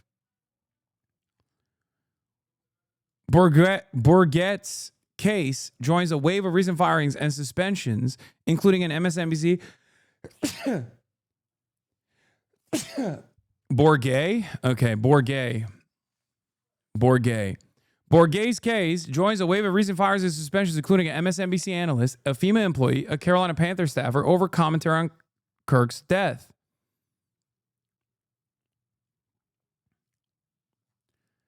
Explain to me how this is unacceptable.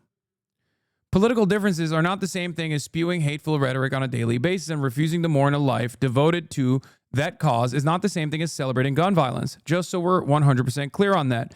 He was a father. Half of y'all didn't give a damn about doing anything to stop gun violence when the victims of mass shootings were literal children, and those kids weren't bigots spreading genocidal propaganda or a mindset he directly fed into with this holy grail of ironies. If you're saddened by today's political violence, horrified by the video, or repulsed by my response, ask yourself why your reaction was different when it came to school shootings, mass deportations, or the hundreds of videos of horrific murders in Gaza, which Kirk cheered on. Truly don't care if you think it's insensitive or poor timing to decline the respect an evil man who died. Too many of you are more concerned with being polite and appearing to be good people rather than showing some damn backbone and standing on principle to condemn hate.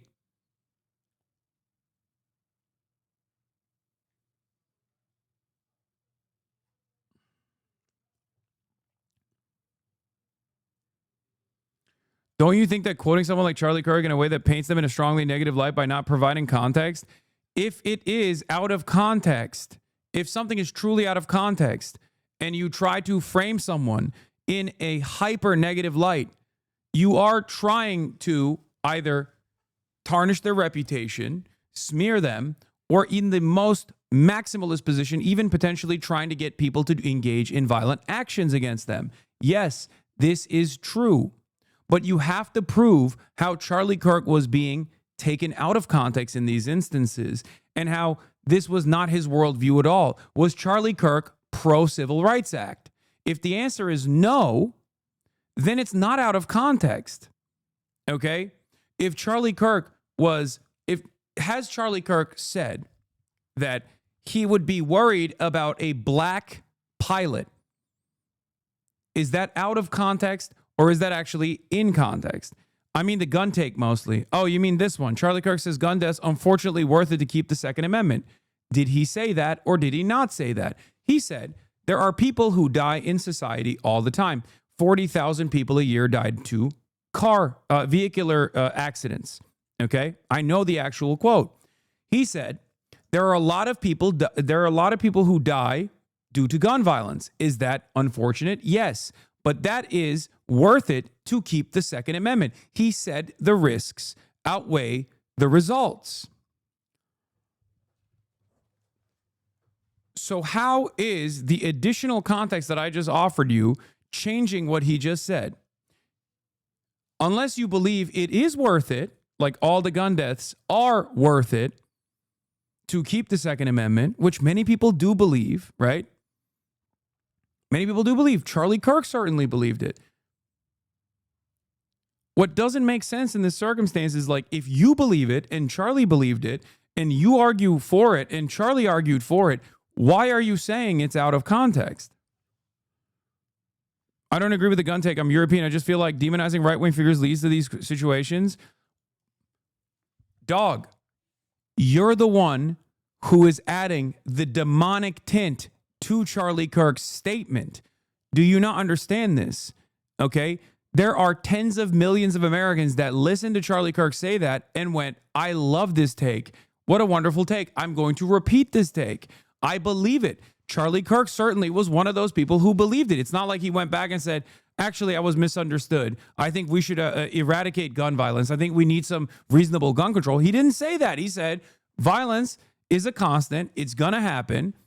Okay? And if that's what it takes, you know, if violence keeps happening with guns, it is what it is. That's a price I'm willing to take. I'm willing to have gun violence as long as I can keep my guns.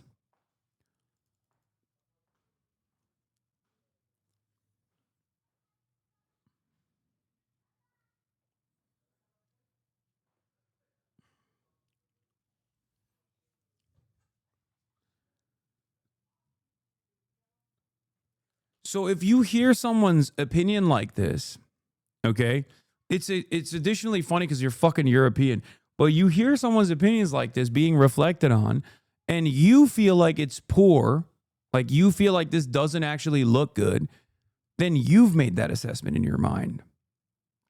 Now, are there instances where people actually actively try to lie about a person's position?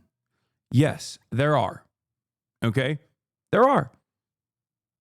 It happens to me all the time. I'm sure it happens to Charlie as well, or it happened to Charlie as well in the past, right? It happens to right-wingers. It happens to left-wingers. It's an unfortunate part of this process, okay? But it is up to you to make that honest assessment and make up your own mind. You can't have it both ways. You can't be like, the appropriate thing to do here is to lie about a person's positions, to lie about their advocacy. I feel like it's distasteful. It's a disservice to their political output.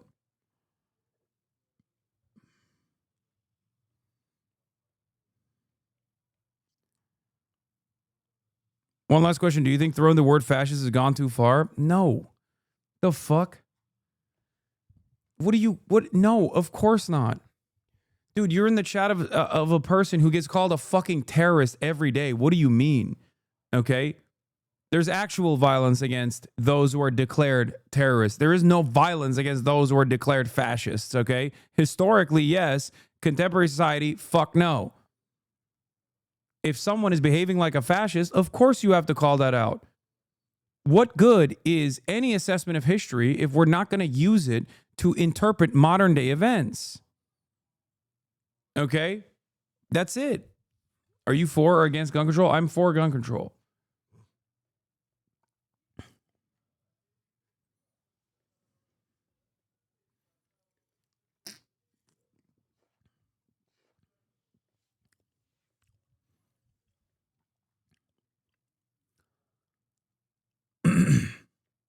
You know what's really funny? If you want to see the term fascist being utilized inappropriately, look to every right-wing commentator, including but not limited to Charlie Kirk, when they're living under a Democratic leadership. Okay? Donald Trump has called the Democrats fascists. Charlie Kirk has done the same. Okay? That's what's so funny about it. These guys will be like, oh man, I can't believe you're calling my mass deportation policies. My mass deportation policies that harken back to the darkest chapters of global history, the Holocaust, you're calling them correctly fascist. That is really fucked up. You're doing violence against me. Yeah, here, look.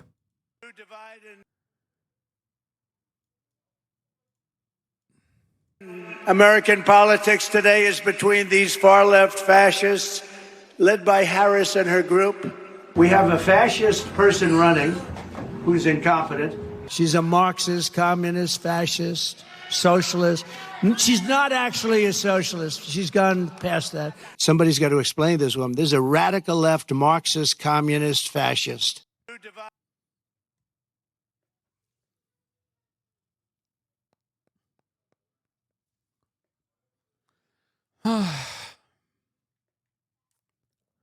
It's just so fucking stupid. It's so stupid. There is no consistency, no honesty in our discourse, man. Yeah.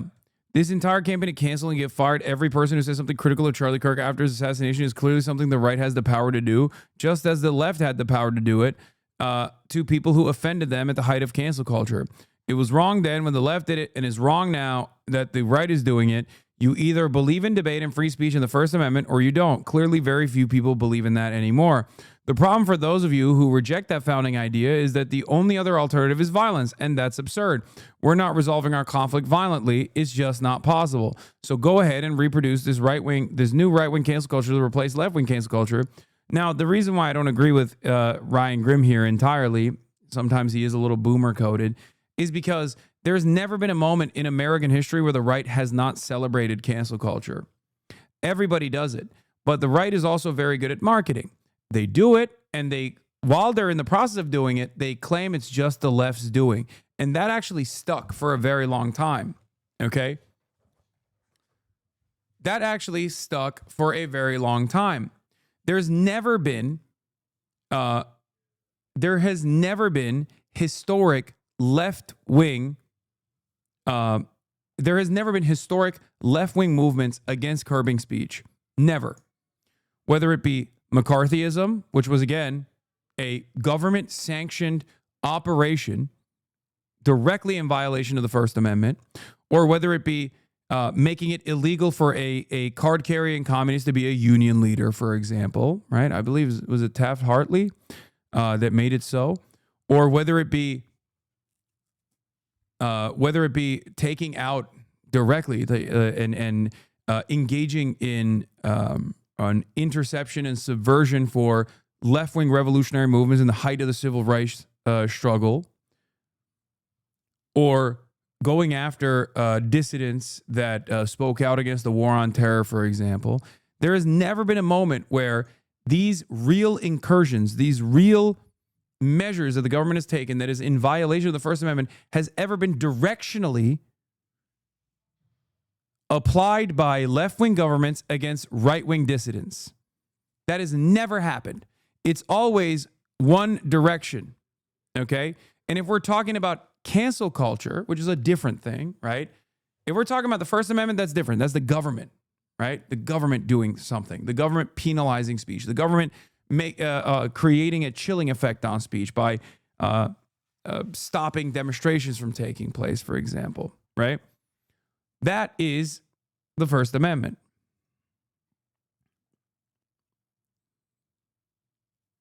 That's a violation of the First Amendment, whether it be the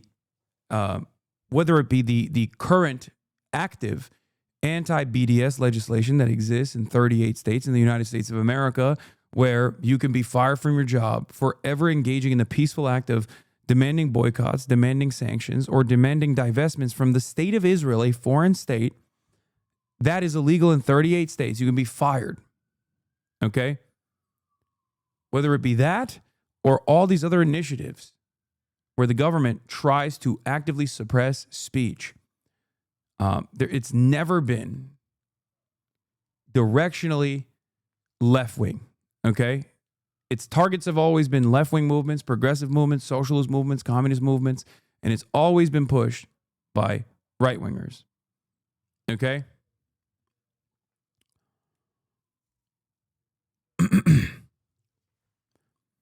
On the other side, if we're going to talk about cancel culture, okay, even on the cancel culture front, in terms of trying to actively suppress certain things from being talked about, right-wingers are very successful with that too. They always have been.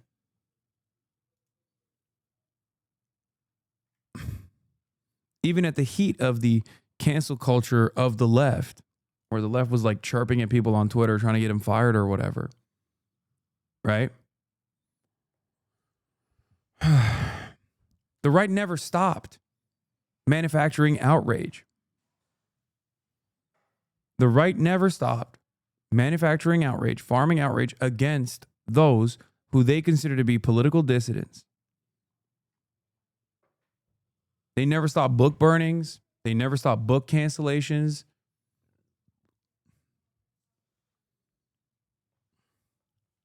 They've always done this. I noticed that as the right wing keeps trying to cancel you the past week, you actually have more viewers on now.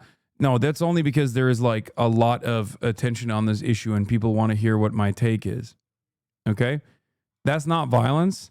No, it's not. We're talking about the hypocrisy of right-wingers talking about how they abhor cancel culture while participating in it and celebrating it against their ideological opponents. I'll give you one great example. I have never advocated for Asmongold to be banned off this platform for a multitude of different horrifying shit that he's said, for things that he's advocated for that I find to be morally repugnant. I've never demanded it. Asmongold, between me and him, for right-wingers, is seen as the free speech champion, right? He has demanded that I get deplatformed basically every single day that he has live streamed since Donald Trump became president. Every single fucking day.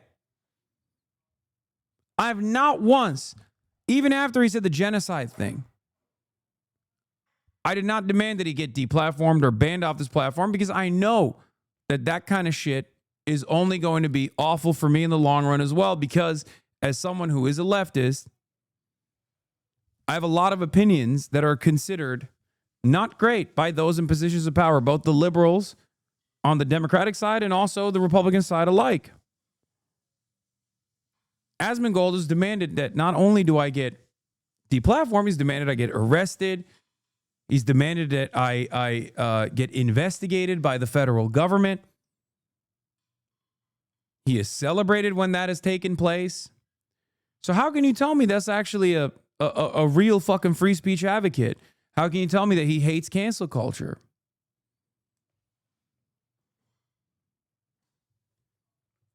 That's it.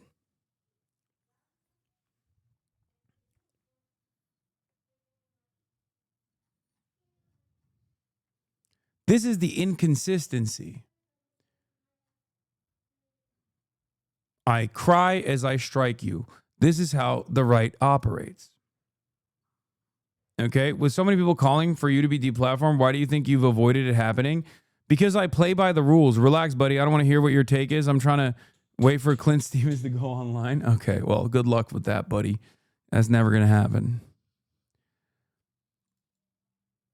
because I play by the rules. Also, I have been suspended before on this platform for, you know, understandable reasons, but I've also been deplatformed on Twitch for ridiculous reasons as well. Like when I got fucking okay, be for real. I am being for real. Good luck. You're never. That's not happening.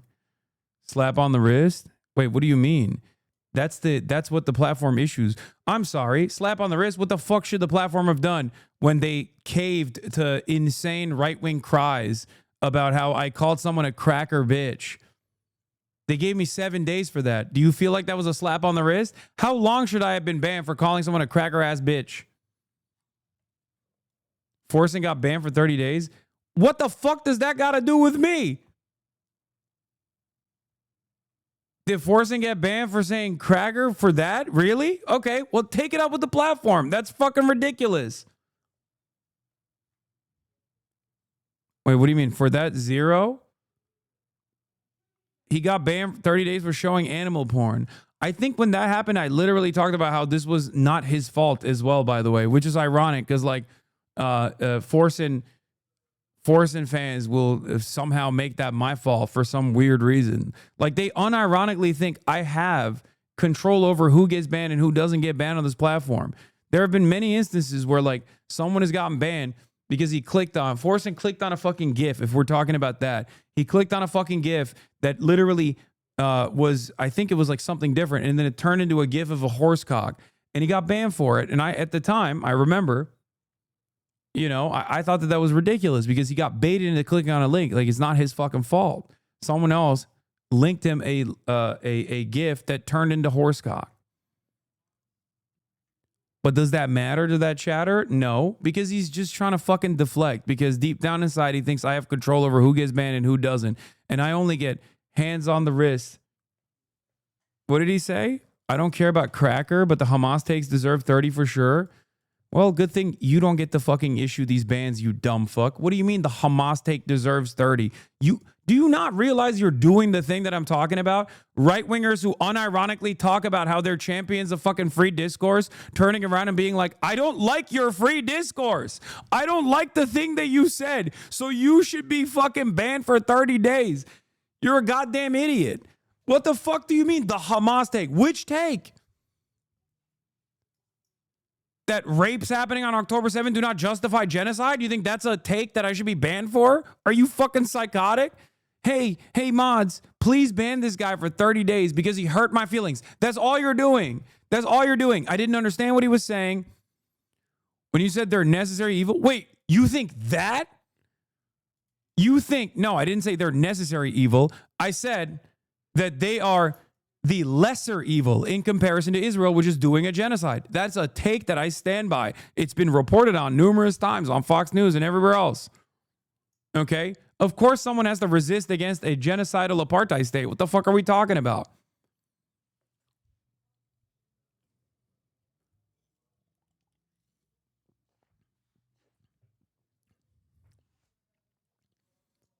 Thank God people are not making these fucking idiotic decisions and these idiotic assessments over there in the halls of power inside of Twitch. Okay? Asmongold straight up said that Palestinians are inferior people that deserve genocide. He got 14 days for that. Okay? 14 days for saying that. Can you imagine a world where I would say the same, but for Israel? I'm not even going to entertain the reverse hypothetical because I don't want someone to clip me out of context and act like I believe that. Okay? Do you understand?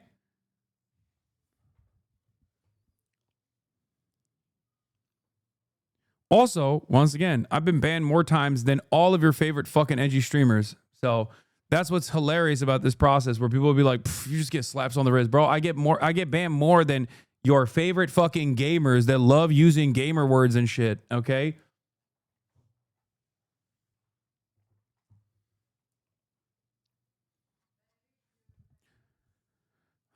Just to be clear, I agree with you on a lot of things, but the Hamas takes I disagree with. Okay, well, that doesn't matter, does it?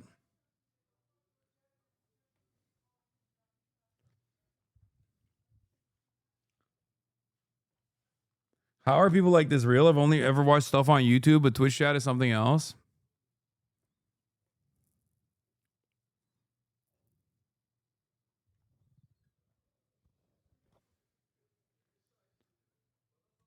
Is all you have? No, you didn't.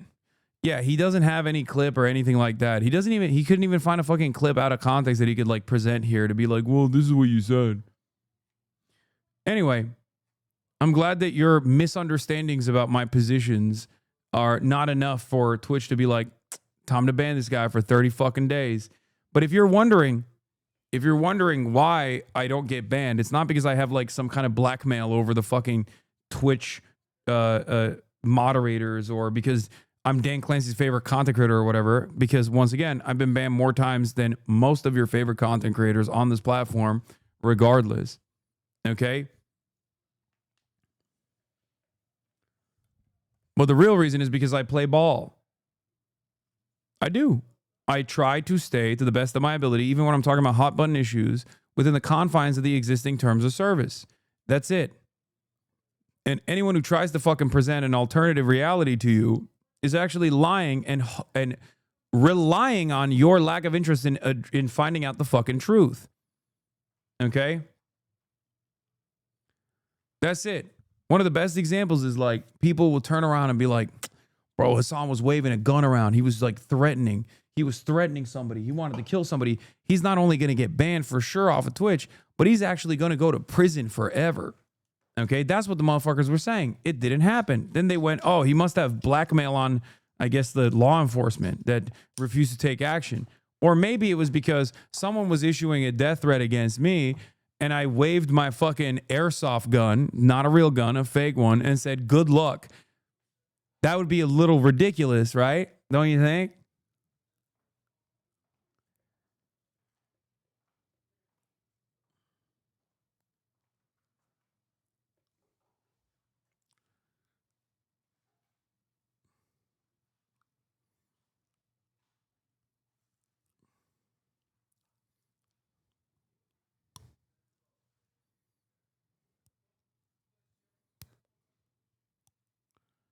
Anyway, the very same people that fucking celebrated when Moist Critical did the exact same thing to Sneeko, all of a sudden had a different opinion when it was me. The truth that's right in front of you. I mean, maybe men should get married and have children. Okay, but I think because it's worked for 2,000 years. I just think it's a very But after Charlie Kirk's murder, he sent to a group chat, let's effing go, Charlie Kirk got shot, LOL. Imagine that. Celebrating the death of someone you once looked in the eyes of and debated. Charlie Kirk represented the spirit of free speech the Oxford Union was founded to uphold. For the president-elect to be celebrating his death is nothing short of disgraceful, and it exposes the deeper rot that has infected our universities. Here's George arguing that some institutions should be destroyed by any means necessary. And this is a view I wholeheartedly agree with. The view that some institutions are too broken, too aggressive, too oppressive to be reformed. Like cancers of our society, they must and they should be taken down by any means necessary. The fact that he was ever elected as president is a stain on the union's reputation. But I guess it proves going to a fancy uni doesn't make you wise. But there is a silver lining. At least 200 Life members have already pledged their support for a motion of no confidence. So let's hope they can restore sanity at the Oxford Union. A controversy brewing at the University of Miami. Why is this news, bro? The dude had his group chat leaked. He's like the fucking president-elect of a student debate club. They didn't even show what institution he wanted to dismantle by any means necessary. Okay, I don't even know what institution he's talking about. But can you imagine? It's like saying, well, this guy had some crazy views and said that we must incarcerate or maybe even engage in the death penalty for people who've done who've done nothing wrong. And then you see the video and he's like, yeah, we got to do the death penalty on these guys. And then it clips out the part where he's like, these guys that are, you know, pedophiles or something. Like, you don't know. I don't know what institution he's talking about. It could be the fucking banks. It could be the Department of Education, or it could be, I don't know, the fucking War Department, the Department of War. You know, it's just like the whole point of spirited debate is understanding what his fucking position is, you know? Yeah, he could be talking about fucking Hamas for all we know.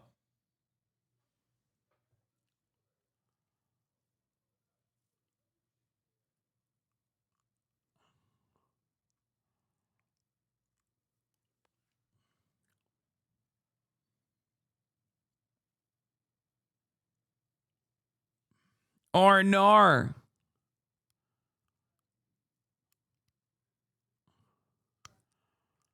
It's just always one directional, dude. It's always one directional. Charlie Kirk and virtually every other Republican has been like, oh, good riddance. George Floyd sucked. They made fun of him over and over again, which is so crazy because, like, the only reason why he became a public figure and a rallying cry was because he got killed. Right? Like, that's the whole point. He became a figurehead for a movement that tried to address the disproportionate targeting and execution of black people in the hands of the police, right? That's it. And people never let that go. They loved complaining about that shit. They loved the crying about it, making jokes about it, hyper obsessive. Okay, hyper obsessive about like George Floyd. They slam that shit onto everything still to this day because it was one of the few instances where like a police officer was actually charged with murder. And yet people that don't reach that standard when talking about Charlie Kirk are currently getting fucking canned from their positions. The standard is just so distorted. It's just so one-sided. A scientist connected to the school has been fired after posting about Charlie Kirk's death. Let's hit to Local 10's Byron Tollefson. He joins us live in Miami with more. Yeah, University of Miami's medical school calling this faculty member's comments unacceptable in announcing they're now off the job. A University of Miami medical school neurologist fired. The U of M confirming it terminated an employee. The Miami Hurricane, the student newspaper, identifying that employee as Dr. Michelle Bravo, a neurologist at its Miller School of Medicine. The paper...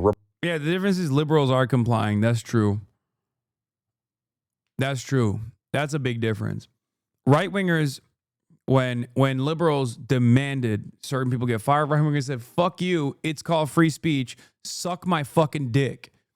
Liberals, on the other hand, are so compliant where right-wingers go, oh, how dare they say this? What the fuck? Liberals turn around and go, yes, sir, you're so right. I am so wrong. Fuck this person. Okay? There's no like, suck my dick. It's called free speech. Read a fucking book. There's none of that. That's why this environment is as cooked as it is, because liberals constantly fucking capitulate to the right, always, on everything. Reporting the doctor's post, commented on Kirk's support for Israel, brought up children dying in Gaza, and finished by saying, quote, the chickens have come home to roost. Oh my God. Oh my God. The squirrel. This doctor was squirrel posting. What was done to Charlie Kirk has been done to countless Palestinian babies, children, girls, boys, women, and men, not just over the past 2 years of ongoing genocide, but decades. And whenever it happened, and it's on camera, and we all saw it, Charlie Kirk came out to say, I love this. I want more of this. The people who did this are great, and I love them, and they should keep doing it. As Malcolm said, the chickens have come home to roost. That's crazy. Isn't the saying it's called freedom of speech, but not freedom of consequences that everyone kept saying? No. That's liberals say that when someone is yelled at. Okay, this is not someone getting yelled at. This is not someone just getting yelled at. This is someone actually getting fired from their job. Now, technically, this is not actually free speech anyway. I'm just saying that they should operate in the same way that like the right wingers do.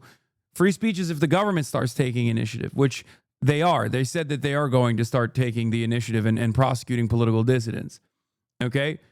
But as far as like cancel culture goes, as far as like cancel culture and like demands for deplatforming, demands for firing people, that right-wingers have always said, oh, free speech, suck my dick. And I'm saying maybe the fucking liberal institutions should do the same. If they wanted to. That's how the right did it for years and years. They were like, nope, suck my dick. It's free speech.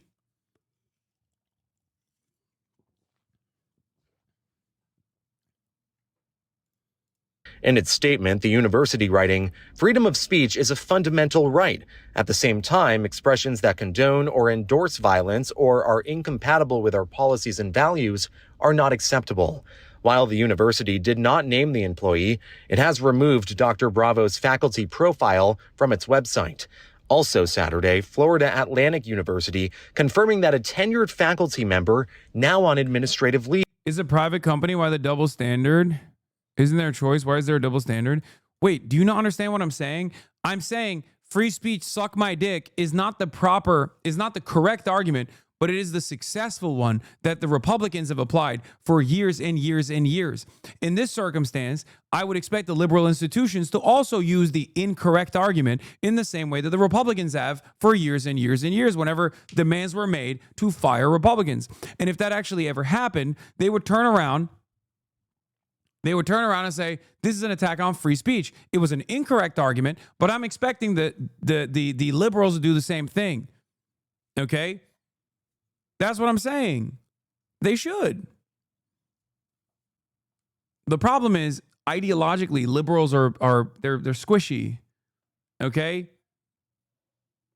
And they're also more open to conservative ways of thinking, which is precisely the reason why they capitulate in situations like this, while still trying to like maintain some sort of like moral high ground that doesn't fucking exist. And no, that's a private college. University of Miami is private. It's a private institution. It's not a state college. But regardless,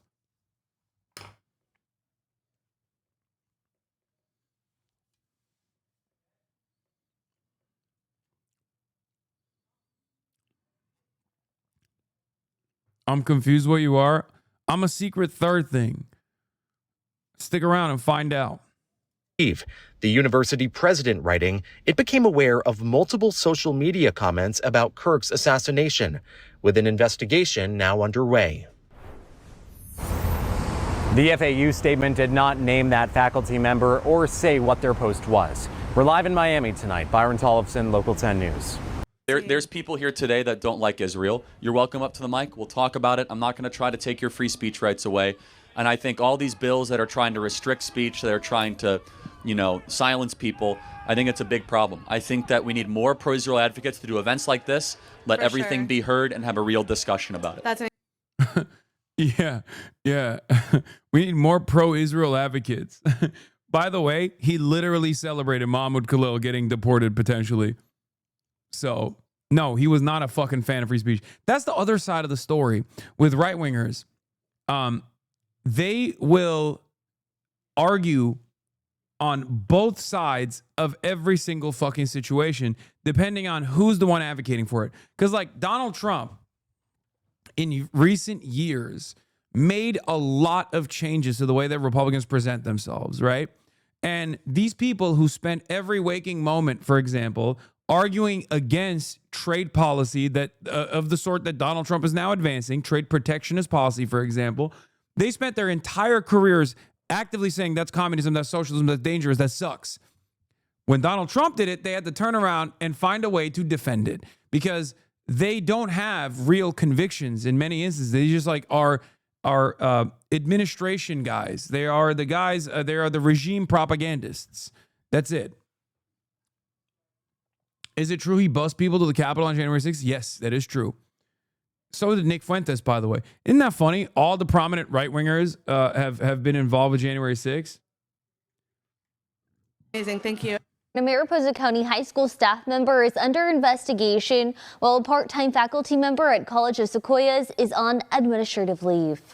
Parents and students up and down the valley are blasting comments that seem to celebrate the death of conservative activist Charlie KIRK. They say they're inappropriate no matter what your political beliefs are. I don't know if this teacher should be fired, but I want us all to agree that no authority figure should be condoning political violence. Multiple Mariposa County parents angrily addressed the school board during its monthly meeting Thursday. A teacher who allegedly stated they were glad Charlie Kirk is dead and told MAGA kids to go home and cry. Parents say there's no room for these comments in the classroom. These comments send a harmful message that individuals who share Charlie Kirk's opinions or beliefs are somehow deserving of violence or death. The Mariposa County Unified School District sent parents a statement this week and reads in part, "We are currently investigating a complaint involving alleged comments made by a Mariposa County high school staff member." Over in Tulare County, a College of Sequoia student took this video. Yeah, I hope every one of this family dies, and their children, and their grandchildren, and their grandchildren, and their grandchildren to eternity. The student, who wants to remain anonymous, says prior to pulling out her phone, the teacher told the biology class that he watched the assassination of Kirk on loop for an hour. I just was very disgusted. I couldn't even stay in the class. I walked out and I was just brought to tears because as someone that watched the video and saw how terrible it was, it just made me so uncomfortable to see that someone could say something like that. She says this isn't the first time he shared his political view in class. The College of Sequoia sent us a statement saying the part-time faculty member was placed on administrative leave and a full-time employee has taken over the course. The school districts are going to have to take a look at the contract and see if the contract was violated in some way. Fresno-based legal analyst David Mugridge says whether these educators can be fired depends on multiple factors. If their contracts don't outline what they can or can't say in an educational setting, he says the school could relieve a teacher for disrupting the classroom. But he says there's little defense for... Yeah, by the way, Mr. Free Speech Turning Point USA obviously had famously a professor's watch list, which caused many professors to be harassed and intimidated. Some lost their jobs. That's another thing that they used to do as well, for the professors not being pro right wing enough. They were just not Republican enough, and therefore they were bad and wrong and should be fired, or at the very least harassed. Okay.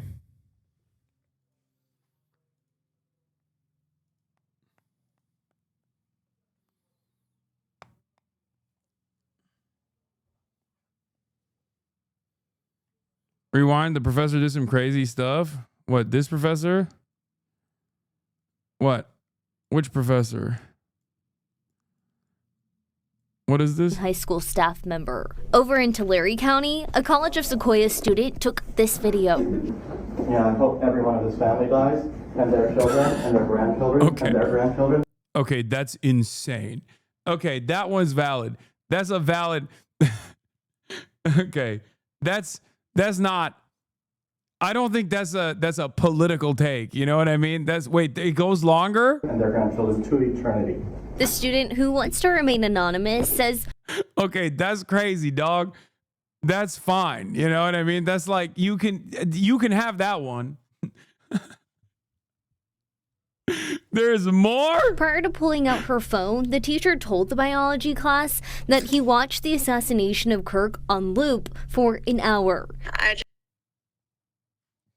No. That's fair. Hey, that one's fair. Hey, they're not all equal.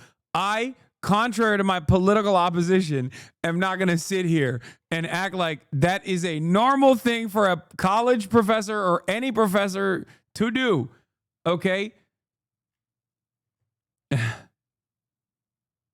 You are not real dark woke. Brother, that is something different. That's just dark, man. That's crazy.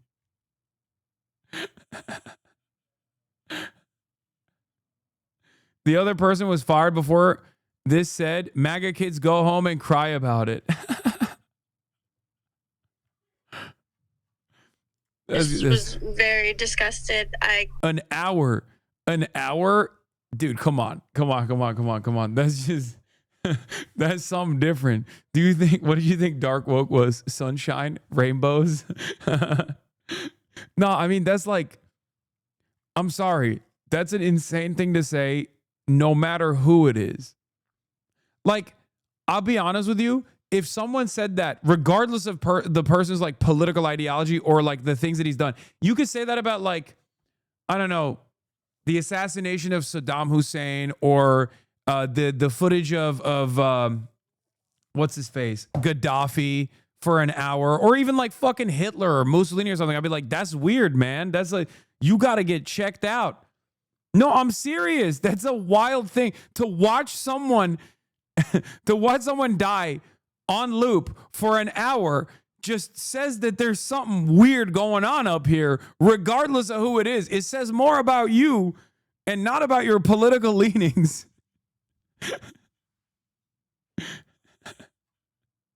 That's crazy.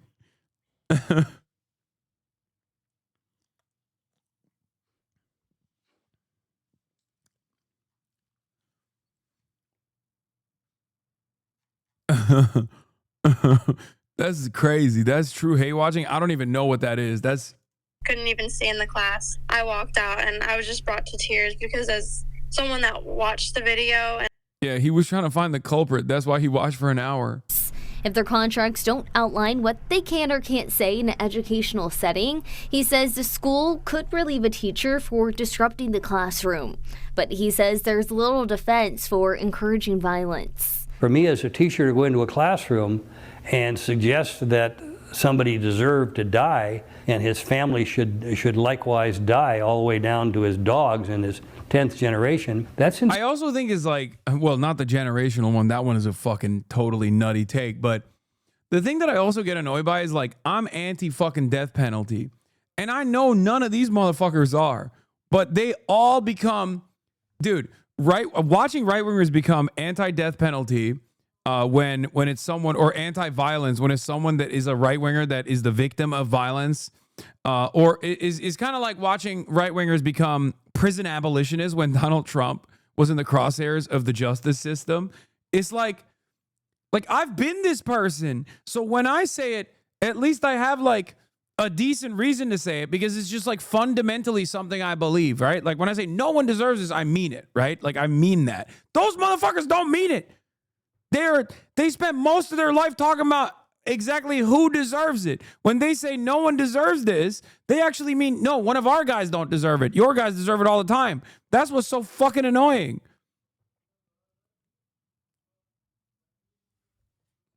That's it. Yeah, like when J6ers were fucking became prison abolitionists.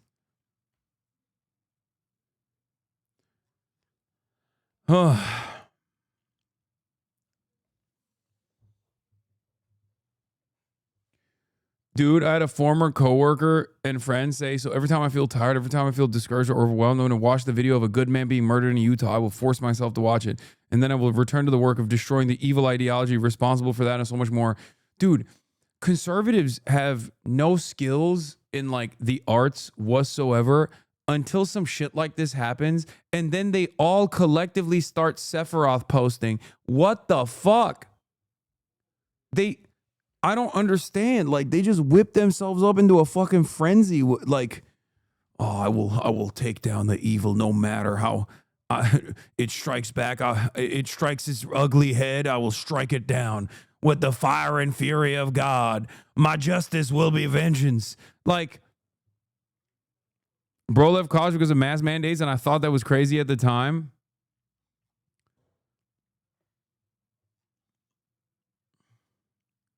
Talking like Sasuke Uchiha. Yeah, bro.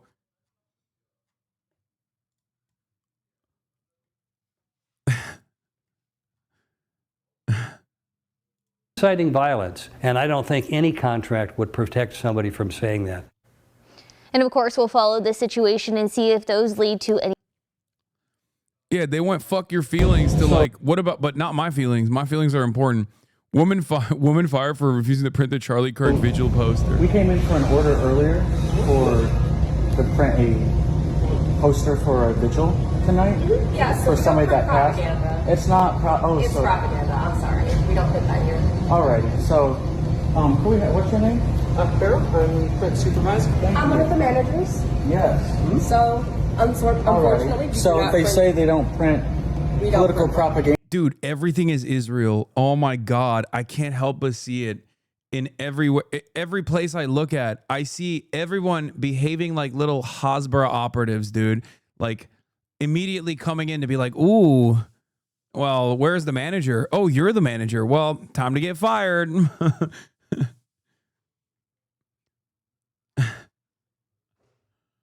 Oh, God.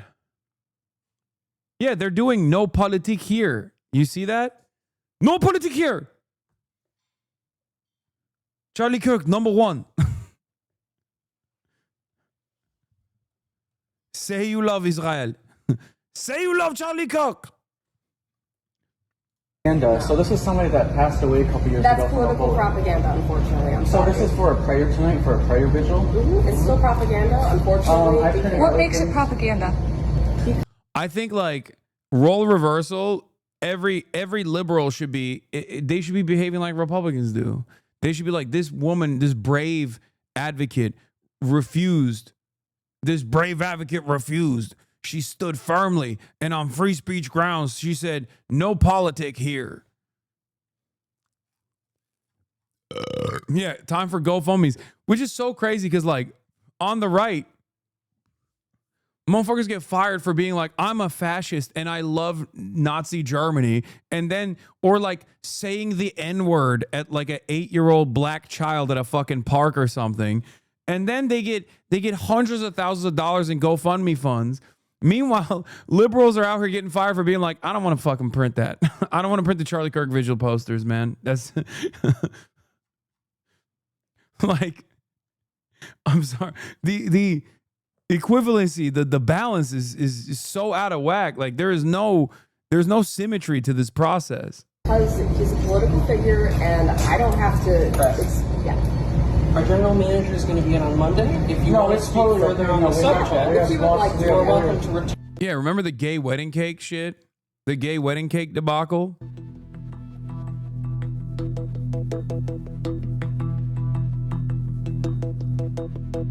Office Depot office manager responded to the incident, releasing a statement condoning the staff's actions. We are deeply concerned by the incident that occurred at store 3382 in Portage, Michigan. The behavior displayed by our... By the way, the guy said the person passed away a couple years ago, so I don't even know if this is actually, like, am I crazy? For a vigil tonight? Yes. For somebody that passed? Propaganda. It's not, It's propaganda, I'm sorry. We don't put that here. Alrighty, so, so I need to we see came in this. for an order earlier for... He must have misspoke, though. It probably has to be Charlie Kirk, right? Because otherwise... We immediately reached out to the customer to address their concerns and seek to fulfill their order to their satisfaction. We also launched an immediate internal review and, as a result, the associate involved is no longer with the organisation. Yo, what's up with the fucking Aussies? So many Australian... Why is it always Australian news sources talking about, like, American cancellations and shit? Yeah, normally when a civil rights leader dies, their supporters spend days reciting their greatest quotes and preachings. So it's notable that the right has devoted the past 2 days to trying to get the Olive Garden waitresses fired for critical TikToks while avoiding his body of work. It's true. That's something I noticed as well. Why aren't people loudly and proudly talking about the things that Charlie Kirk was saying and the things that he was believing? Perhaps it's because right-wingers are also a little ashamed of their worldview. Like deep down inside, they kind of recognize that it's not the best. This is precisely the reason why I always say, look, I wouldn't say that I'm like I wouldn't say that I'm a communist, right? But I don't have any issue with that designation, right? I don't have any issue with that designation. I think that communism as a statesless, nationless, borderless, moneyless, classless society is fantastic. That's a great end goal. I'm totally on board with that. And I have no issue with that. Like, even if it's not something that I fully subscribe to, I understand directionally that is where I want society to move in the direction of. Directionally, right-wingers obviously can't subscribe to the reality that they want to move in the direction of because, let's be real, it's fucking fascist. That's what it is. Okay? That's what it is. So when someone correctly says, hey, man, you sound a lot like a fascist, I go, whoa, whoa, whoa, whoa, hold on now. And I think there's a little bit of a shame because it's so antithetical to human existence that they're just constantly trying to work through the steps and make themselves feel comfortable with this worldview while simultaneously knowing full well that maybe it's a little too violent for other people to get on board with. Why don't you call yourself a communist? I mean, I don't really care about the designation is what I'm saying. Don't get too caught up on that.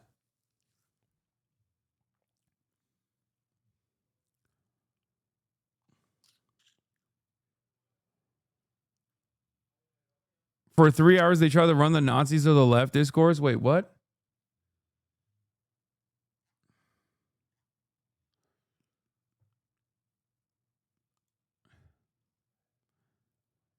Sorry, but we don't print political science such bullshit. I printed this at Office Max last year. P. Diddy for Kamala. Wait, what? Wait. This is a bit of an own, don't you think?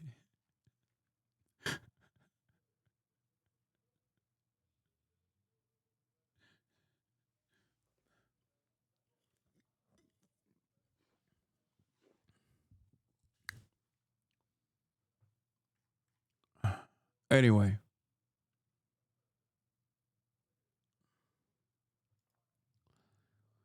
YouGov shows Republicans' concern for political violence spikes when their own parties attack, rising between 20% to 26%, versus when Democrats are the victim. This is in clear contrast to Democrats whose fear of political violence stays consistent regardless of victim ideology.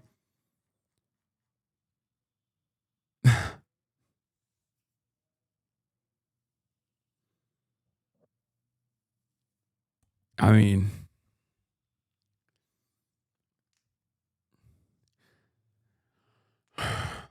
wait, where the fuck? This is not the best graph. Am I crazy? How? Oh. Democrats at 53% during the Paul Pelosi attack. Republicans at 31% during the Paul Pelosi attack. Oh God, this is a fucking terrible graph with the red and the blue. Oh, this is a chart crime. Oh God, it fucked me up at first. No, the only reason why it's hard to understand is because they have Democrats and Republicans. Democrats and Republicans are both blue and red usually, okay?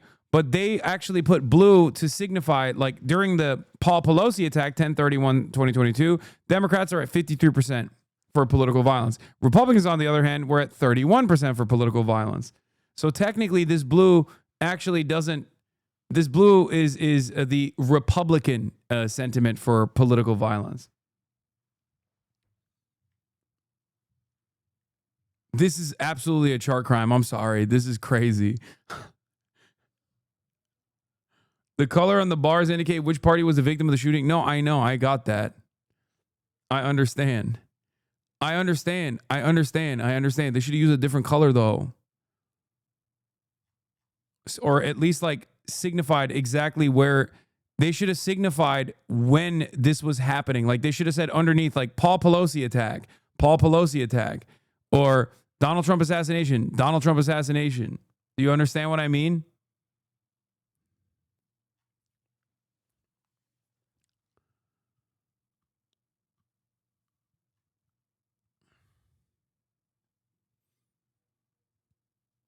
I haven't seen you in the past 2 days and got worried. Yeah, I'm here, chatter. I just was doing real life shit. All public universities should be required to have minimum 50% of their staff be conservative professors by spring 2026 in each department. Insane to see how the KIRK killing has exposed just total hypocrisy and double standards from the fine. They now support cancel culture over free speech. They say words cause harm. They oppose hate speech. And now they support affirmative action too. They want DEI. But they always did. My point is, they always wanted that. The whole DEI, the anti-DEI narrative is DEI. They just want DEI for white guys. That's always what it was throughout history. The only time where there has been real DEI in the way that Republicans presented is when it was for white men, okay? When women were not allowed in the workplace, white or black, doesn't matter. When black people were not allowed in the workplace, when brown people were not allowed in the workplace, that was white DEI. in the actual way that they describe what DEI is, not like what diversity initiatives are seeking to address unironically. I'm saying like these guys only knew historically pro-white guy DEI, and therefore the entire DEI initiative that seeks to address that societal wrong is really frustrating for them. They want to go back to that. That's it. Yeah, the woke place. I said it wrong. I know. Shut up. Following the news of Charlie Kirk's death, people around the country have been voicing their opinions on the shooting. Some people have been fired from their jobs after commenting on it. WRL's Willie Danley spoke to an attorney today about whether these terminations are legal and what employees need to know. Tonight, multiple people around the country have lost their jobs after commenting on the death of conservative commentator Charlie Kirk. Victoria Kepis is an attorney practicing in North and South Carolina. In North Carolina, most employees are at will. And that means that your employer can fire you at any time for any reason or no reason. A Carolina Panthers communication coordinator was fired after allegedly posting an Instagram story saying, "Why are y'all sad? Your man said it was worth it," with a photo of Kirk. Soon after, the Panthers released a statement saying, "The views expressed by our employees are their own and do not represent those of the Carolina Panthers. We do not condone violence of any kind. We are taking this matter very seriously and have accordingly addressed it with the individual." In South Carolina, a similar situation. A Greenville teacher was let go after posting a quote-unquote inappropriate message on social media regarding Kirk's death. Kepis tells me it's best for employees to err on the side of caution. Just be very conscious of what you're putting on your social media. Be aware that your employer is likely watching. And, the best course of action is to, remain private. And when I say remain private, I mean, don't post things public. That doesn't even matter. People have lost their fucking positions for private correspondences too. Not even shit that they blasted publicly. And half of the stuff that they blasted publicly was not even like anything serious. You know what I mean? Like there's obviously good examples of why some people got fired. Like the person who was saying they watched the Charlie Kirk assassination in loop for an hour. That's psychotic, right? That has no place in the classroom. You know what I mean? Come on. But as far as like the Phoenix reporter being like, you guys don't give a shit when it's like children being murdered in Gaza. What the fuck is this shit? That person shouldn't have been fired at all. What the hell? That's insane that they're just like, how dare you? You are not sufficiently grieving Charlie Kirk is not grounds for termination by any standard. Are we sure that uni professor wasn't actually just King Von? Yes, it was King Von, the professor. It was Professor Von.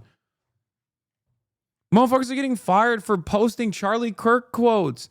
It's going to be really funny when someone who's actually a fan of Charlie Kirk posts his like choice quotes to be like, I love this guy. And then someone goes, that makes him look bad. Fuck you. You're fired. It's going to happen. Publicly on the internet that might, upset your employment. According to Kepis, there are exceptions that could give employees grounds to sue for wrongful termination. But more often than not, employers are within their rights. For the most Now that you're no longer debating Kirk, can you debate Fuentes instead? I know he's a Nazi, but I think it would be content. And you are both anti-Israel enough for different reasons. I'll see where the chips fall first, okay? Because I have had I will not debate Nazis position for quite a while. The problem here, however, is that if the Republicans actually hug and kiss, also this guy's name is the Grifter 132, maybe the Griffer. It entirely depends on where the Republicans move. If the administration chooses to fucking hug and kiss the Nazi, be a content homie. Okay, fuck yourself, please. Oh my God, be content homie. God, I fucking hate these losers, man. This isn't just content, man. This isn't content, you fucking dumbass. This is the problem. It's not just content. It's real, okay? These are real people that get harmed in the process. Okay? Isn't that the guy you were yelling at? Probably. Yeah. 10 years ago, if if Charlie Kirk was like a random guy who had those opinions and they were not broadly positioned as the opinions of mainstream Republicans, there would be no reason to fucking debate him either. Okay? The problem here is like it's already ridiculous to debate Nazis because like what the fuck are we going to debate on? Whether black people are human beings just like everybody else is? Like that's not an issue for debate. That's not a point of contention. It's like debating a fucking flat earther, you know what I mean? They're going to bring up a million different fake bullshit talking points and already destroyed like race realist arguments and things of that nature. And you have to learn all of those fucking talking points. You have to learn all of that. You have to do all this like research on fake bullshit so you can actively combat it. It's the most annoying thing on the planet. And at the end of the day, it doesn't even fucking matter because any debate that you do with a Nazi is going to be a victory for the Nazi regardless because they just want to have talking time. They want to be on the spotlight. Okay? There's no benefit for the other person. The only time where you make an exception for something like that is if it's become so mainstream that you have to address these talking points. Okay? And it's not just content. You only say it's just content if you're white for the most part, if you're not a part of the fucking out group.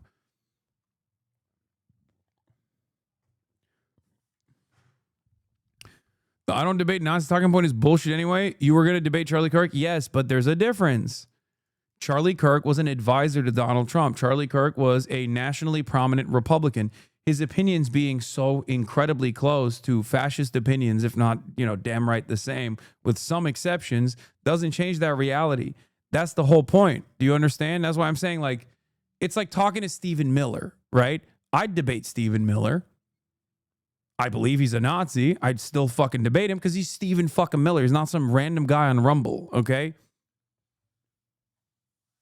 That's the difference. So that's why I say it depends on where the chips fall.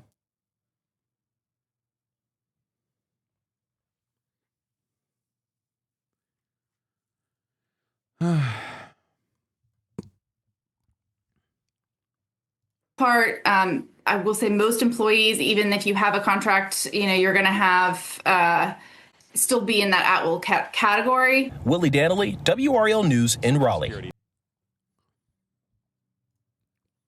Pro-abortion students laugh at Charlie Kirk being fatally shot. University of Montana. This is the callous response of pro-choice students at the University of Montana when Kristen Hawk has told them Charlie Kirk had been shot. They're rage baiting, bro. They're literally like they're going up to people to be like, tell me right now what you feel about Charlie Kirk. Like, who cares? This is just so fucking irrelevant. They're just trying to actively farm outrage. These people are the Students for Life in America. They're trying to go up to people and be like, oh, dude, how do you feel? Oh, look how violent the left is. Look how violent and callous the left is. This is, I think, a good opportunity for liberals and leftists alike to take note of these tactics, okay? That's what they should do. And you're giving them free ammunition this entire stream? Like, what do you mean? Oh my God, Miss Riz, never change. On that 97%? Yes. Because I think there are. Greg, come here. What? Greg, hold on for a second. Abortion is oppression. Change my mind. Ugh. Fuck. Okay. Charlie Kirk was just shot at his campus in Utah. Why are you laughing? He is my friend. I don't agree with anything. I don't think it's right to shoot him. Your first reaction is to charge.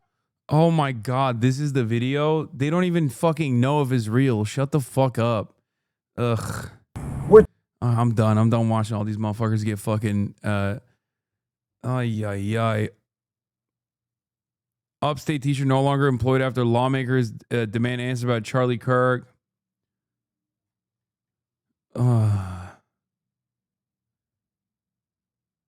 They're becoming the blue-haired liberal. I know. The problem is the blue-haired liberal never had motion like this. Okay? There wasn't a moment where like the White House was like, we're actively... Can you imagine a moment where the Democrats very own White House. And we're not going to talk about COVID restrictions because of like epidemiology. That's a little bit different for mass health initiatives. But can you imagine a fucking moment where the White House was like, anybody, like a Brandon White House or an Obama White House was like, anybody that criticizes a black person that's been killed by the police is going to fucking get fired. We're going to do it. We're going to do it, and we're never going to stop, and we're going to actively hunt you down. If you have any opinion that is not our opinion, we're going to fucking hunt you down. It's a war. It's a civil war. It's a war now, bitch. That's like that's unthinkable. Obama had no motion for BLM. Yeah, Obama was antagonistic towards Black Lives Matter when he was president. They saw it as a spoiler.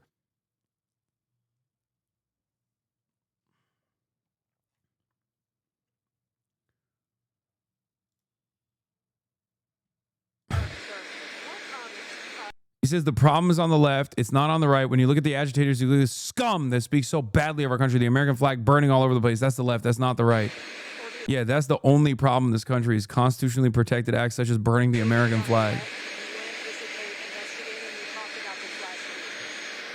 Well, the problem is on the left. When you look at the problem is on the left. It's not on the right, like some people like to say on the right. The problem we have is on the left. And when you look at the agitators, you look at the scum that speaks so badly of our country, the American flag burnings all over the place, that's the left, that's not the right. Yeah. This is the problem with the ownership of patriotism in America on the right, okay? This is a president that is unironically advocating against the First Amendment. Both of the things, like bad-mouthing America and burning the flag, are constitutionally protected acts in the United States of America. This is actually unique for this country as opposed to virtually every other country. I'm sure there's other countries where you can do like flag desecration or whatever, but in the United States of America, you can do that, okay? And it is constitutionally protected. So when a right-wing president says those are the real issues in this country, we have to tackle them, he's actually making an unconstitutional argument. He's making an argument against the American Constitution.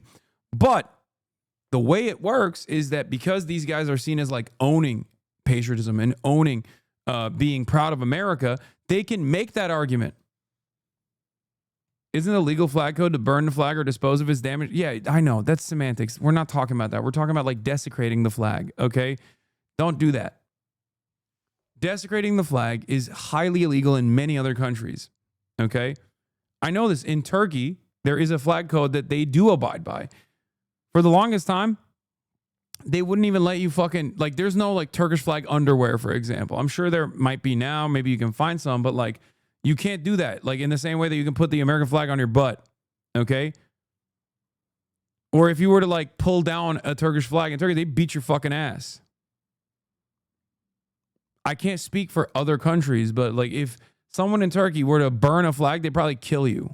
And I don't think it's right, but that's the culture and that's the, well, it's also a part of the reverence for the flag as well. It's like a more nationalistic thing that some countries do.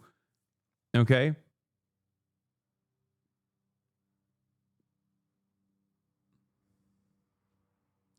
Having said that, in America, we don't have those restrictions. Or if we do, we don't care about those restrictions. In Denmark, it's only legal to burn the Danish flag, but all others, it's illegal law. Wait, that's awesome. This motherfucker's name is Half Day Hasan, bro. That's crazy. I take a little bit of time out. And they got chatters with the name Half Day Hasan. Y'all don't deserve me, bro.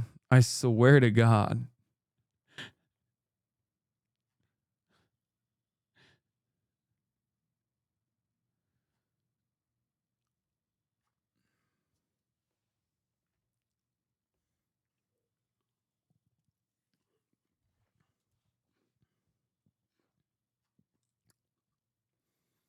Part-time piker. That's true.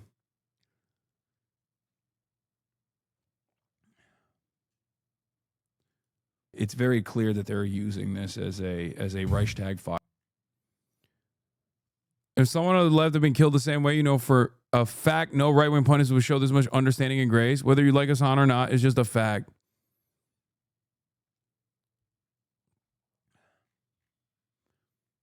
Half day gone but not forgotten. Okay.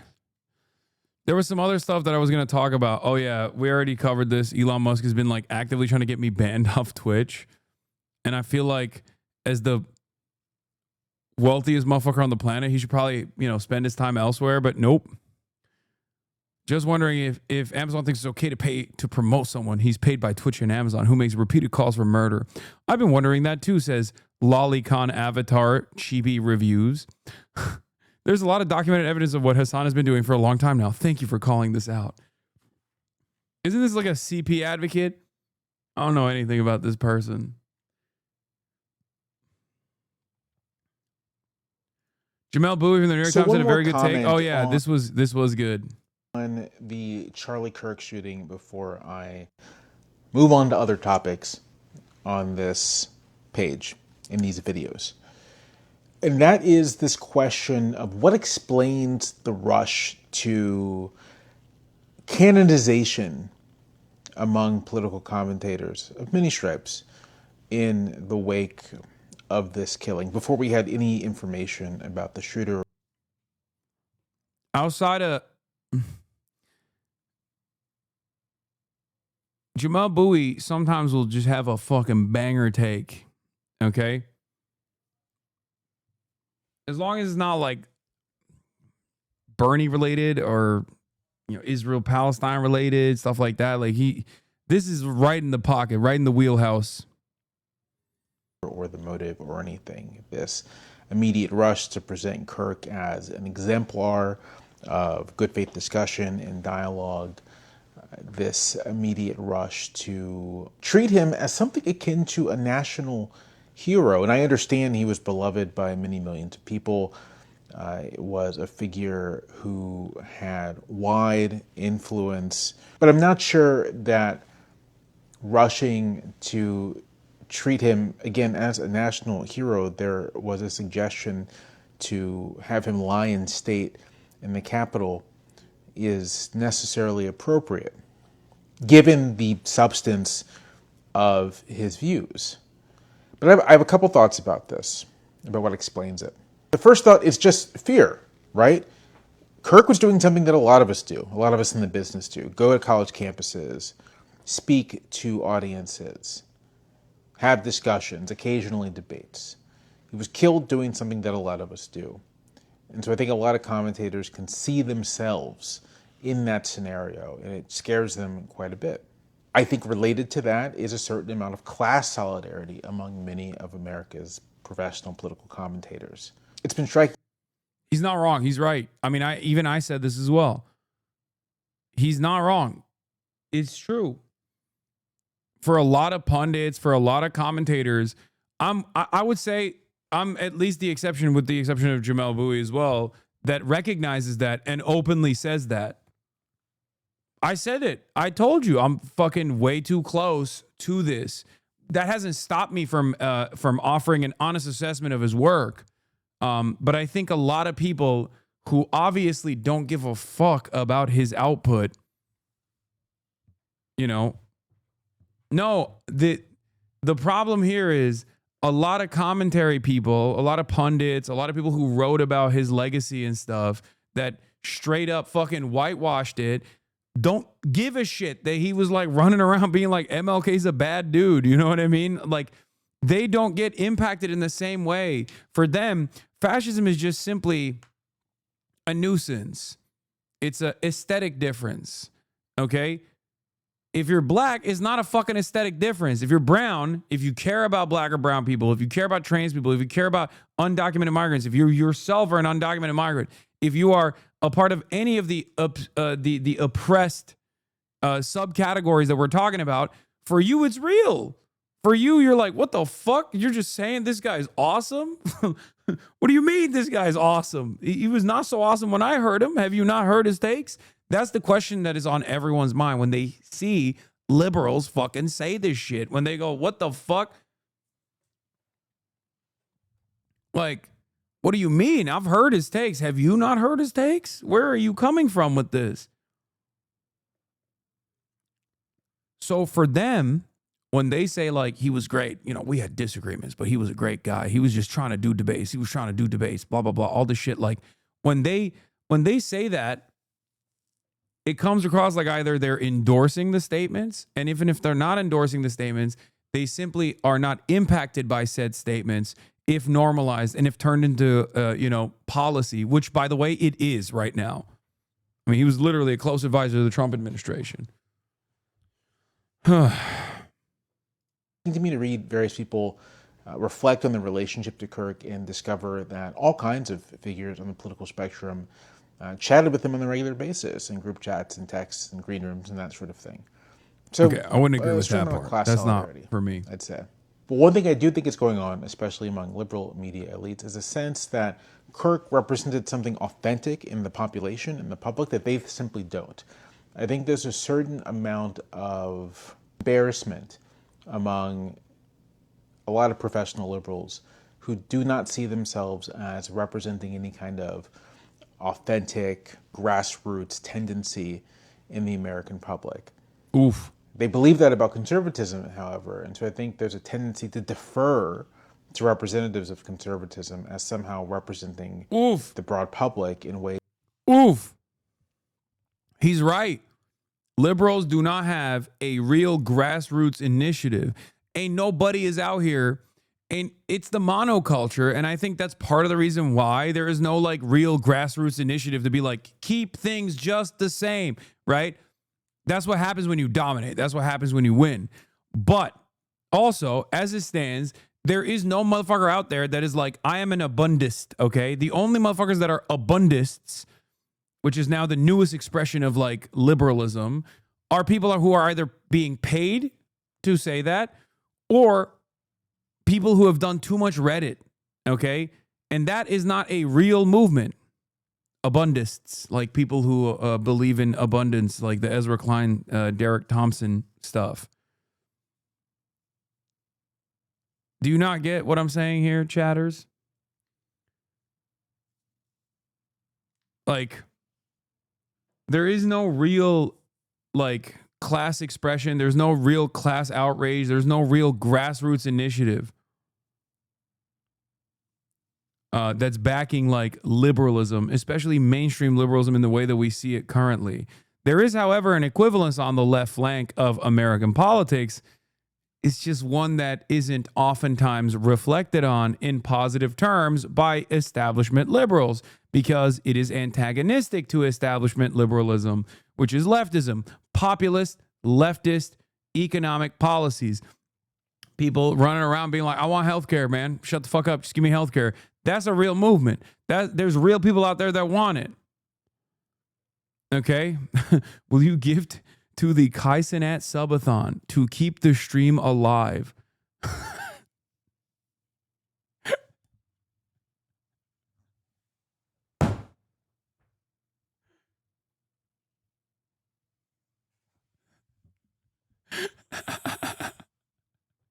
Get the fuck out of here, bro. What are you, crazy? That liberals simply can't. I think that's wrong. And maybe later I'll explain why I think that's wrong and why I think that perspective is quite harmful. I think he's doing well on his own, but respect to you, chatter. Especially in the present moment. But I think that's an element of it as well. A lot of psychological things happening here. And there is a sincere, condemnation of violence. I think there's this other stuff going on as well.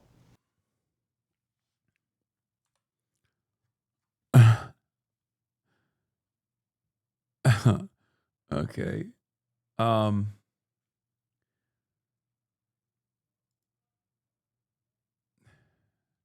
U.S. Attorney Habba, flags were ordered to be lowered by the President of the United States. Lower your flags.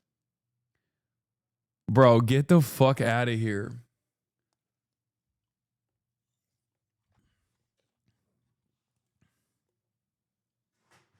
These people they're out of their minds, man. I really hope this heavy-handed approach is at least causing some people to look differently. I really, really, really hope. People don't like me, Smart people don't like me, And they don't like what we talk about. Smart people don't. Okay, this got to be clipped weird, right?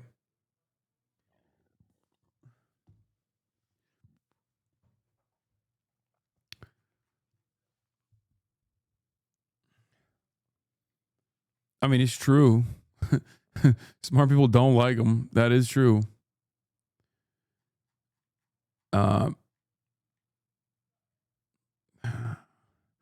Most people don't like him.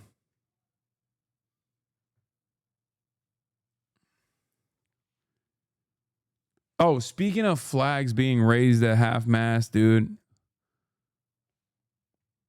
Can someone tell me if this is real or not? I need to see if WeHo actually did that. Wait, West Hollywood responds to controversy following lowering of flags to half-staff in memory of Charlie Kirk. The city of West Hollywood released an official statement following the controversy over its decision to lower flags to half-staff in memory of right-wing political commentator Charlie Kirk. Community members expressed outrage, particularly over the lowering of the transgender flag and progress flag at Matthew Shepard Square. Oh my God, it's real. I thought it was like maybe a parody.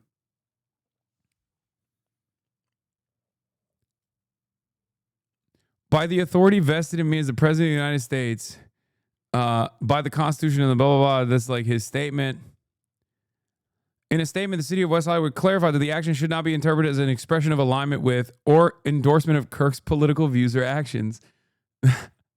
The action was undertaken in accordance with the city's policy for recognitions and memorials, which acknowledges that the city follows the direction of the president in determining when flags in the city are flown at half-staff. It is real. That's crazy, bro. That's fucking insane. Yeah, I saw West Hollywood, WeHo City, lowering their pride flags to half-mast to honor racist, homophobic, transphobic podcast host who spent his life organizing this generation's Nazi use. Shameful, bizarre, and embarrassing.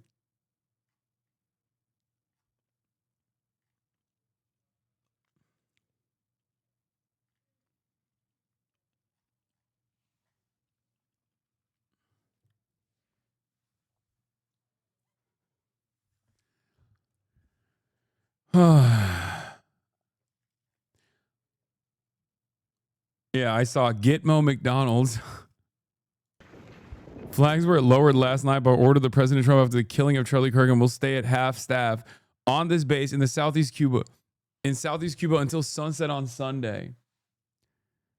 A proper American send-off where McDonald's lowers their flag at torture prison Guantanamo for you.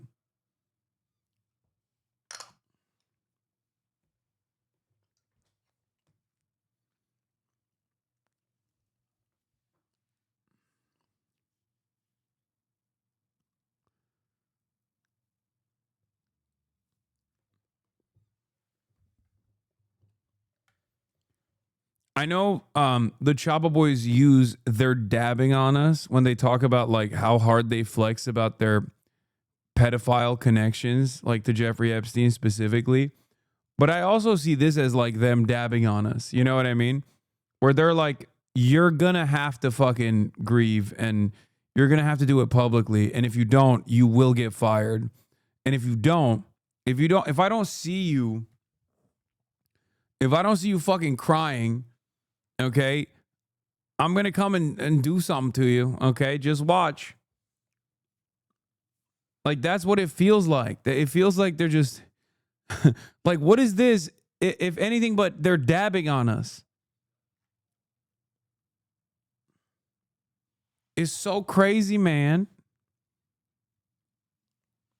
Oh, they were saying the same thing for this, too? I thought they were saying it for Jeffrey Epstein.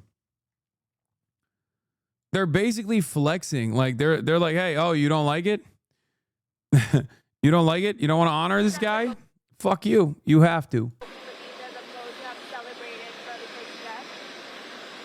you asked to start revoking the visas of the foreigners who have celebrated Charlie Kirk's death? No, we haven't, but we are looking at names.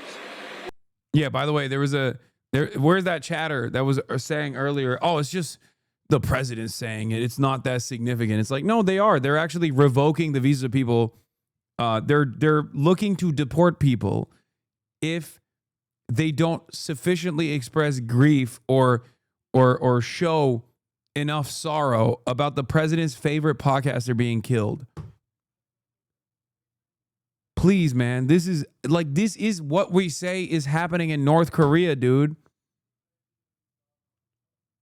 Like, this is literally what Americans fantasize is happening in North Korea. Okay? What the fuck? We don't like that. That's not right. We wouldn't celebrate if something happened on their side, and we don't. That's fucking so not true. A lot of people that are on the left are already under investigation. What? You know, they're already under major investigation. A lot of the people that you would traditionally say are on the left. They're already under investigation? Already under investigation. Have you asked to start with?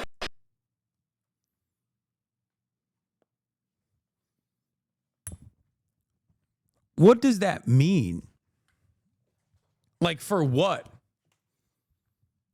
An expression of discontent with the administration? Correctly calling certain initiatives fascist when they are fascist? Like, what are we talking about? What is this? Alrighty, this message is for President Trump and his administration. If you stay to watch the video, please tag him down below, share, and repost so we can try to get this to him as quickly as possible and hope that he can do something with this. President Trump, as a supporter who voted for you 3 times, I am hoping and praying that you will revisit what Barack Obama and Joe Biden got rid of back in 2013, which is the Smith-Mundt Act, which held news corporations accountable for lying to the American people and spreading propaganda instead of truth. Bro,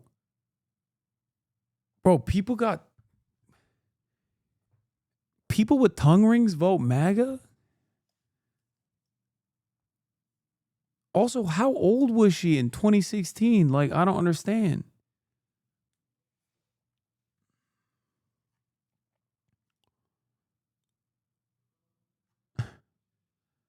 Y'alternate is real? Bro, she has the poly look. How is that possible?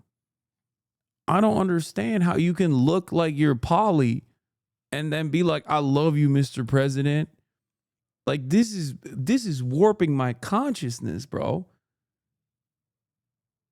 If you look like you're in a polyamorous relationship, sometimes experiencing bouts of ethical non-monogamy, okay?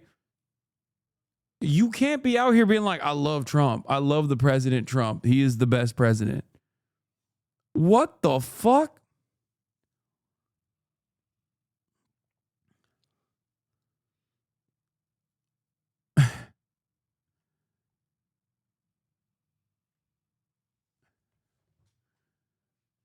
Nah, this is the trailer park aesthetic. You aren't a marabou enough.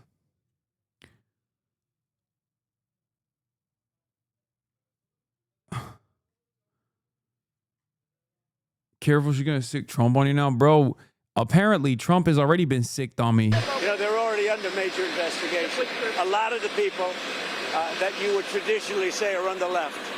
They're already under investigation? Already under investigation. Like, what do you mean? Apparently, I've been sicked on.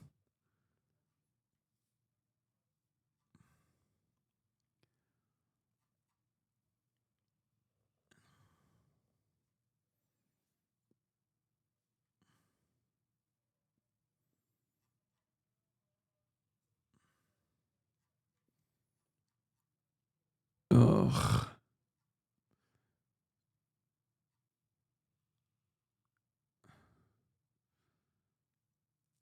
Trump gonna taco? I hope.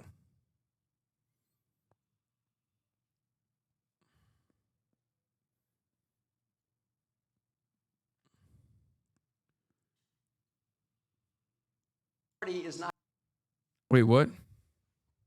Oh, in Iowa, Senator Chris Van Hollen, one of my new faves, low key, criticized New York members of Congress who haven't endorsed Zohran Mamdani's candidacy for New York City mayor. This kind of spineless politics is what people are sick of, he says. They need to get behind him and get behind him now. It's going to fix itself by itself. It's up to all of us. It's up to all of you. We need to start now shaping the future. That means winning the key races of 2025 by supporting our terrific Democratic nominees for governor in Virginia and New Jersey. It means in 2025. And it means supporting our Democratic nominee in New York City's mayoral race, Zohran Mamdani. He is focused on ensuring that people can afford to live in the place that they work. That should be our goal in New York City, Des Moines, and every town and city and place across the United States of America. Donald Trump and New York's financial elites see that as a threat. The idea that everybody who works in New York City should be able to afford to live in New York City. And they have mobilized to defeat him. Yet, many Democratic members of the Senate and House representing New York have stayed on the sidelines. That kind of spineless politics is what people are sick of. They need to get behind him and get behind him now.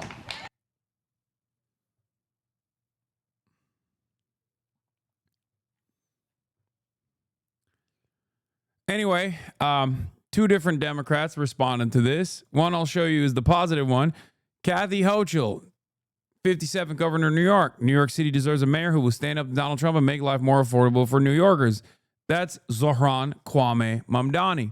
So Kathy actually turned around and endorsed them in a New York Times op-ed piece. Hakeem Jeffries, on the other hand, said this. Following Senator Chris Van Hollen's criticism of Dem leadership for refusing to endorse Zohran Mamdani, Hakeem Jeffries' spokesman mocks Chris Van Hollen by going, Leader Hakeem Jeffries will have more to say about the general election well in advance of November 4th, said Justin Trammell, a spokesman for Mr. Jeffries. Meanwhile, confused New Yorkers are asking themselves the question, Chris Van who?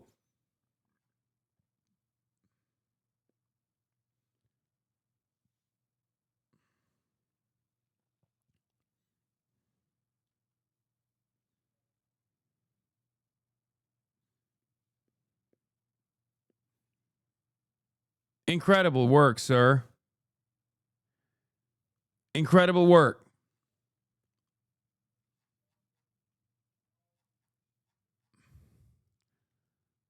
Great response.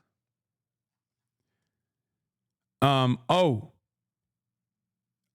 the way, we were talking about like left-wing violence, right-wing violence. As the debate rages over left-wing versus right-wing violence, the DOJ yanked a research paper showing the right is clearly responsible for the deadliest attacks, far more than leftists or Islamic extremists. The page that hosted the study now redirects to the homepage. Kash Patel deleted the DOJ's very own research that showed that most domestic terror and radical extremism comes from the right. If you remember, this was a study conducted by the DOJ. Just so you understand. But, you know, guess we'll see that study in Valhalla too.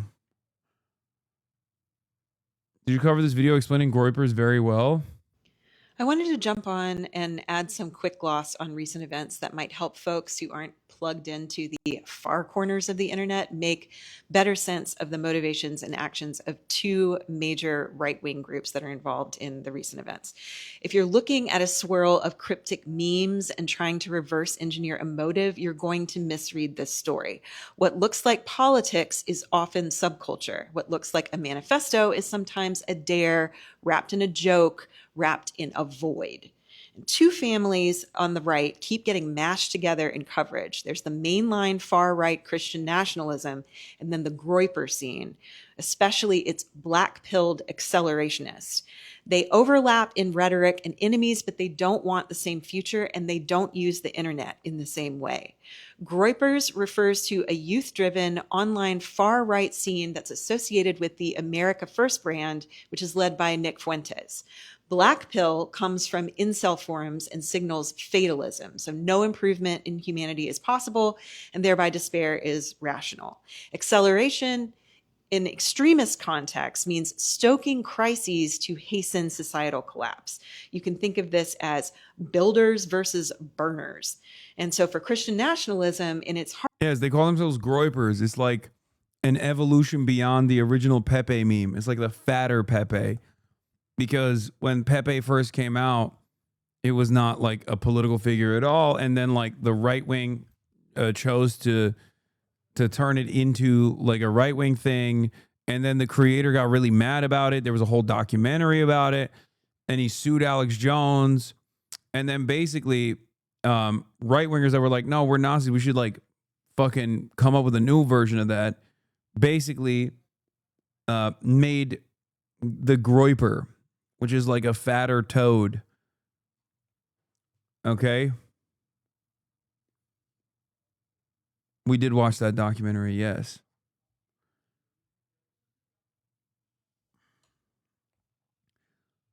And it's crazy because, like, it's so stupid to describe because it's like basically kids. Or at least they were kids at a certain point, but now they're still behaving like kids. But yeah, they're Nazis. That's it. They're neo-Nazis. And they're oftentimes self-described neo-Nazis. They obviously traffic in a lot of irony to make it seem as though they're just joking, but they are they're usually the first to openly state, as Nazis and neo-Nazis oftentimes do, their true opinions. Like, ask them about the Holocaust, ask them about Jews, and you'll very quickly figure out what their perspective is. Hard right form, it's still builder energy. It insists that the nation is or should be explicitly Christian, prizes hierarchy, order, and a return to rightful social roles. But the strategy is institutional. They want to win elections, they want to pass laws, they want to staff the courts and capture the school boards and rechristen the public square. And you hear vocabulary about restoration and revival and sovereignty and virtue. And this imagined endpoint is a moral order enforced by the state. And even when their rhetoric gets apocalyptic, the plan is still state power. The Groyper world orbits a completely different sun. It's youth heavy. It's a coalition that includes a lot of streamers and online personalities, and it borrows from incel forums, gamer chat, crypto cynicism, edgelord comedy, and a lot of terminally online irony. Here's the core distinction. The black-pilled wing does not believe in reform, not of institutions, not of culture, and not of people. The black pill is the conviction that decline is irreversible. If nothing can be redeemed, then the only creative act is negation. And that's where accelerationism comes in. In this context, acceleration means pressing on every social fault line, race, gender, religion, class, until something breaks. It is not policy, it's physics. The expectation is collapse, followed by nothing. Unlike some white supremacist or apocalyptic Christian variants that at least fantasize about what comes after, mainstream black pill content rarely sketches a constructive post-collapse order. It's entropy worship. Speed the unraveling and enjoy the spectacle. A quick detour so that we don't mix wires here. Black-pilled accelerationism is not the same thing as tech bro AI accelerationism. The latter is a futurist, albeit doomy faith about speeding technological progress even at humanity's expense. Black pill is a social political fatalism that invites breakdown. Different crowds, different goals. It's also distinct from the more formal Christian nationalist project. The language sometimes rhymes, both talk about decay, but Christian nationalists think institutions can be repurposed. Black-pilled groypers think the institutions are rot. So why the memes that look like riddles? Because the memification is the ideology. The style is the substance, or as Marshall McLuhan said, the medium is the message. The meme factory does 3 jobs at once. Number 1, it allows for recruitment. Hans Fuentes versus Kirk? No. Charlie Kirk was not a groyper. Charlie Kirk is a mainstream Republican. He was a machine. He was a part of machine politics. The groypers are not a part of machine politics. They want to be. And sometimes their acolytes are a part of machine politics. Like with Ron DeSantis' campaign, there was a bunch of like groyper neo-Nazis that were a part of his campaign, and they put like, they can't stop themselves. They have to put Nazi imagery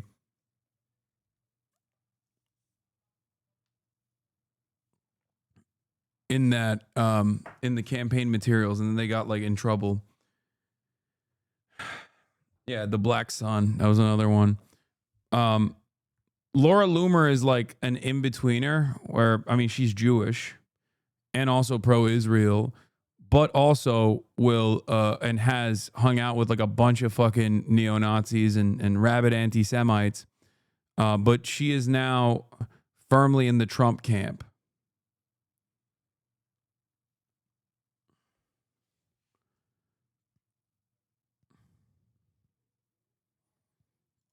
At scale. So high contrast, darkly funny, and deliberately absurd images travel farther than policy papers. A kid who would never sit through a speech will swallow 100 images that say more, faster, and sneakier.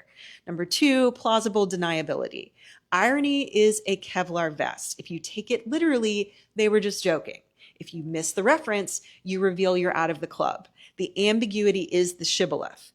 And desensitization, number 3. Shock is used like a gym routine. The first time you see it, you flinch.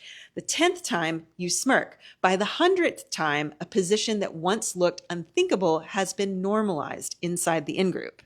That's why the aesthetics feel like a mashup of cartoon frogs and Wojaks and glitch art and millenarian doom and consumer culture parody. The mix says, nothing matters, everything's a joke, nihilism is the punchline. So who gravitates to black pill spaces? It's often younger men who feel exiled from status games that they think they can't win, like dating, elite colleges, prestige jobs, coherent communities. It's cheap status. Attention is the currency, and it bonds people who may never meet offline. That helps explain the why behind cryptic inscriptions or symbol-laden posts around real-world incidents. From the outside, we assume conventional motives. Ideology leads to a plan, leads to an act. Inside black pill worlds, the act is also a content drop. It's performance for an audience that reads the references, a proof of membership to people you only know by handles. Decoding the references isn't about uncovering a coherent program. It's about recognizing an identity and a dare. Don't confuse the absence of a blueprint with harmlessness, however. A politics of negation can still inspire catastrophic acts because the metric isn't does it build, but does it break? This is why For the Lulz can be both a smirk and a sincerely held view that only destruction has meaning. However, not every... But like, this guy wasn't this at all? No, I don't think there's enough evidence that he was, but she's just describing it because a lot of people are asking what groypers are because, guys, I'm telling you, it's too soon to tell. That's what my position is, okay? It's too soon to tell. I keep hearing about how liberals in a bubble and they don't know what's coming, but nearly half of young people didn't know who Charlie Kirk was, and the vast majority of the rest didn't like them. Maybe liberals aren't the ones in a bubble. Yeah. Charlie Kirk's net favorability, 13%, net unfavorability, 23%. Hasan Piker, net favorability, 7%, net unfavorability, 14%. Donald Trump, net favorability, 30%, net unfavorability, 57%. Where's this from? Harvard Youth Survey. Theo Vaughn, net favorability, 19%, net unfavorability, 15%. Grouping you in with these people is insane. I mean, these are just like,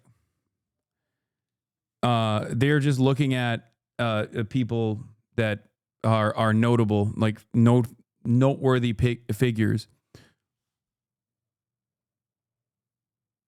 Don't have enough info, 14%. Never heard of, 46%. 57% of people have never heard of me. That's good. We got to get these numbers. We got to get those numbers down, or we got to get this number up. Net favorability. Very favorable, 2%. Very favorable for Charlie Kirk, 6%. Somewhat favorable, 8%. Somewhat favorable for me, 6%. Somewhat unfavorable, 5%. Somewhat unfavorable, 7%. Very unfavorable, 16%. Very unfavorable, 9%. And then it's like, don't have enough info, 16%. Never heard of, 57%. And I don't know what this is. Also, Donald Trump has a never heard of him at 3%. What the fuck does that even mean?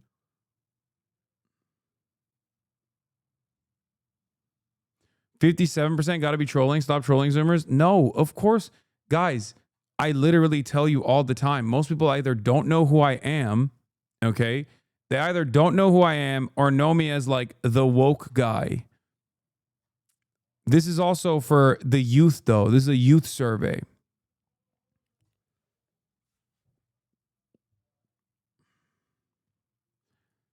"I had not heard of you until 3 weeks ago. I've been deep into politics shit since 2020. I'm older than you, and that's what I can presume is the reason." You ought to also remember, the reason why Charlie Kirk has these numbers is because he is associated with an entire political movement, and even then, he is not that well known. These spaces that we're in are incredibly niche, something that I always repeat over and over and over again. While I do have a lot more mainstream recognition than the average person that you know in this space, right? With the exception of like Kai Cenat or whatever, it still doesn't matter. Like, I have not breached like total mainstream consciousness.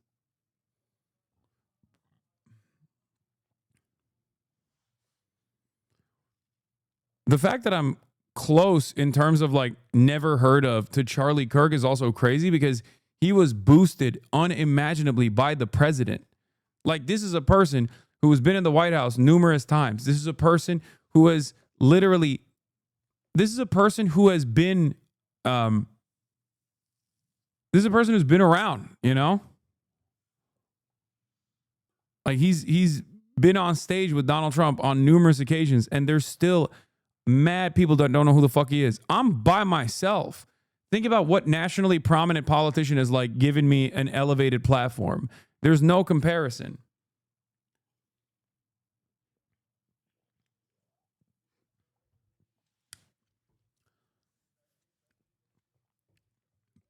But it's your fault that Kamala lost the election? No, this also goes back to that same argument that I make all the time as well. Thank you for bringing this up. So you're sarcastically saying that, right? And it's true. Nobody wants you dead? I don't know about that. This part is also not correct because there's definitely a lot of people who do want that. But listen, you were joking, you were saying that sarcastically, but that's a good point. Okay, why is that a good point? This also proves that Charlie Kirk did not actually single-handedly captivate the Gen Z vote for Donald Trump, as I was saying over and over again. Okay? This is why I always repeat to people all the time that I am a marginal figure. I am not a mover and shaker in the way that some people present me as when they want to fucking criticize me and say like, "Oh, Hasan, you're the reason why Kamala Harris lost," right? But it's the same reason why I also repeat over and over again that Charlie Kirk is not single-handedly the reason for the Gen Z vote. Charlie Kirk was able to reach a prominent audience on TikTok, a real audience of young people on TikTok and older people as well. Okay? I'm sure if they were to look at older people, Charlie Kirk probably would have a lot more. Charlie Kirk would probably have a lot more name recognition amongst older people. Okay? Whereas my numbers would diminish even further if we were to look at older people in general. Do you think certain opinion makers make a difference beyond their audience, a vanguard, if you will? Yes. I'll give you an area of impact. For example, when highlighting myself and many other of my friends on the left highlight certain candidates, let's say in a crowded field, while we are not a force to be reckoned with, as opposed to like mainstream outlets in its broader influence, we do have a lot of activists in our base of support that go and extend a helping hand. So like, I'm sure it works in that regard, like as far as like door knocking, as far as advocacy goes, as far as like getting the attention from the right kinds of people, especially when it works perfectly with Zohran Mamdani. But think about that.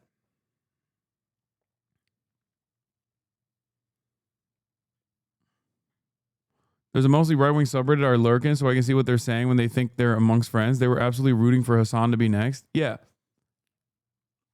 It is hilarious, though. Is Alex Cooper the call her daddy girl?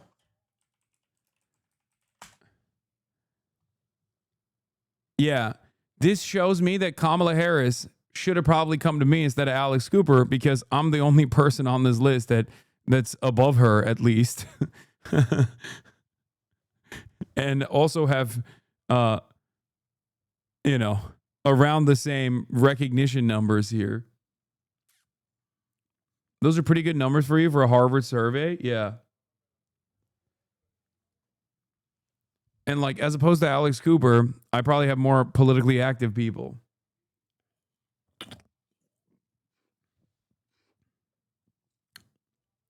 This is why you say you can't grift to the left? Yes. There is no like institutional leg up that I can get as a leftist. That doesn't exist. Do you understand? Theo Vaughn is the only one more positive than negative. Yeah, I mean, makes sense. Same with Joe Rogan at 20% net favorability, 34% net unfavorability, also makes sense. Elon Musk at 25% net favorability, 58% net unfavorability, also makes sense.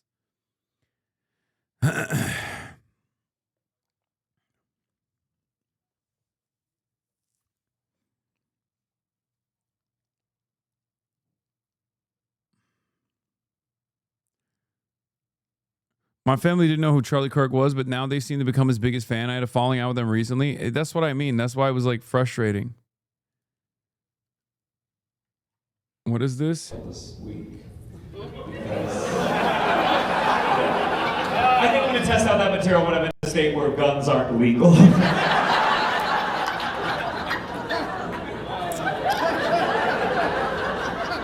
Honestly, it's a tragedy. He left behind a wife and 2 kids, which is how you know Israel didn't do it.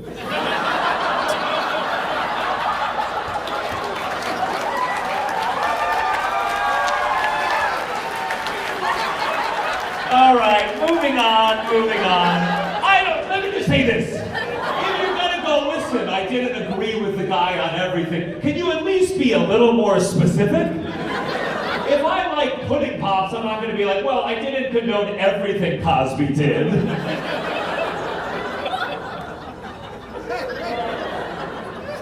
Okay, let me see this one.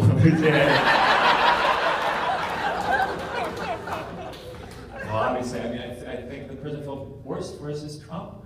My God, he's so bummed. Did you see pictures of him? I mean, even his face was at half-mast.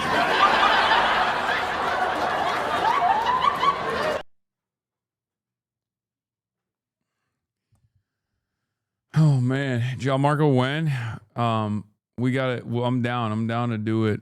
I'm down to do the collab soon. We gotta have him on Fearan. I don't know what he's up to. He's just like traveling a lot. No, this one was better.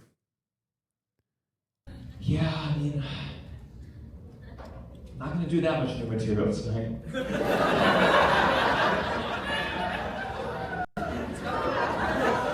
I didn't even say a single thing. No, do it, thanks. That's how you know someone's trying to get you to do something in your best interest. They go, do it.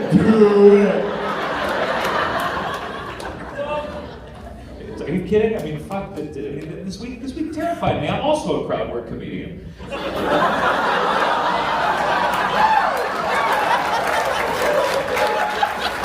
it's fucked up. The whole order is supposed to be comedian destroys heckler, not the other way around.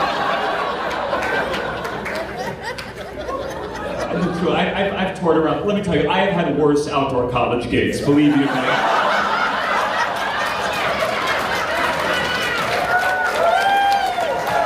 That's it. You understand? It's so damn crazy that this chat is basically Reddit. A bunch of furry profile weirdos talking about shit they have very little clue about. Dude's name is Gojira, literally on Twitch. Okay? I don't understand. Most of the people in this video don't work real jobs anyway. 90% of them are Reddit mob parasocial nerds. They cheer for socialism but don't understand what it would mean for them. I don't hate your views or am against it. I don't know. I think history shows that I've been pretty on board with you. Just haven't been around a while and been slipping away from the politics. 8/6/2025. Comes back and is like, y'all are a bunch of furries, man. Get a job. We lost one. We lost a gaming watcher. This dude sounds like Summit. How do we keep losing these gamers, man?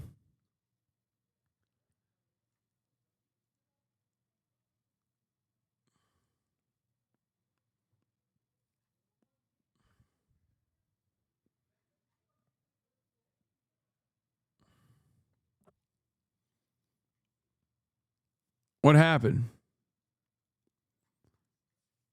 Because you don't game, dumbass? Yeah, he actually did leave the community because I wasn't gaming enough. So damn crazy, this chat. Your Rage is getting the HasanAbi treatment? Oh, shit. Shit about Charlie Kirk. What I say what about Charlie Kirk specifically? What I say about Charlie Kirk, gang? He died and you were dissing him on stream. I didn't diss him. I said he's an American hero, bro. Okay. I hated the nigga, so I said I hate the nigga. Yeah, why'd you say that? Cause I don't like the nigga, but I said we shouldn't glorify assassinating nigga. Cause if everybody had that thought process, if we could assassinate everybody we hate, shit would go to shit. But I ain't like the nigga still. I ain't hated the nigga, so I said I hated the nigga. Fuck. All right. But he's no politician. He just, bro, he was literally an advisor to Donald Trump. Donald Trump credited him. God, dude, average Charlie Kirk fan trying to defend Charlie Kirk. Just use as general of a statement as you possibly can. Spoke his mind. He got assassinated. He's like MLK. Okay, I see what's going on. I see what's going on here. I'm seeing that y'all niggas recently just found out that the nigga who shot him it's not a black dude. He not trans. He's not Muslim. And he's actually just a regular ass white dude, like, you know what I'm saying? And he was actually raised by like a MAGA family and shit. And y'all realizing that, and it doesn't fit your narrative. So you're crashing out, and y'all don't know who to blame. Y'all just like tweaking right now and shit. So like, yeah, I think that's what's going on right now. Is that what's going on? Or are you trying to rage, baby? You could have just said nothing at all, though.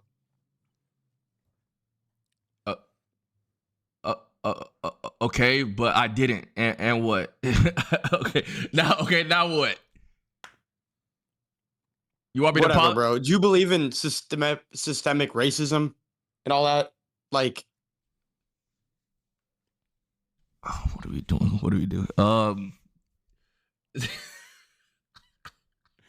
I want to see what you. Yes, I do, nigga. Yes, I do, nigga. Yes, nigga. Yes, I do. Yes. That makes no sense, bro. Everybody. Oh, damn.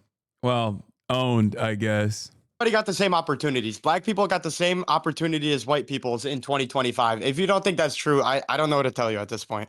All right, explain the huge racial disparities in America right now. I'm talking like income, education, housing, all that shit. Explain that. He's got to be baiting, right? There's no way. I can't tell. I can never tell when someone is like doing that. Are they just like actually that dumb? Bruce drop him off too? Wait, what? You spew hate. That's what's going to come back to you, bro. The tongue is a very powerful thing, bro. I'm telling you. Bruce drop him off is back to streaming? Wait, when did he start streaming again? I'm telling you. Tongue is a very powerful thing, bro. He had a Mao shirt on? Yes. It's a very powerful thing. What you spew comes back to you. I learned that too. It's a real thing now. Man, free Palestine, for real. It's people that die every day, nigga. Niggas die every day. Every day. Every day. On camera too. Bombs. I'm talking about bombs. Nigga. So all that other shit, all that. You better watch your mouth with Bruce, otherwise D.O. Yarn will get on your ass. I was so sad when Bruce came well, he didn't really come after me, but I was actually very disappointed when they were talking mad shit when he was at KIRK. And he was just like sitting there laughing because I had never said nothing bad about, I had nothing bad to say about Bruce at all. But I guess it's just, it was the KIRK contract stipulation. Yeah. Yo yarn finna diss yo grandma, watch out. Listen, man, like, yeah, prayers to him, but like, yeah, yeah, shit is crazy. This world is crazy. You stay prayed up, bro. You speak love into your heart, into the world. That was Bruce's cousin. Shit was AI. Oh, okay.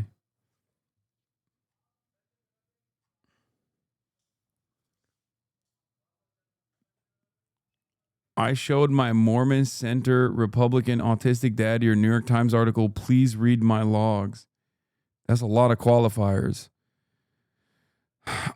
Okay. He said, thank you for sending. Was interesting to read, even though I tend to generally disagree with his worldview. Not as observations of the difficulties of life in the U.S. and developed world for young people, which are real, but as implicit and explicit belief and subtle advocacy for socialism and other left-wing theories which have never worked and which cannot really be a viable solution. To me, he seems sort of like a left-wing version of KIRK. Both seem to traffic in some hateful characterizations of others who disagree.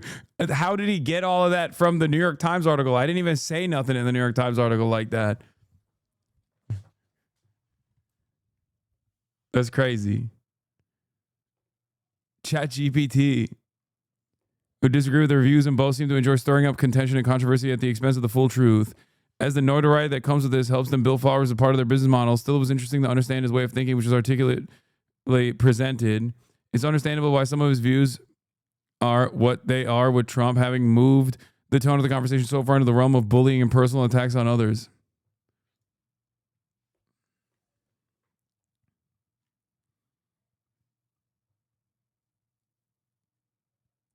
Did he ask Grok? Still, my dislike of what Trump does and most of how he does things have not made me wish for a far left solution as Piker advocates, as that approach has a 100% record of failure except for bringing misery around the world whenever tried. I know many of your generation see the allure of what Piker envisions and like his interpretive worldview, though for me, it is not consistent with what I have observed about human nature or history in my lifetime. Still, I can see why he connects. You got timed out because you wrote so long. I showed your article to my gay uncle and he said you're great and a babe. Why he connects the dots the way he does. I hope your generation produces some new leaders of a flavor somewhere more in between Piker and KIRK. Thank you again for sending. Yeah, he just basically said, I love capitalism. And even though Hasan correctly identifies some of the numerous failures that have destroyed this upcoming generation's future, I still don't think this viable solution is an evolution away from capitalism.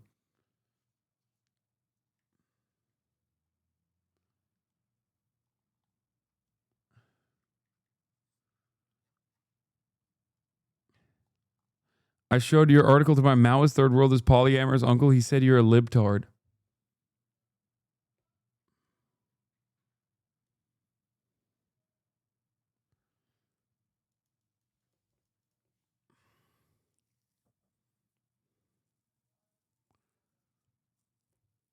Sent it to my lib grandma and she got mad when you criticized Israel and called you anti-Semitic.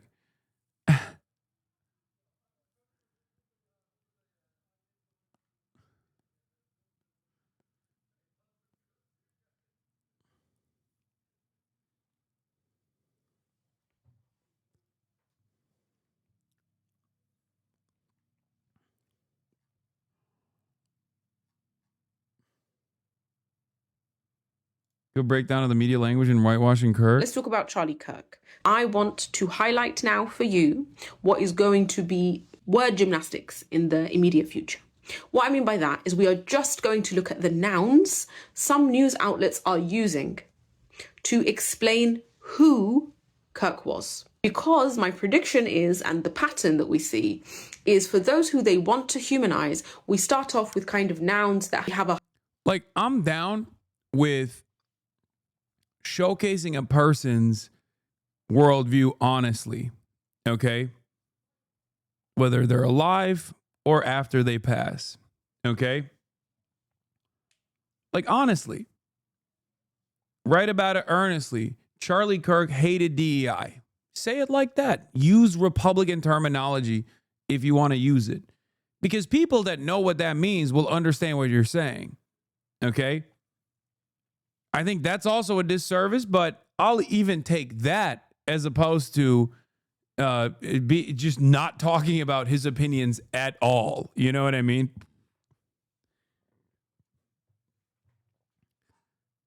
Like, that's what's so fucking frustrating about this process is like we're making it seem like he was just a guy who wanted to hear people out. And he wasn't like a talking point machine and was using the medium of debate to basically do SJW slam dunk compilations. That entire design, that entire medium is created and has been utilized by right-wingers for a very long time for that specific purpose, to like humiliate liberal and leftist worldviews by creating an environment that is asymmetrical, by basically having asymmetrical power over someone like this.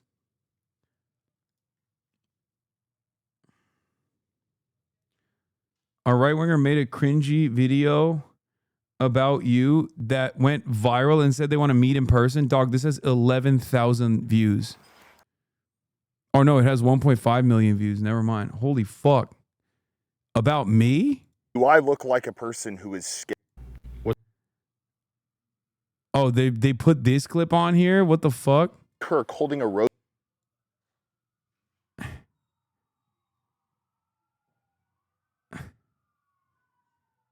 The only clip that they have of me is this. This is not even, this is me talking about fucking Democrats debating, bro. I don't give a shit if this guy is fucking complaining and saying I'm being violent or whatever.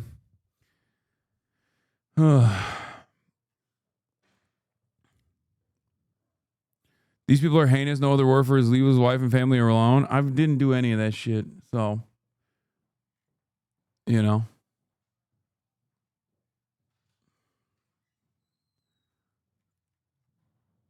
Oh my God, that's crazy. We're done talking. Okay, what are we going to do? Kiss? Are you going to kiss me, big guy? You going to kiss me in the mouth?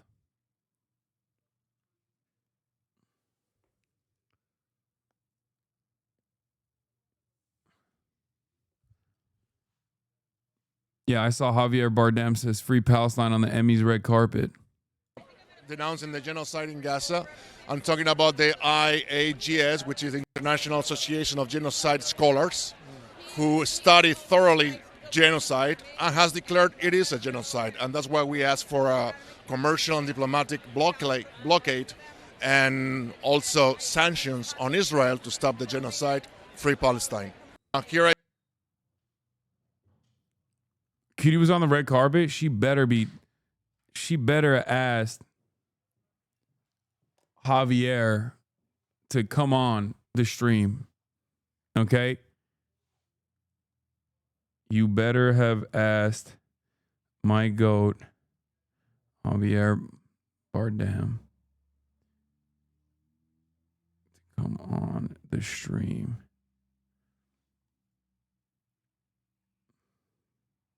Friend of the show.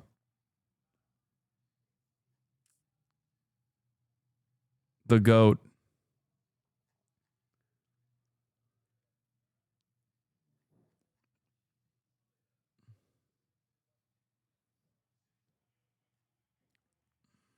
She asked for wine about it? Oh, God, I bet she did. I bet she did. What are y'all going to do? Kiss? Yes. Yes, I'm going to kiss him right in the fucking mouth. Well, you got a problem? You got a problem?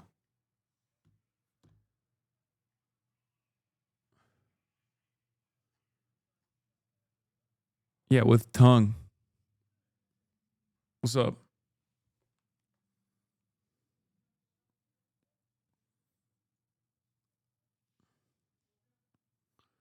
Oh, I forgot to talk about the Candace Owens video. Does anyone have the Candace Owens compilations?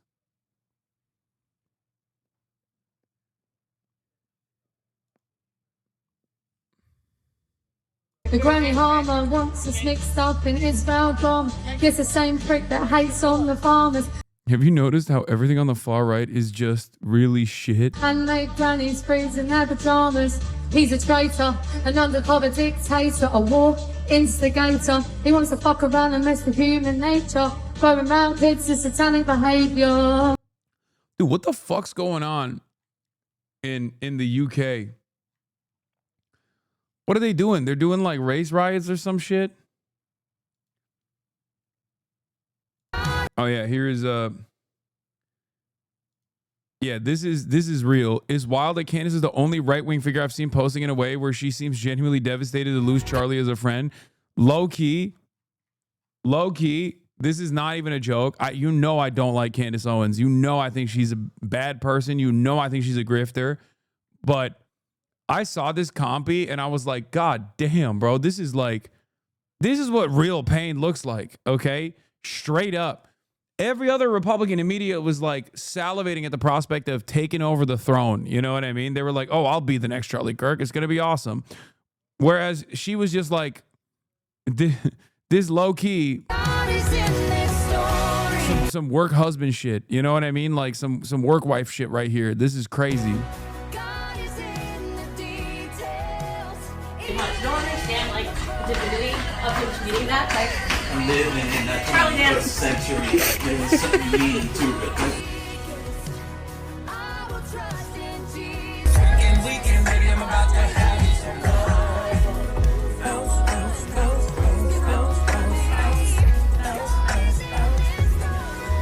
It's like murder.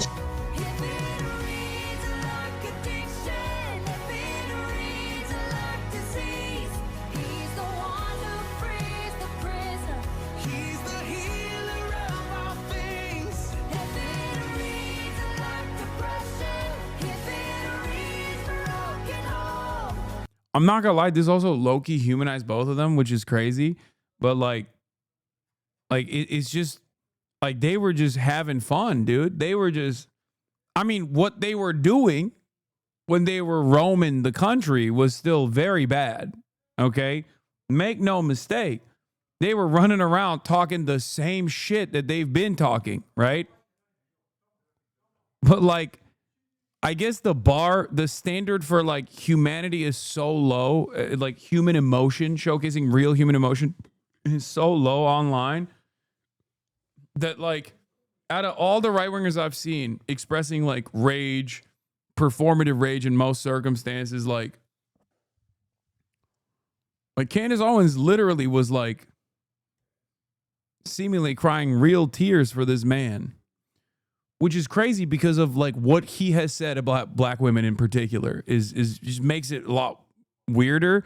But of course, Candace Owens herself has basically always played that role as a right wing actor, you know, putting a black face on white supremacy. So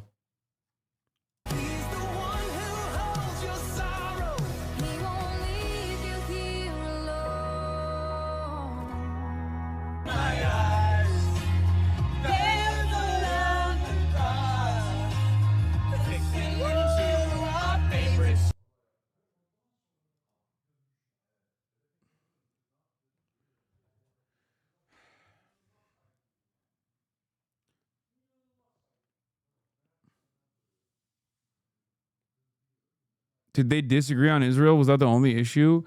I mean, these guys are all, I don't know if they're like, do I think Candace Owens went from being an anti-Trump person who successfully sued the Connecticut Board of Education for being victim to an anti-black hate crime when she was in high school that led her to develop an eating disorder, to being one of Trump's biggest boosters and being one of the most vicious anti-black voices on the conservative sphere, basically overnight after she was plucked by first David Horowitz and then Ben Shapiro, and in the process Charlie Kirk as well, getting boosted into becoming a prominent fixture of Republican commentary, conservative reactionary beliefs.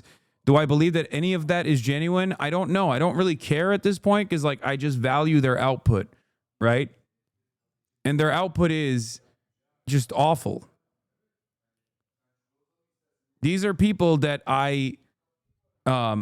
these are people whose careers exploded alongside mine, obviously through very different, through a very different process. Like they were boosted by pre-existing networks of influence on the right, as opposed to me just like, I guess, getting the nepotism boost initially from the Young Turks, but then also finding prominence on my own after that. But like,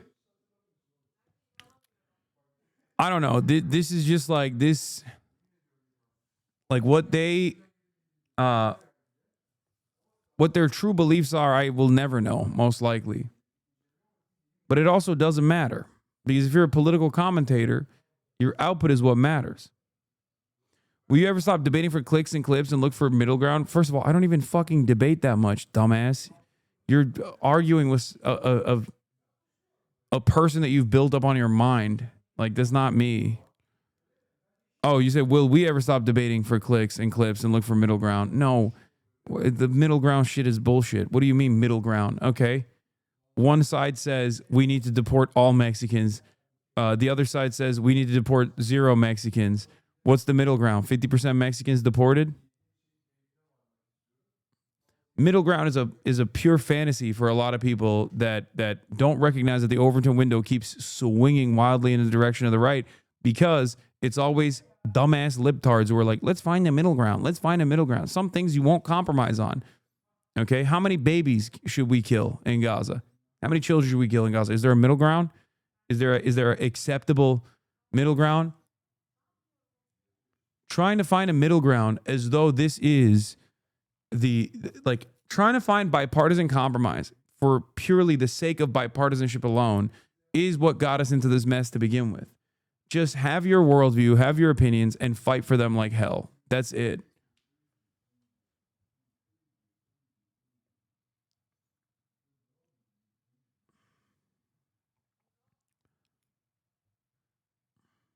Can you explain the potential trans roommate thing? We don't know enough yet, but it seems like one of the suspects' roommates was trans, and she's been cooperating with the authorities ever since she found out. Oh yeah, this was a great post. I did see this. My grandfather used to say Magda Goebbels made a great strudel, and I never knew what it meant until after he died. My grandmother explained some magazine did a fluff interview with Magda Goebbels a few years before World War II that included her strudel recipe, and my grandfather, who hated the Nazis with the passion of 10,000 sons, thought it was an example of the media sanitizing evil people, and he would use the phrase when someone asked him to overlook a bad person doing bad things and focus on the good.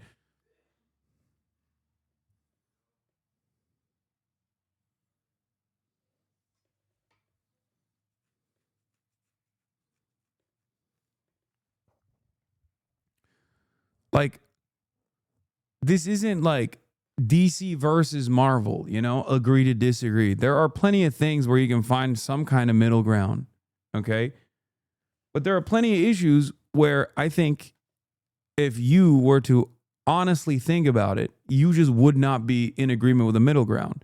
The example I gave you is apt for you to comprehend. Right? There is something that you care about, that you understand, something that pertains to your humanity, okay? Not just the way you see the world, but like literally who you are as a person, right? That you obviously would be a little uncomfortable with if people were just discussing whether or not it was valid or not. And the reality of the matter is, for a lot of people, a lot of white people especially, whiteness is such a powerful force, a powerful socio-political construct that they just like, they never see themselves in that situation. It's rarely ever discussed in those terms. And also, there's never really been a historic equivalent in terms of like taking away white people's rights on the virtue of whiteness. Not to say that this is a good thing anyway. I'm not saying that, but that just simply has not existed. And that's precisely the reason why a lot of people are much more comfortable talking about another man's timeline for justice. You know? if you don't truly take issue with those sorts of conversations, that just simply means you recognize that it doesn't impact you in the same way that it does for others. Okay? Rebuke your whiteness. Okay, shut the fuck up. Shooter was a big JBP fan? No, it wasn't the shooter. The trans lover Reddit account posted on trans-related topics, but also a bunch of right-wing subs, including Jordan Peterson and 4chan and Green Text. No, that wasn't... Lancelot, from what I understand, is not the shooter's account, but it's actually the roommate's account, right?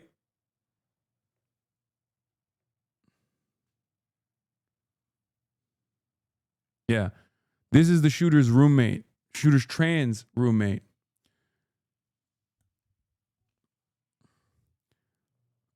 Yeah, bunch of right-wing subs, including Jordan Peterson, 4chan Green Text, talks about how he was not political but defensive of America and how he was against political party boxes and comment on destroying woke kids. I think, I'm gonna be honest. First of all, we don't. I think the preferred pronouns are she. Okay. And secondly, I mean, looking at the profile a little bit. Looking at the profile of the trans roommate, the allegedly trans roommate of the shooter, of the alleged shooter, they kind of come across like they're like a somewhat political shit poster, but they post on like political compass memes. Like Green Text, Anon is on the BBC. Literally was 85 in my room every summer where I'm at. Just drink water and wear summer clothes. You aren't actively in the sun. It's not hot. But political compass memes means like this person is also brain rotted. By politics, but in usually like a neoliberal direction. Yeah, that would make sense. I guess I don't see that because I'm American and not much into national, let alone international politics. It's just weird for most of us who don't really care either way. I have no opinion of Italians, and then I go on the internet and get immediately stereotyped, which I'm sure happens to you also. It's one of those situations where I could care less for America. And this is also from like 5 years ago. So their political ideology might have changed as well in time. People need to stop putting themselves in boxes because the political parties don't care about any of their people. They just want their money. Once again, doesn't necessarily mean that this person is a Jordan Peterson fan. And mostly just like I think people are reading into it and they're trying to say that this person was like right wing or something, which, could be the case, but political compass memes for the most part is like the most politically oriented sub. Levegar went through the accounts and thought it was pretty conclusive that the roommate is trans. Yeah. Also, once again, this is their own personal political opinion. It could have changed over the course of 5 years. And as far as we know, they are not even remotely involved in any way, shape, or form with the actual shooter's actions. Okay?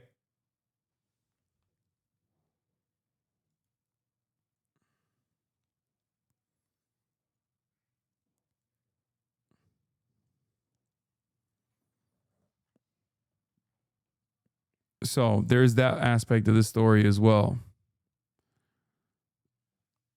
Tyler splits a 3-bedroom apartment with roommates. One guy who desperately wants to be pro gaming streamer and maybe trans identifying. I think they might be trans. I from what I understand, not maybe identifying as trans. That person was cooperative with the police. But this roommate Lance was also the one who claimed to have Discord messaged him Tyler about the shooting. Discord proved that he did not. She did not. There's no indication on social media for Lance or Tyler that they're in a relationship. This is before the FBI confirmed it. Yeah, there is.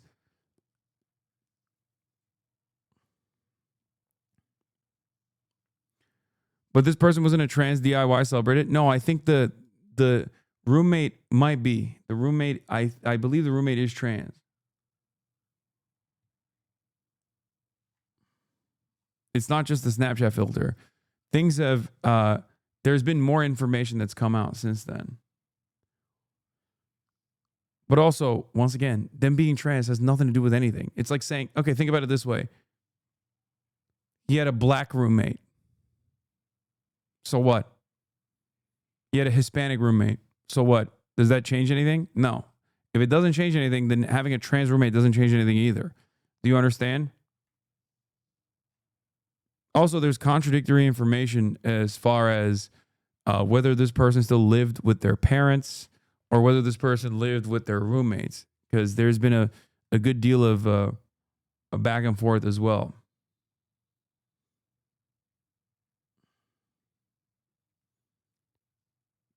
That's what I'm saying. Why does the roommate keep coming up other than to feed into their narratives to shift blame? I guess if I'm going to be as charitable as possible, we are trying to identify what took place in terms of this person's like political journey and potential radicalization. And Charlie Kirk was an incredibly transphobic individual. And the most charitable interpretation of this is that did the shooter radicalize? And by radicalize, I mean develop empathy for trans people, but then radicalize beyond that point to take action in such a violent way? That's the question that I think in the most charitable estimation, that's what people are trying to address. Of course, the real reason why they're doing that is so that they can somehow tie this political violence back to trans people in any way, shape, or form that they can. The dumbest fucking version of this would basically be if they were like, the shooter was around a trans person at one point in their lives. So who could say who radicalized them? You know what I mean?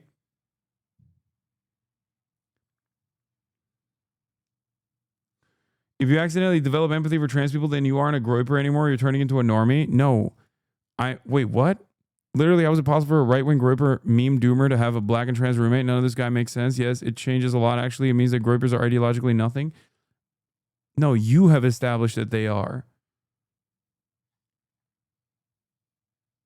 I'm saying we still have a lot more investigation to do to conclusively tell you what this person's political leanings are.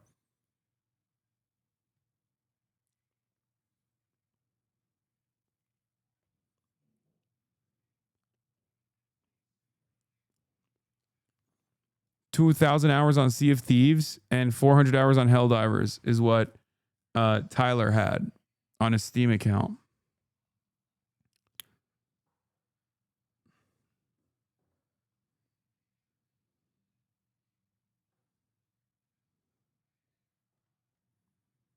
Anyway. I personally know a gay groper that went to January 6th. The idea that whether or not they had a trans roommate matters in this equation is ridiculous, as you've said. No, of course. Anyway, I have to go because I have to do the podcast because we're doing it tonight as opposed to Thursday night. So everyone's coming over right now. So I got to go. I got to leave you on that note. But be safe. Be kind to one another. And yeah, that'll be all. That'll be all for tonight. Okay?